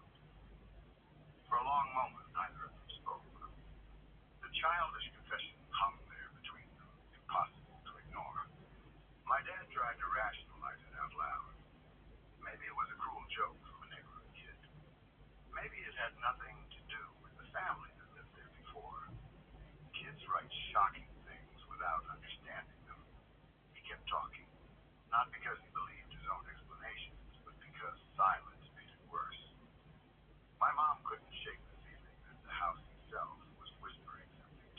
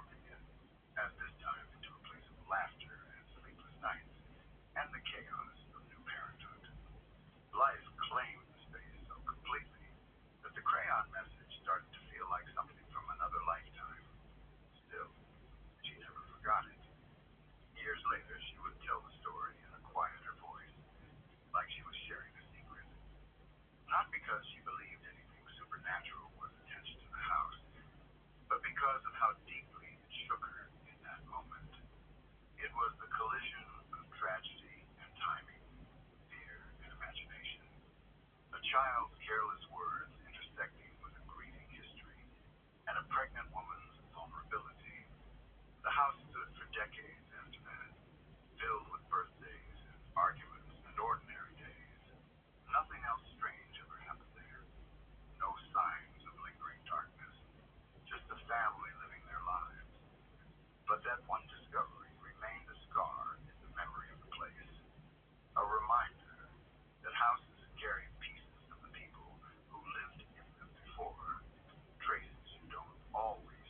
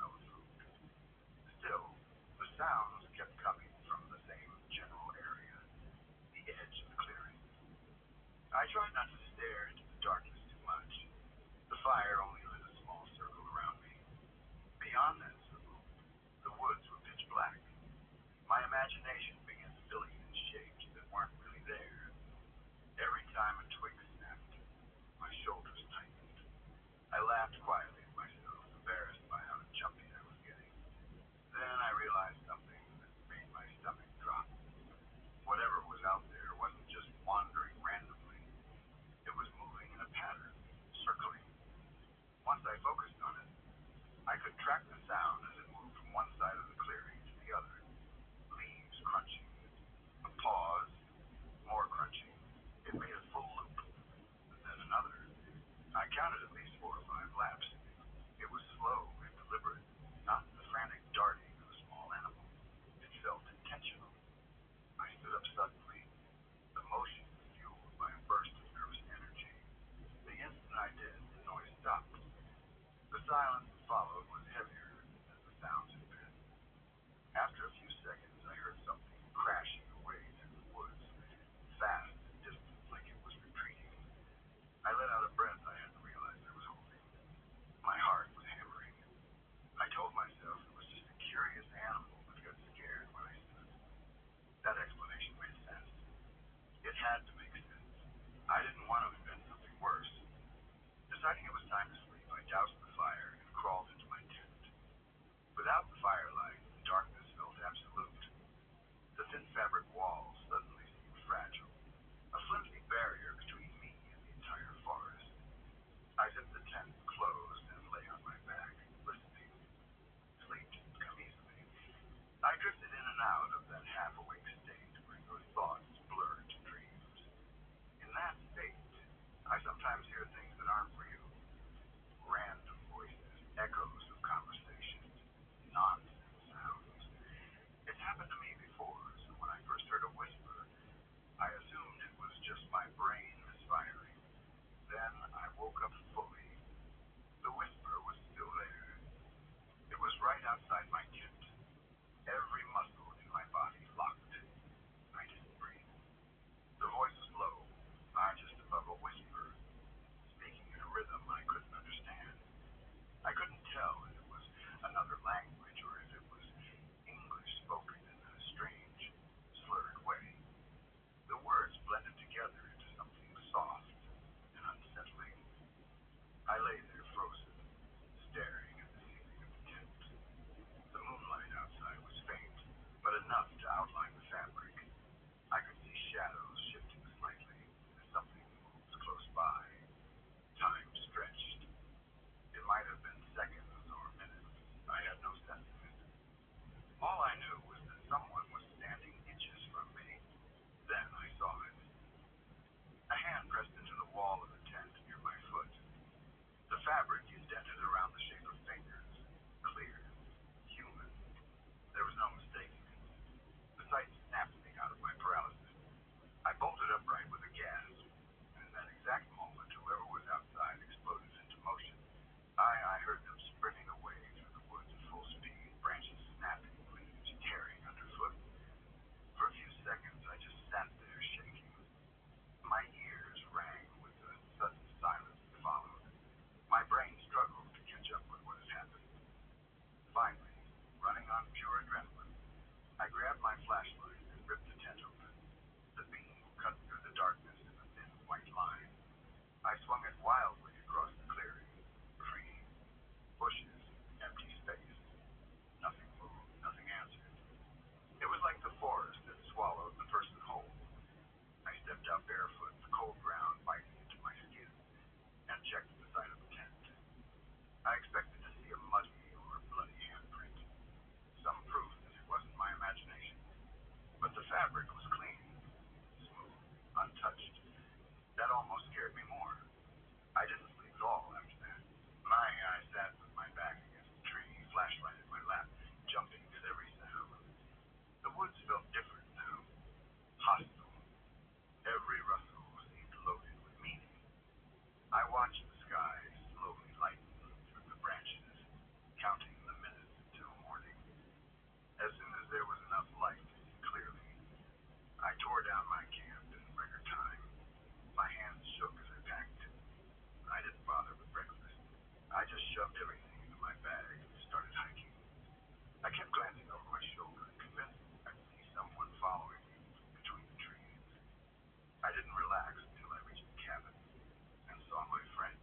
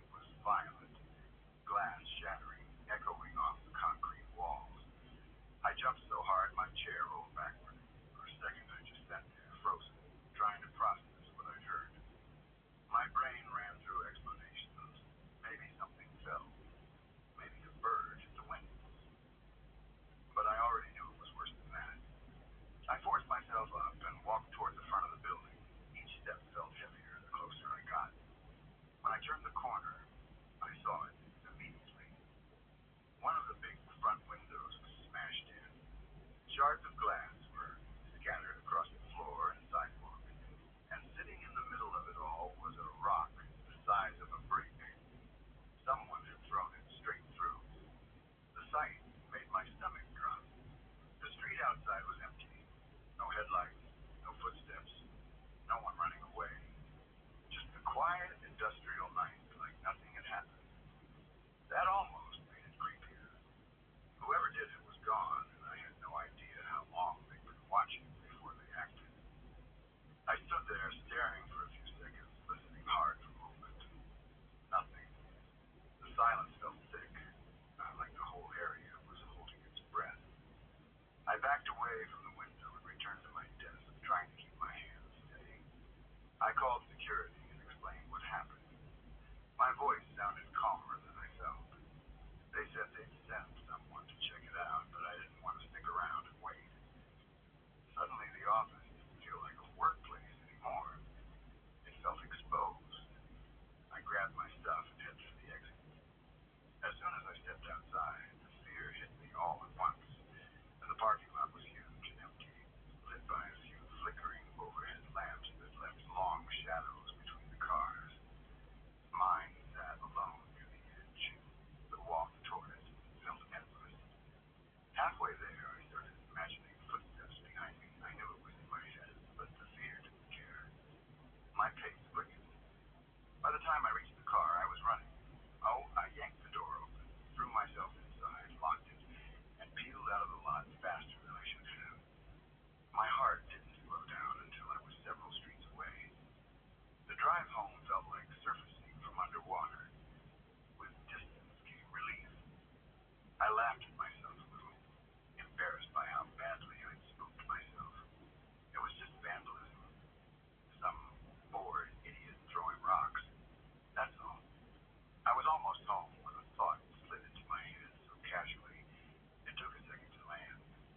I didn't remember unlocking the car. My hands tightened on the wheel. I replayed the moment in the parking lot, running, opening the door, jumping in. But I couldn't picture hitting the unlock button. I tested the memory again and again. Nothing. A cold prickle spread across my neck. Spread. I reached back blindly with one hand and swept it across the back seat without looking, half joking with myself, half terrified I'd feel another person. My fingers touched empty air. No one there. I checked the mirrors. Nothing. The car was quiet except for the engine. Still, the realization sat heavy. The car had been unlocked the entire time, sitting alone in the dark industrial lot. I told myself it was coincidence, carelessness. I probably forgot to lock it earlier in the day. By the time I pulled into my driveway, I'd mostly convinced myself it was nothing. I went inside, shook it off, and tried to reset my night. About 30 minutes later, I was restless. I called a friend, and he told me he was out drinking nearby. The idea of sitting alone in my house suddenly felt worse than going out. So I decided to meet him. I grabbed my bike and the air was cool and clear. The streets were mostly empty, washed in pale moonlight. Riding helped burn off the leftover tension. I wasn't in a hurry. I pedaled lazily, enjoying the quiet and the rhythm of the wheels on the pavement. That's when I heard another bike behind me. The sound slipped into my awareness slowly. Tires rolling. A chain clicking softly. Someone was gaining on me. I straightened up and moved to one side of the road to let them pass. As the rider came alongside me, he slowed down instead of speeding up. For a second, we rode side by side. He turned his head and smiled at me. I've never seen a smile like that before, or since. It wasn't friendly. It wasn't drunk. It was stretched too wide, too deliberate, like someone practicing how to look human and getting it slightly wrong. The expression hit me with a wave of instinctive dread. My whole body recoiled before my brain caught up. He kept riding. I watched him pull ahead, my heart suddenly pounding again. That's when my eyes focused on the bike.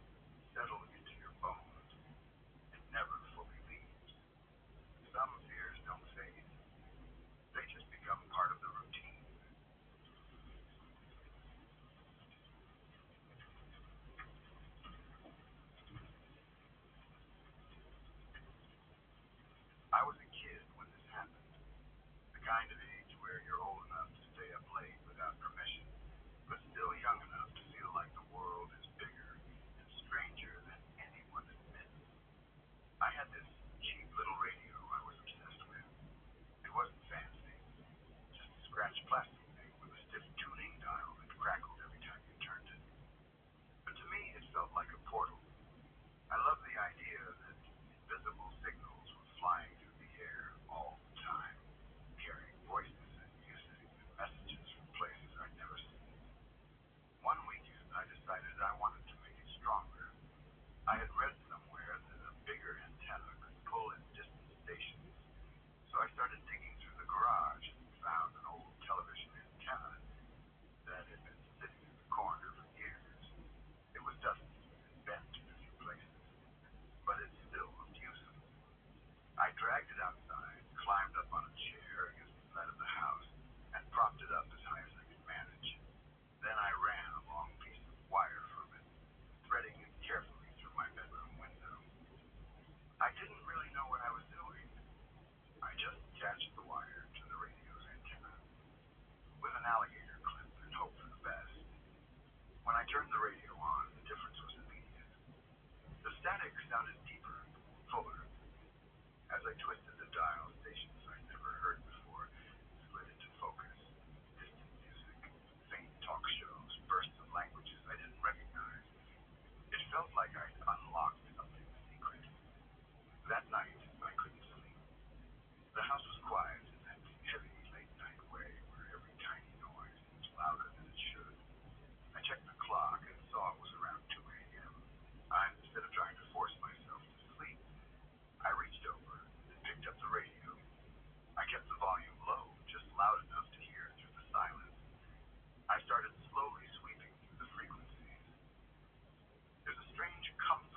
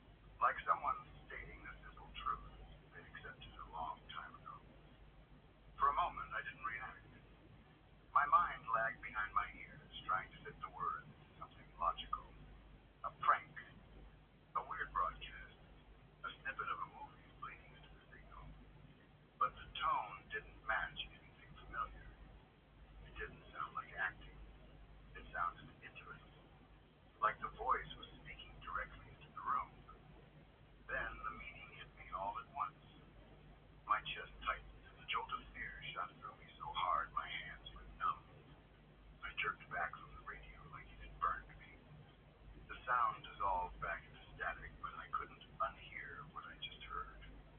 The word echoed in my head, louder than the speaker ever was. We're already dead. I nearly threw the radio across the room. The urge to get it as far away from me as possible was overwhelming. Instead, I fumbled with the power switch and shut it off. Sudden silence rang in my ears. I sat there in the dark, heart hammering, eyes staring at the black shape of the radio on my nightstand. Every shadow in the room felt alive. I told myself it was just someone messing around with a transmitter. Late night radio has always been full of weird hobbyists and pirates broadcasting whatever they want. That had to be it. Some edgy joke. Some experimental audio project. There was no other explanation that made sense. But knowing that didn't calm me down. I kept expecting the radio to turn itself back on. I kept imagining that voice whispering again. Not from the speaker this time, but from somewhere inside the room. I pulled the blanket up to my chin and lay there, eyes wide open, listening to the house. Every creak of the floorboards sounded intentional. Every gust of wind against the siding felt like a hand brushing the walls. I didn't sleep for the rest of the night. When morning came, everything looked normal again. Sunlight filled the room. The radio sat there harmlessly, just a cheap plastic object. I almost laughed at how badly I'd scared myself. In daylight, the memory felt smaller, like a dream fading at the edges. But I couldn't bring myself to turn it back on. For days afterward, I avoided touching that dial at night. I still used the radio during the day, but once it got late, I unplugged it and set it face down on my desk. I never heard that station again. I tried to find it a few times out of curiosity, sweeping the same range where I'd landed before, but all I got was ordinary static and distant music. Even now, years later, I can still hear that voice if I think about it too clearly. Not the exact sound, but the feeling of it. That quiet certainty. That impossible sentence delivered like a confession. I'm sure there's a rational explanation. There has to be.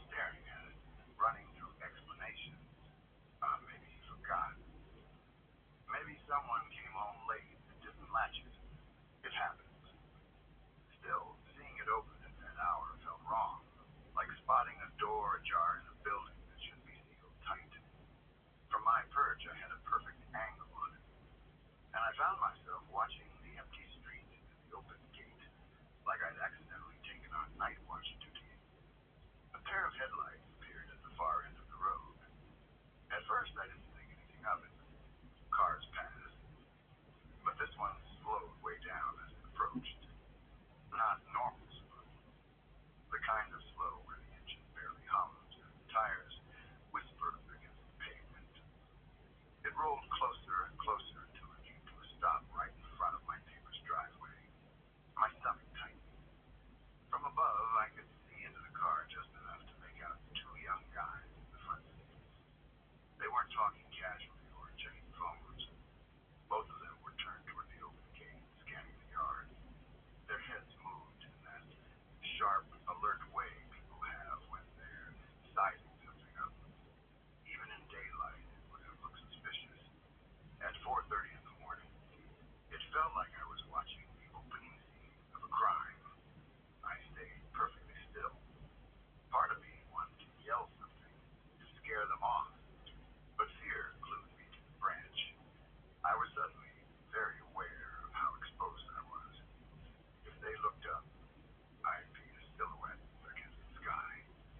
I shifted my weight slightly, trying to sink back into the leaves, and the branch creaked under me louder than I expected. The sound seemed to echo in the quiet. That's when the passenger looked up. Our eyes met instantly. Even from that distance, I could see his expression change. His head jerked back in a panicked double take, like his brain refused to accept what it had just seen.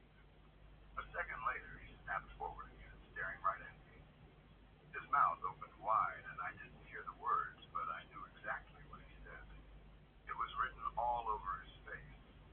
He punched the driver hard in the arm, pointing up at the tree.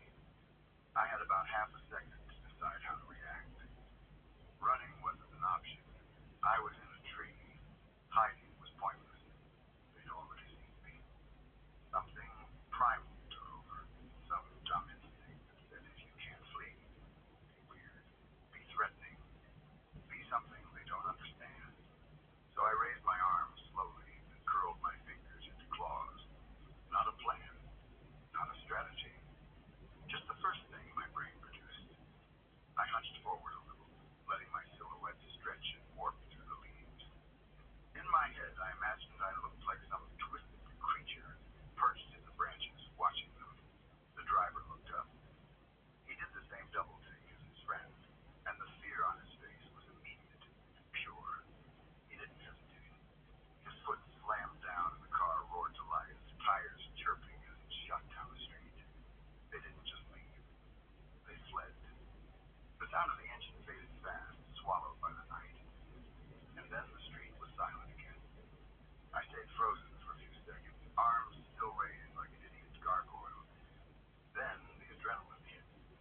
My heart started hammering so hard I could feel it in my throat. I lowered my arms and let out a shaky laugh that sounded way too loud and quiet. The absurdity of what just happened crashed into me all at once. I was a grown adult crouched in a tree at dawn. I accidentally role-playing as a forest demon to scare off would-be thieves. My phone buzzed in my pocket. I'm home. The timing was perfect. I texted back automatically, fingers still trembling, and looked down the empty street where the car had disappeared. The gate next door sat open, innocent and quiet, like nothing had happened. If someone had stepped outside right then, they'd have seen a peaceful neighborhood under early morning light. No sign of the tension that had filled it minutes before. I climbed down slowly, every rustle of leaves sounding louder than it should. Once my feet hit the ground, the world felt strangely normal again. I stood there for a moment, listening. No engines, no footsteps, just the distant hum of the city waking up somewhere far away. I walked over and shut my neighbor's gate. The metal latch clicked into place with a final, satisfying sound. I didn't know them well, but I knew they'd appreciate it. As I headed back to my house, I kept picturing the look on those guys' faces. That instant of pure confusion and fear when they saw a human-shaped thing perched silently in a tree at an hour when nobody should be awake. I like to imagine they told that story later. Two guys creeping through a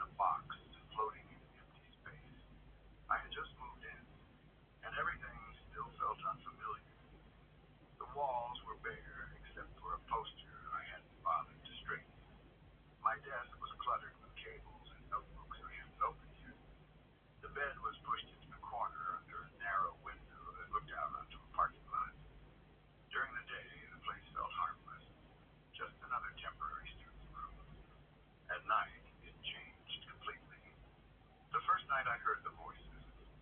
I was lying on my back, staring at the ceiling.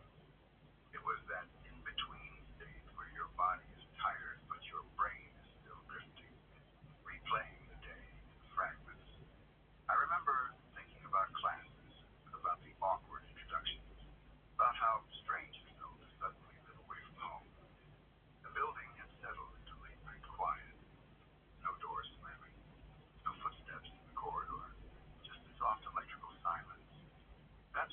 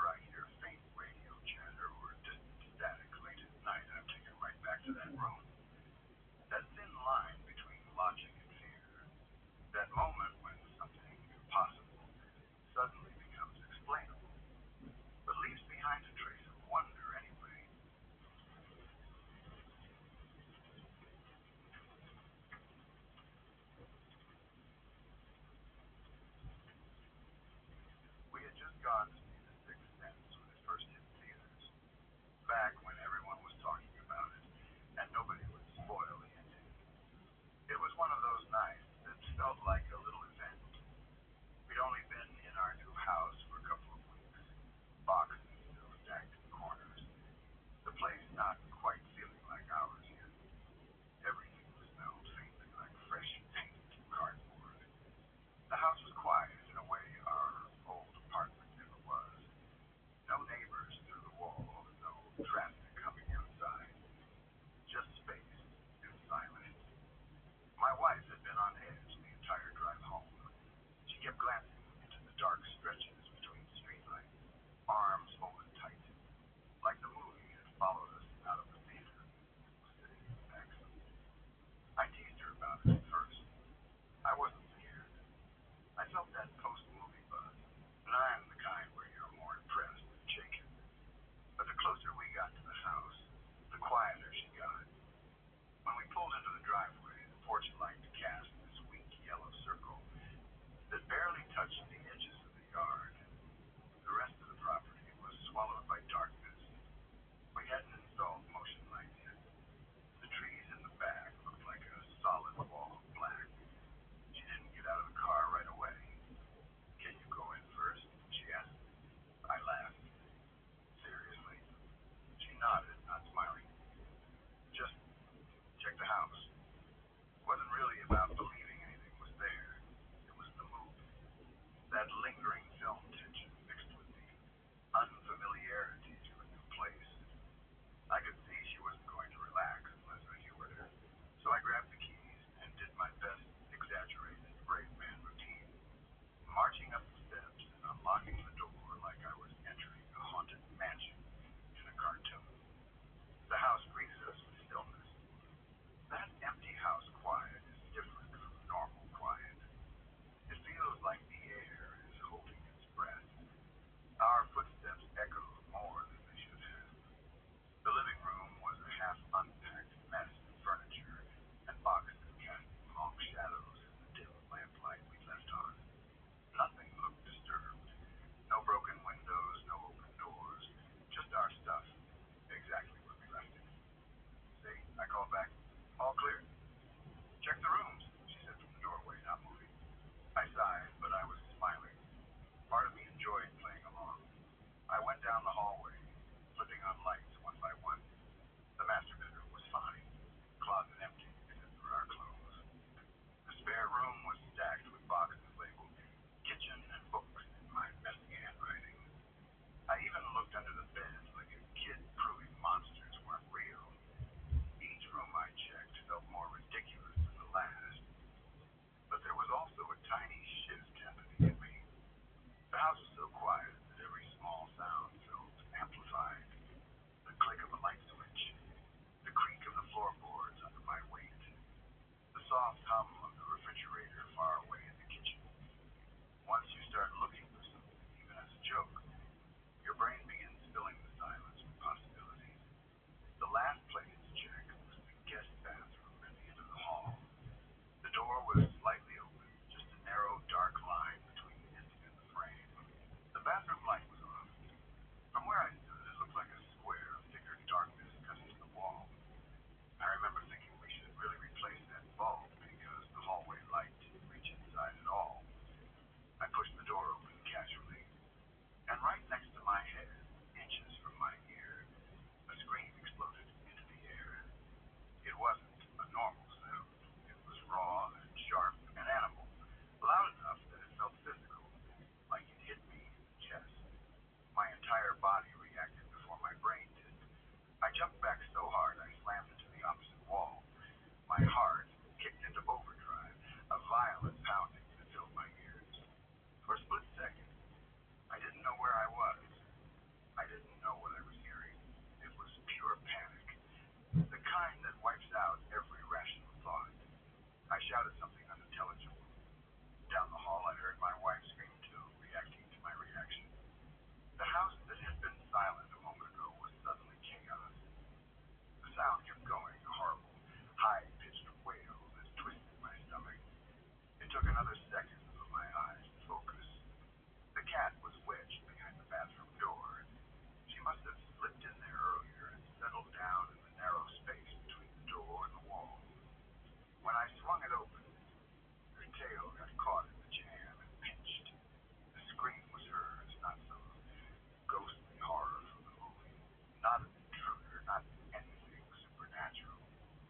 dark cat in sudden, furious pain.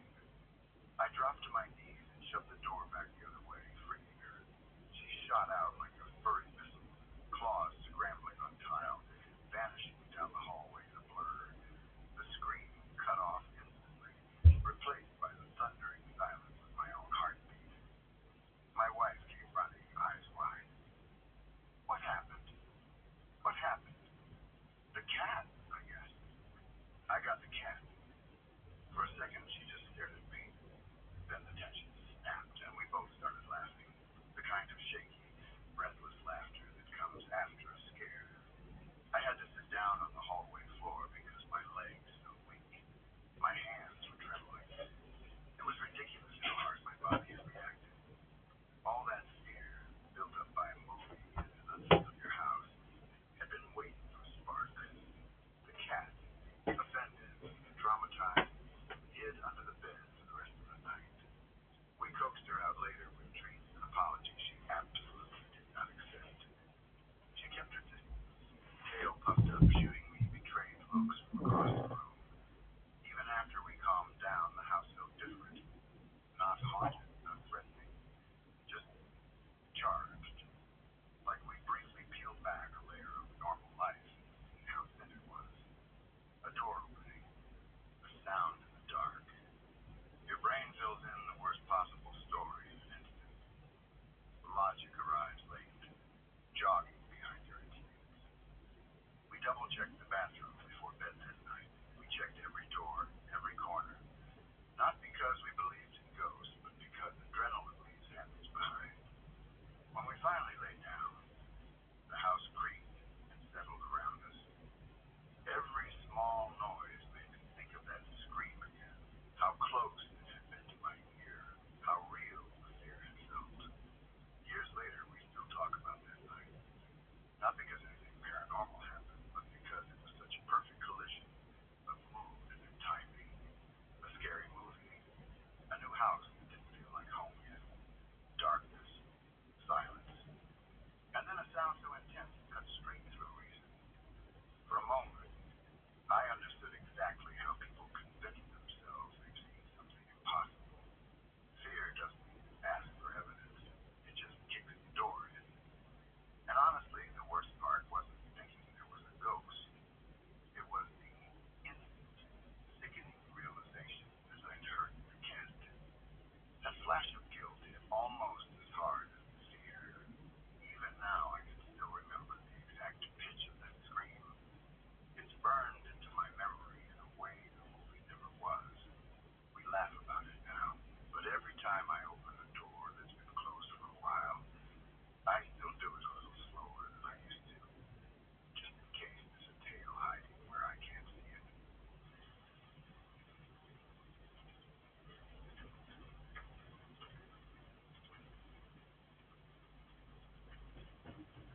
I still think about that day sometimes, and I don't think it's the kind of memory that ever really fades. It was supposed to be an ordinary day off. Nothing dramatic, nothing special. Just one of those rare weekdays where both my wife and I were free from work at the same time, and we planned to use it to catch up on chores around the house. At the time, we lived in a townhome that backed right up against a stretch of woods.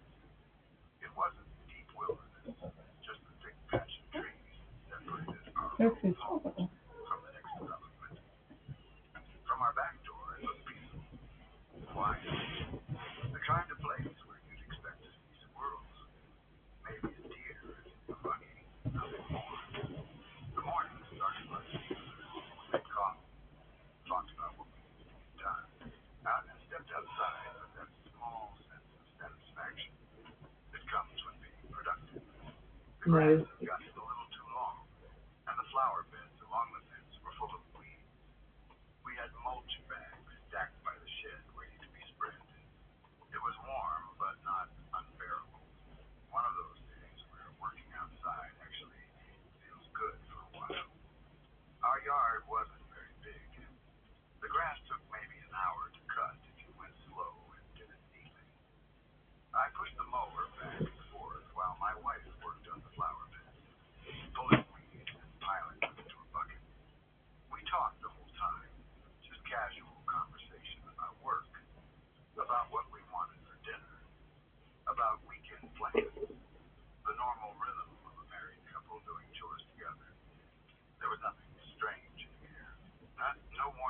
day was about to split into a before and after.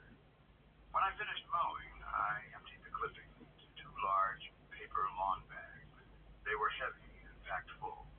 Nice. Normally, I'd drag them to the curb for pickup, but since we backed up to the woods and a lot of neighbors dumped yard waste there, I followed the same habits and was only a few steps past the edge of her property. I picked up the first bag, walked a couple of feet into the tree line, and tipped it over onto an existing pile of grass and leaves. The woods smelled damp and earthy like they always did, and I didn't think twice about being there. It was routine. I walked back, grabbed the second bag, and headed in again. That's when I noticed something. At first, it was just a shape in the distance, something that didn't match the lines of the trees. Your brain is good at recognizing patterns, and this shape broke the pattern. It was in the middle of the woods, maybe 30 or 40 yards in, partially hidden by branches, and it was moving, not walking, not running, swaying. I stopped mid-step. The bag sagged in my hands, and I remember feeling confused more than scared. I squinted, trying to make sense of what I was seeing. For a second, I wondered if it was a piece of trash caught in a tree, or maybe someone had hung a tarp or a bag that was catching the breeze. The movement was slow and rhythmic, back and forth. Something about it made my stomach tighten. I set the lawn bag down quietly and crouched a little, leaning forward to get a clearer view through the branches. My eyes adjusted, and the shape sharpened. The first thing I could make out clearly was a pair of shoes. Sneakers. They were dangling a few feet off the ground, toes pointing down, gently swinging. My brain refused to finish the picture. It's strange how the mind tries to protect itself. Even as more details came into focus, I kept searching for a harmless explanation. Maybe it was a mannequin. Maybe someone hung clothes as a joke. But the longer I looked, the more undeniable it became. The legs above the shoes, the stillness of the body, the unnatural angle. There, in the middle of the woods behind our home, was a teenage boy hanging from a tree. Everything inside me went cold. I couldn't breathe for a moment. The world narrowed to this single image. His body was limp, completely slack, turning slightly with each breeze. His head was slumped forward in a way that told me, even from a distance, that he was gone. His dark, even messy hair shifted gently in the wind. Next to the tree, leaning casually against the trunk like it had been stepped down with intention, was a skateboard. That detail hit me hard. The skateboard made it real in a way nothing else did. This wasn't just a body. This was a kid who had arrived there under his own power. A kid who had carried that board, maybe ridden it down the sidewalk, maybe past people who had no idea what he was about to do. I don't remember deciding to move. My body acted on its own. I spun around and screamed for my wife to call the police. My voice sounded distant to my own ears, thin and panicked. She must have heard something that she'd never heard before, because I could hear her immediately scrambling inside, shouting back questions I couldn't answer. I was already running. Branches snapped under my feet as I pushed into the woods. Every step felt heavy and slow, like I was running through water. Part of me knew it was too late. His stillness told me that. But another part refused to accept it. I kept thinking, maybe there was a chance. Maybe I could lift him. Maybe I could do something. When I reached him, the air felt different. Thick. Quiet. The sounds of the neighborhood were gone, swallowed by the trees. Up close, there was no doubt. His body hung without tension. His arms were loose at his sides. His face was turned slightly away from me, but I could see enough to understand. There was no life left to save. I stood there helpless, my hands half raised, not knowing what to do. I didn't want to touch him. I didn't want to make it more real. The rope creaked softly with each sway. The skateboard rested against the tree like it was waiting for him to come back and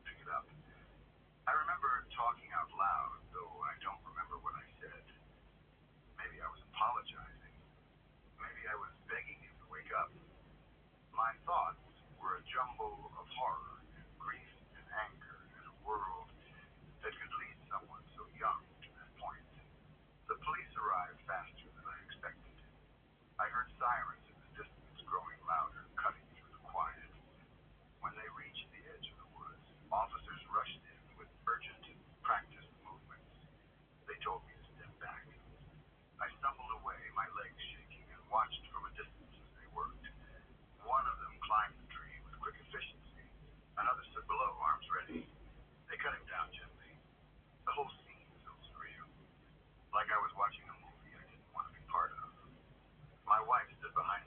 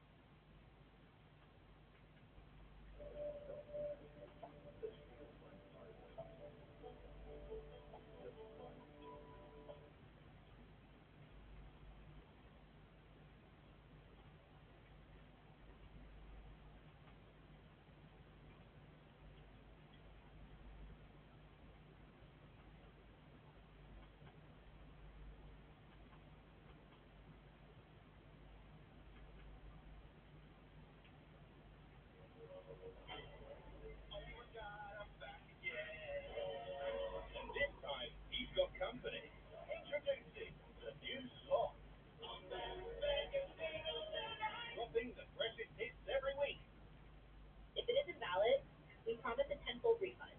This denture can be successfully worn in just 1 second and is suitable for everyone. Whether you have complete teeth, partial missing teeth, or no teeth at all, you don't need adhesives, dentist, or appointments.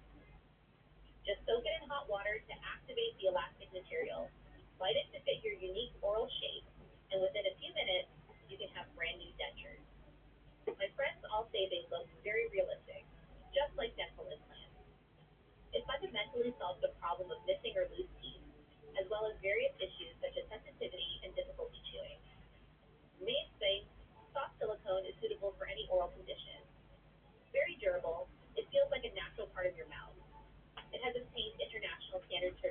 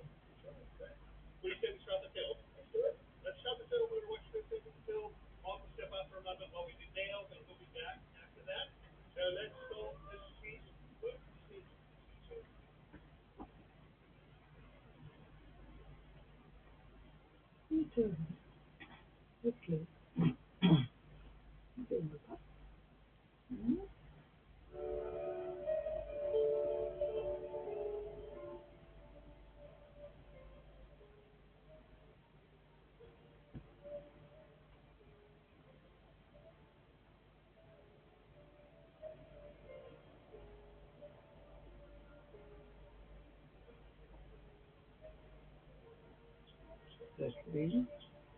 Okay. Hmm? As our beloved Steve Barnett has from this world to the next, we are reminded that death, our brother, can lurk behind any corner, ready to cut us out, with barely a moment's notice, ending our existence in the twinkling of an eye.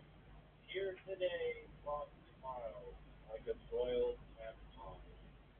So we commit his body to the earth, to become dust and ashes and so we commit his body to this vault to become whatever happens to a body when it's sealed in a vault. I'm sorry, this is my first funeral. I'm much better at it. Is anybody here planning on getting married? Uh, amen. May his soul rest in peace and stuff.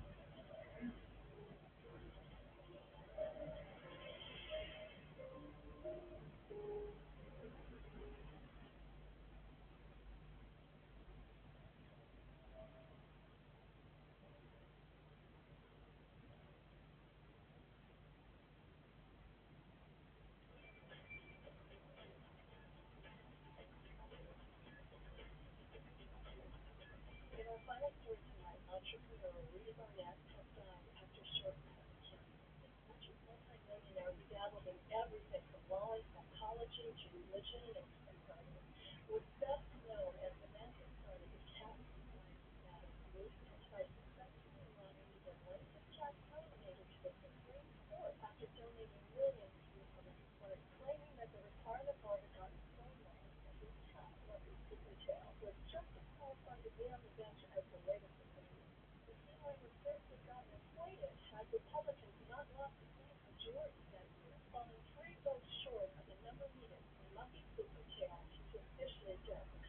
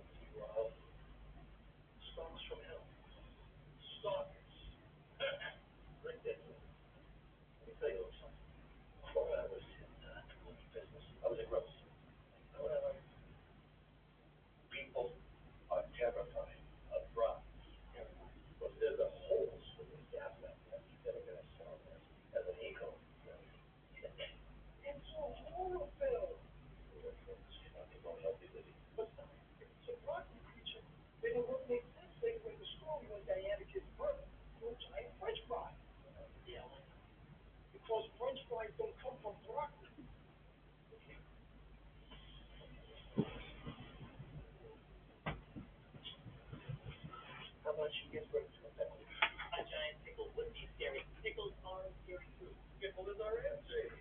Does it make sense? Pickles don't come from broccoli. Yeah. No, they don't. I'm pretty sure they do. Pickles come from cucumber. Cucumber broccoli. I don't like this other creature, so I'm trying to verify.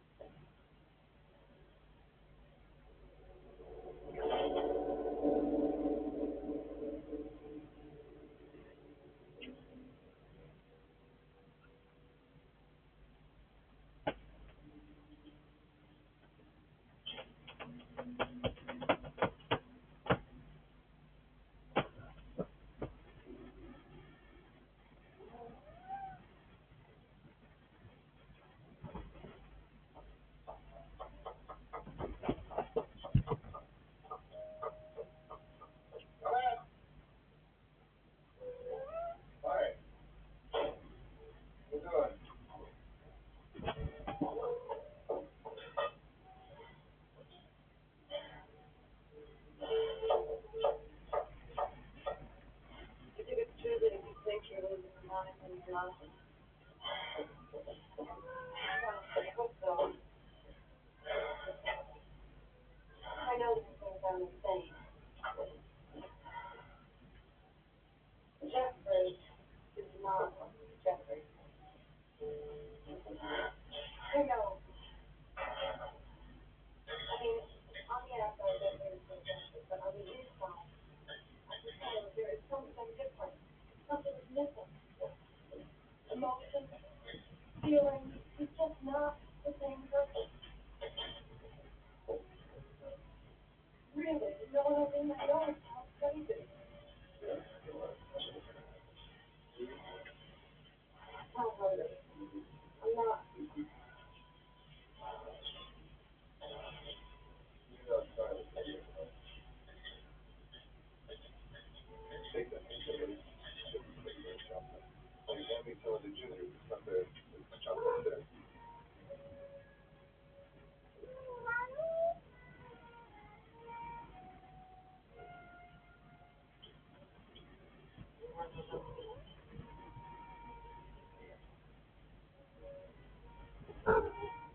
I went to see Mr. Moore to talk to my dad, but I couldn't stop. You think I'm crazy? Do you want to go see my friend David Kimball? The psychiatrist? Something like that. I mean, you talked to him and he was looking to perspective. I'm not crazy. No, I'm serious. He would eliminate him. He would eliminate whether Jeffrey was having an affair, whether he was gay, whether he was had social things, whether he become a rookie. But all the alternatives, all that could have happened to him, so it made you feel that he had changed something that he was doing. You know what I mean? What was it? You think I'm nuts? So there's a thing with your other guy. You're not crazy. And the other thing with your other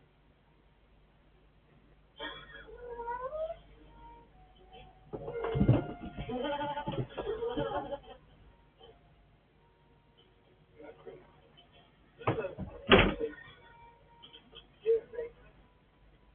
What's that?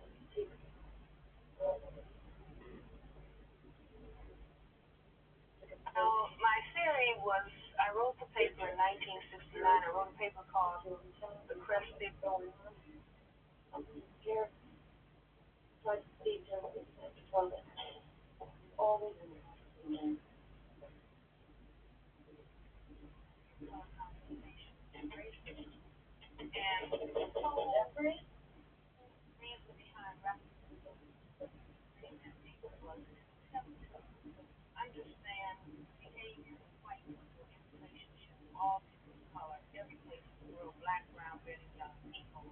And the paper was presented to the American at the National Medical Association session on psychiatry in neurology because back in 1969, the Black Caucus of the American Psychiatric Association, we have said that racism, and when we talk about racism, we're talking about the white supremacy behavior of white people. That racism was the number one mental health problem in the nation, the number one cause of the mental health problem. And I wanted to understand what this thing of racism really is all about because that is called misery, suffering, and mass majority of the planet that are classified as non-white.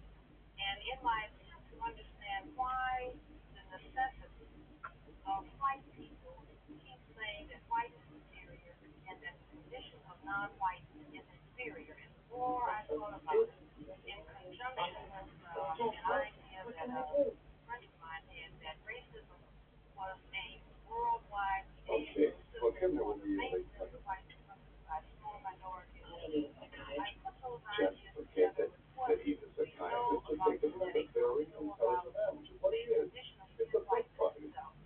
The condition of skin whiteness is a genetic inability in something called melanin.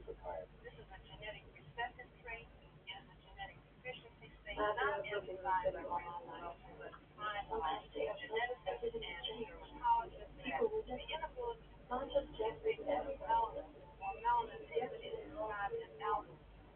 And I think that white people, even though most white people are not consciously understanding their problem with genetics, they are certainly aware that they are genetically dominated by the skin color. That's why they say one drop of black blood makes you black, because people of color have the genetic capacity to annihilate white people. And so unless white people hold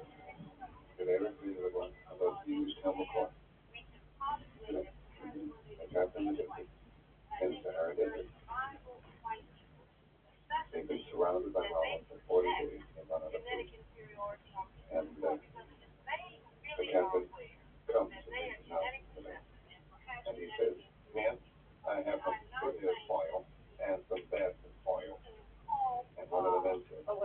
white people say, well, no, white people are inferior. I'm not saying that, but I think that it is a survival of majority to understand why it is that white people are so accepted or have to move in a hostile and aggressive way against people of color, and have to constantly focus on issues of genetics. One thing, and have to constantly focus on issues of genetics, the inferior, because they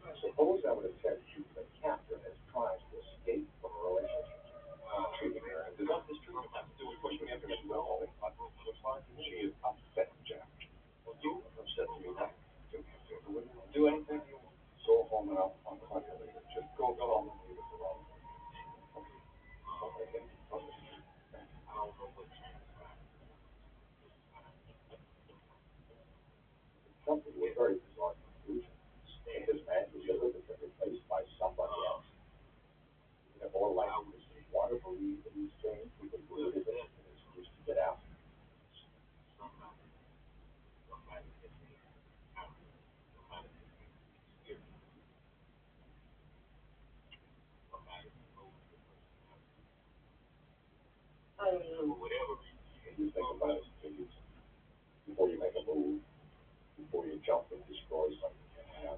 Will you, please?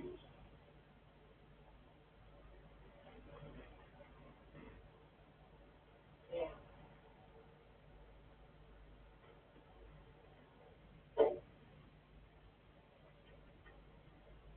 Thank you. And just as a psychological mandate, I should fuck with some more. Please bring it by my office tomorrow around 4. What's the matter with it? It's like there's some kind of hallucinatory flu going on. People seem to get over it in bed, too. All I can do is take a symptom. Okay. Good night's sleep wouldn't hurt. Imagine. Take it off to avoid that. I was thinking I was just wondering whether the health department should look at it. No, I don't know. I wish I did.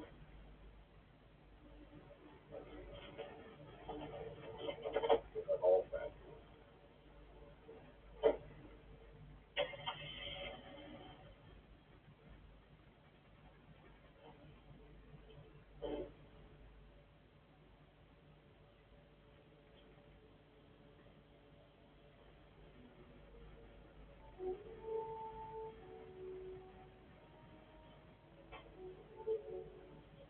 Yeah. How is this place? That kid near your house? Did you read the country? You can go check out.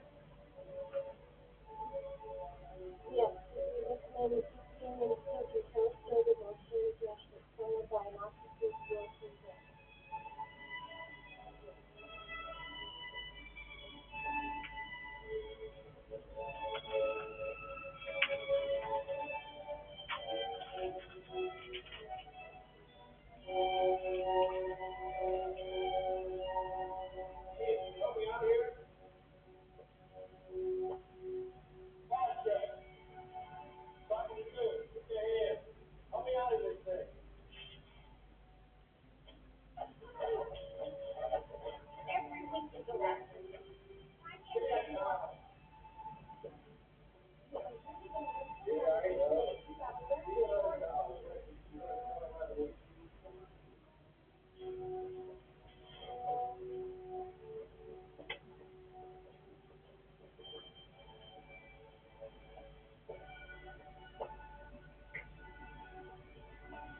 Nancy, shut the music off. Screw it, man. I hate publicity. Wonderful. Okay. First, I feel just like people.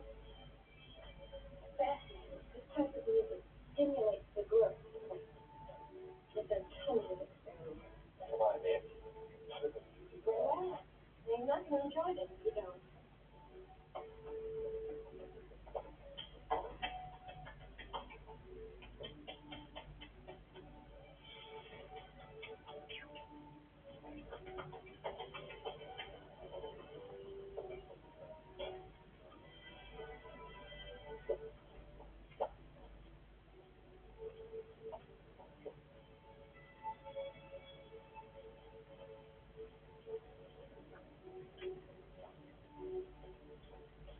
Oh, Johnny, what are you doing?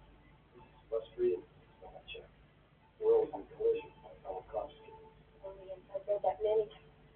You read Star Maker by Olaf Stapleton? That's your reading, too. Also interesting. You're so smart. You've been sitting in that much too long. It's possible to overdo it. Oh, by the way, thanks for that yesterday.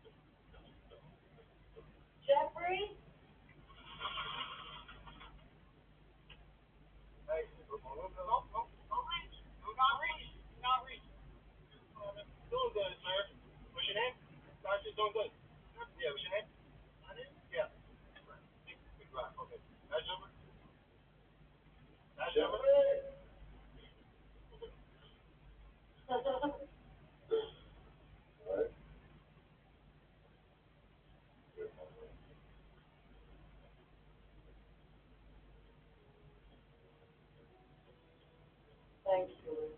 You really do. I don't want to think about it. Thank you. Thank you.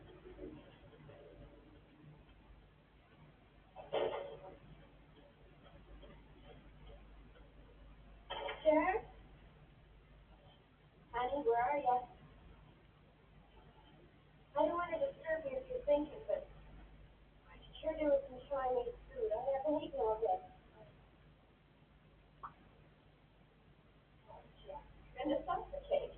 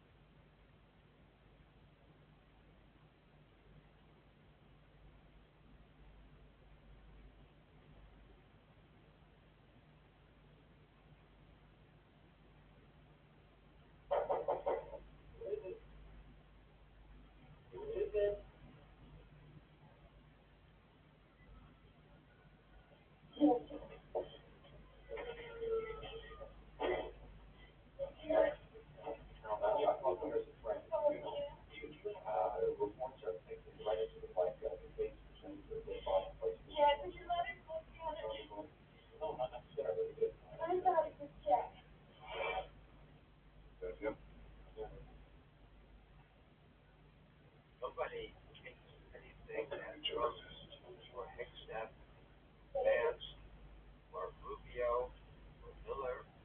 You take anything they say at face value. Nobody believes anything they say. Nobody believes anything they say. The Washington Post cataloged thousands of lies some told during his first administration, more than 21 a day. Now he's amped that. He's put that up. Jack is right.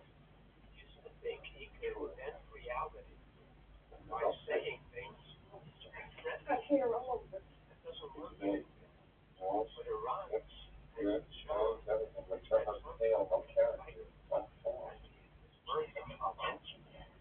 words of Allah. The past, because of the tariffs and other threats that made, people came in. Right in the latter talk about how handsome his son Barron is, and she knows where he got all the jokes from.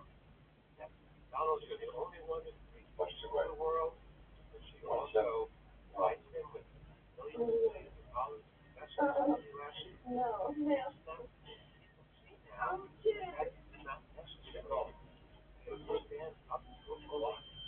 With the Pope called it the white belt. What's going on? The ratings plummeting. And further, he's at war with the Pope, Perez, with Iran, with the Europeans, and that's no and world is in the U.S. once, I don't think, was ever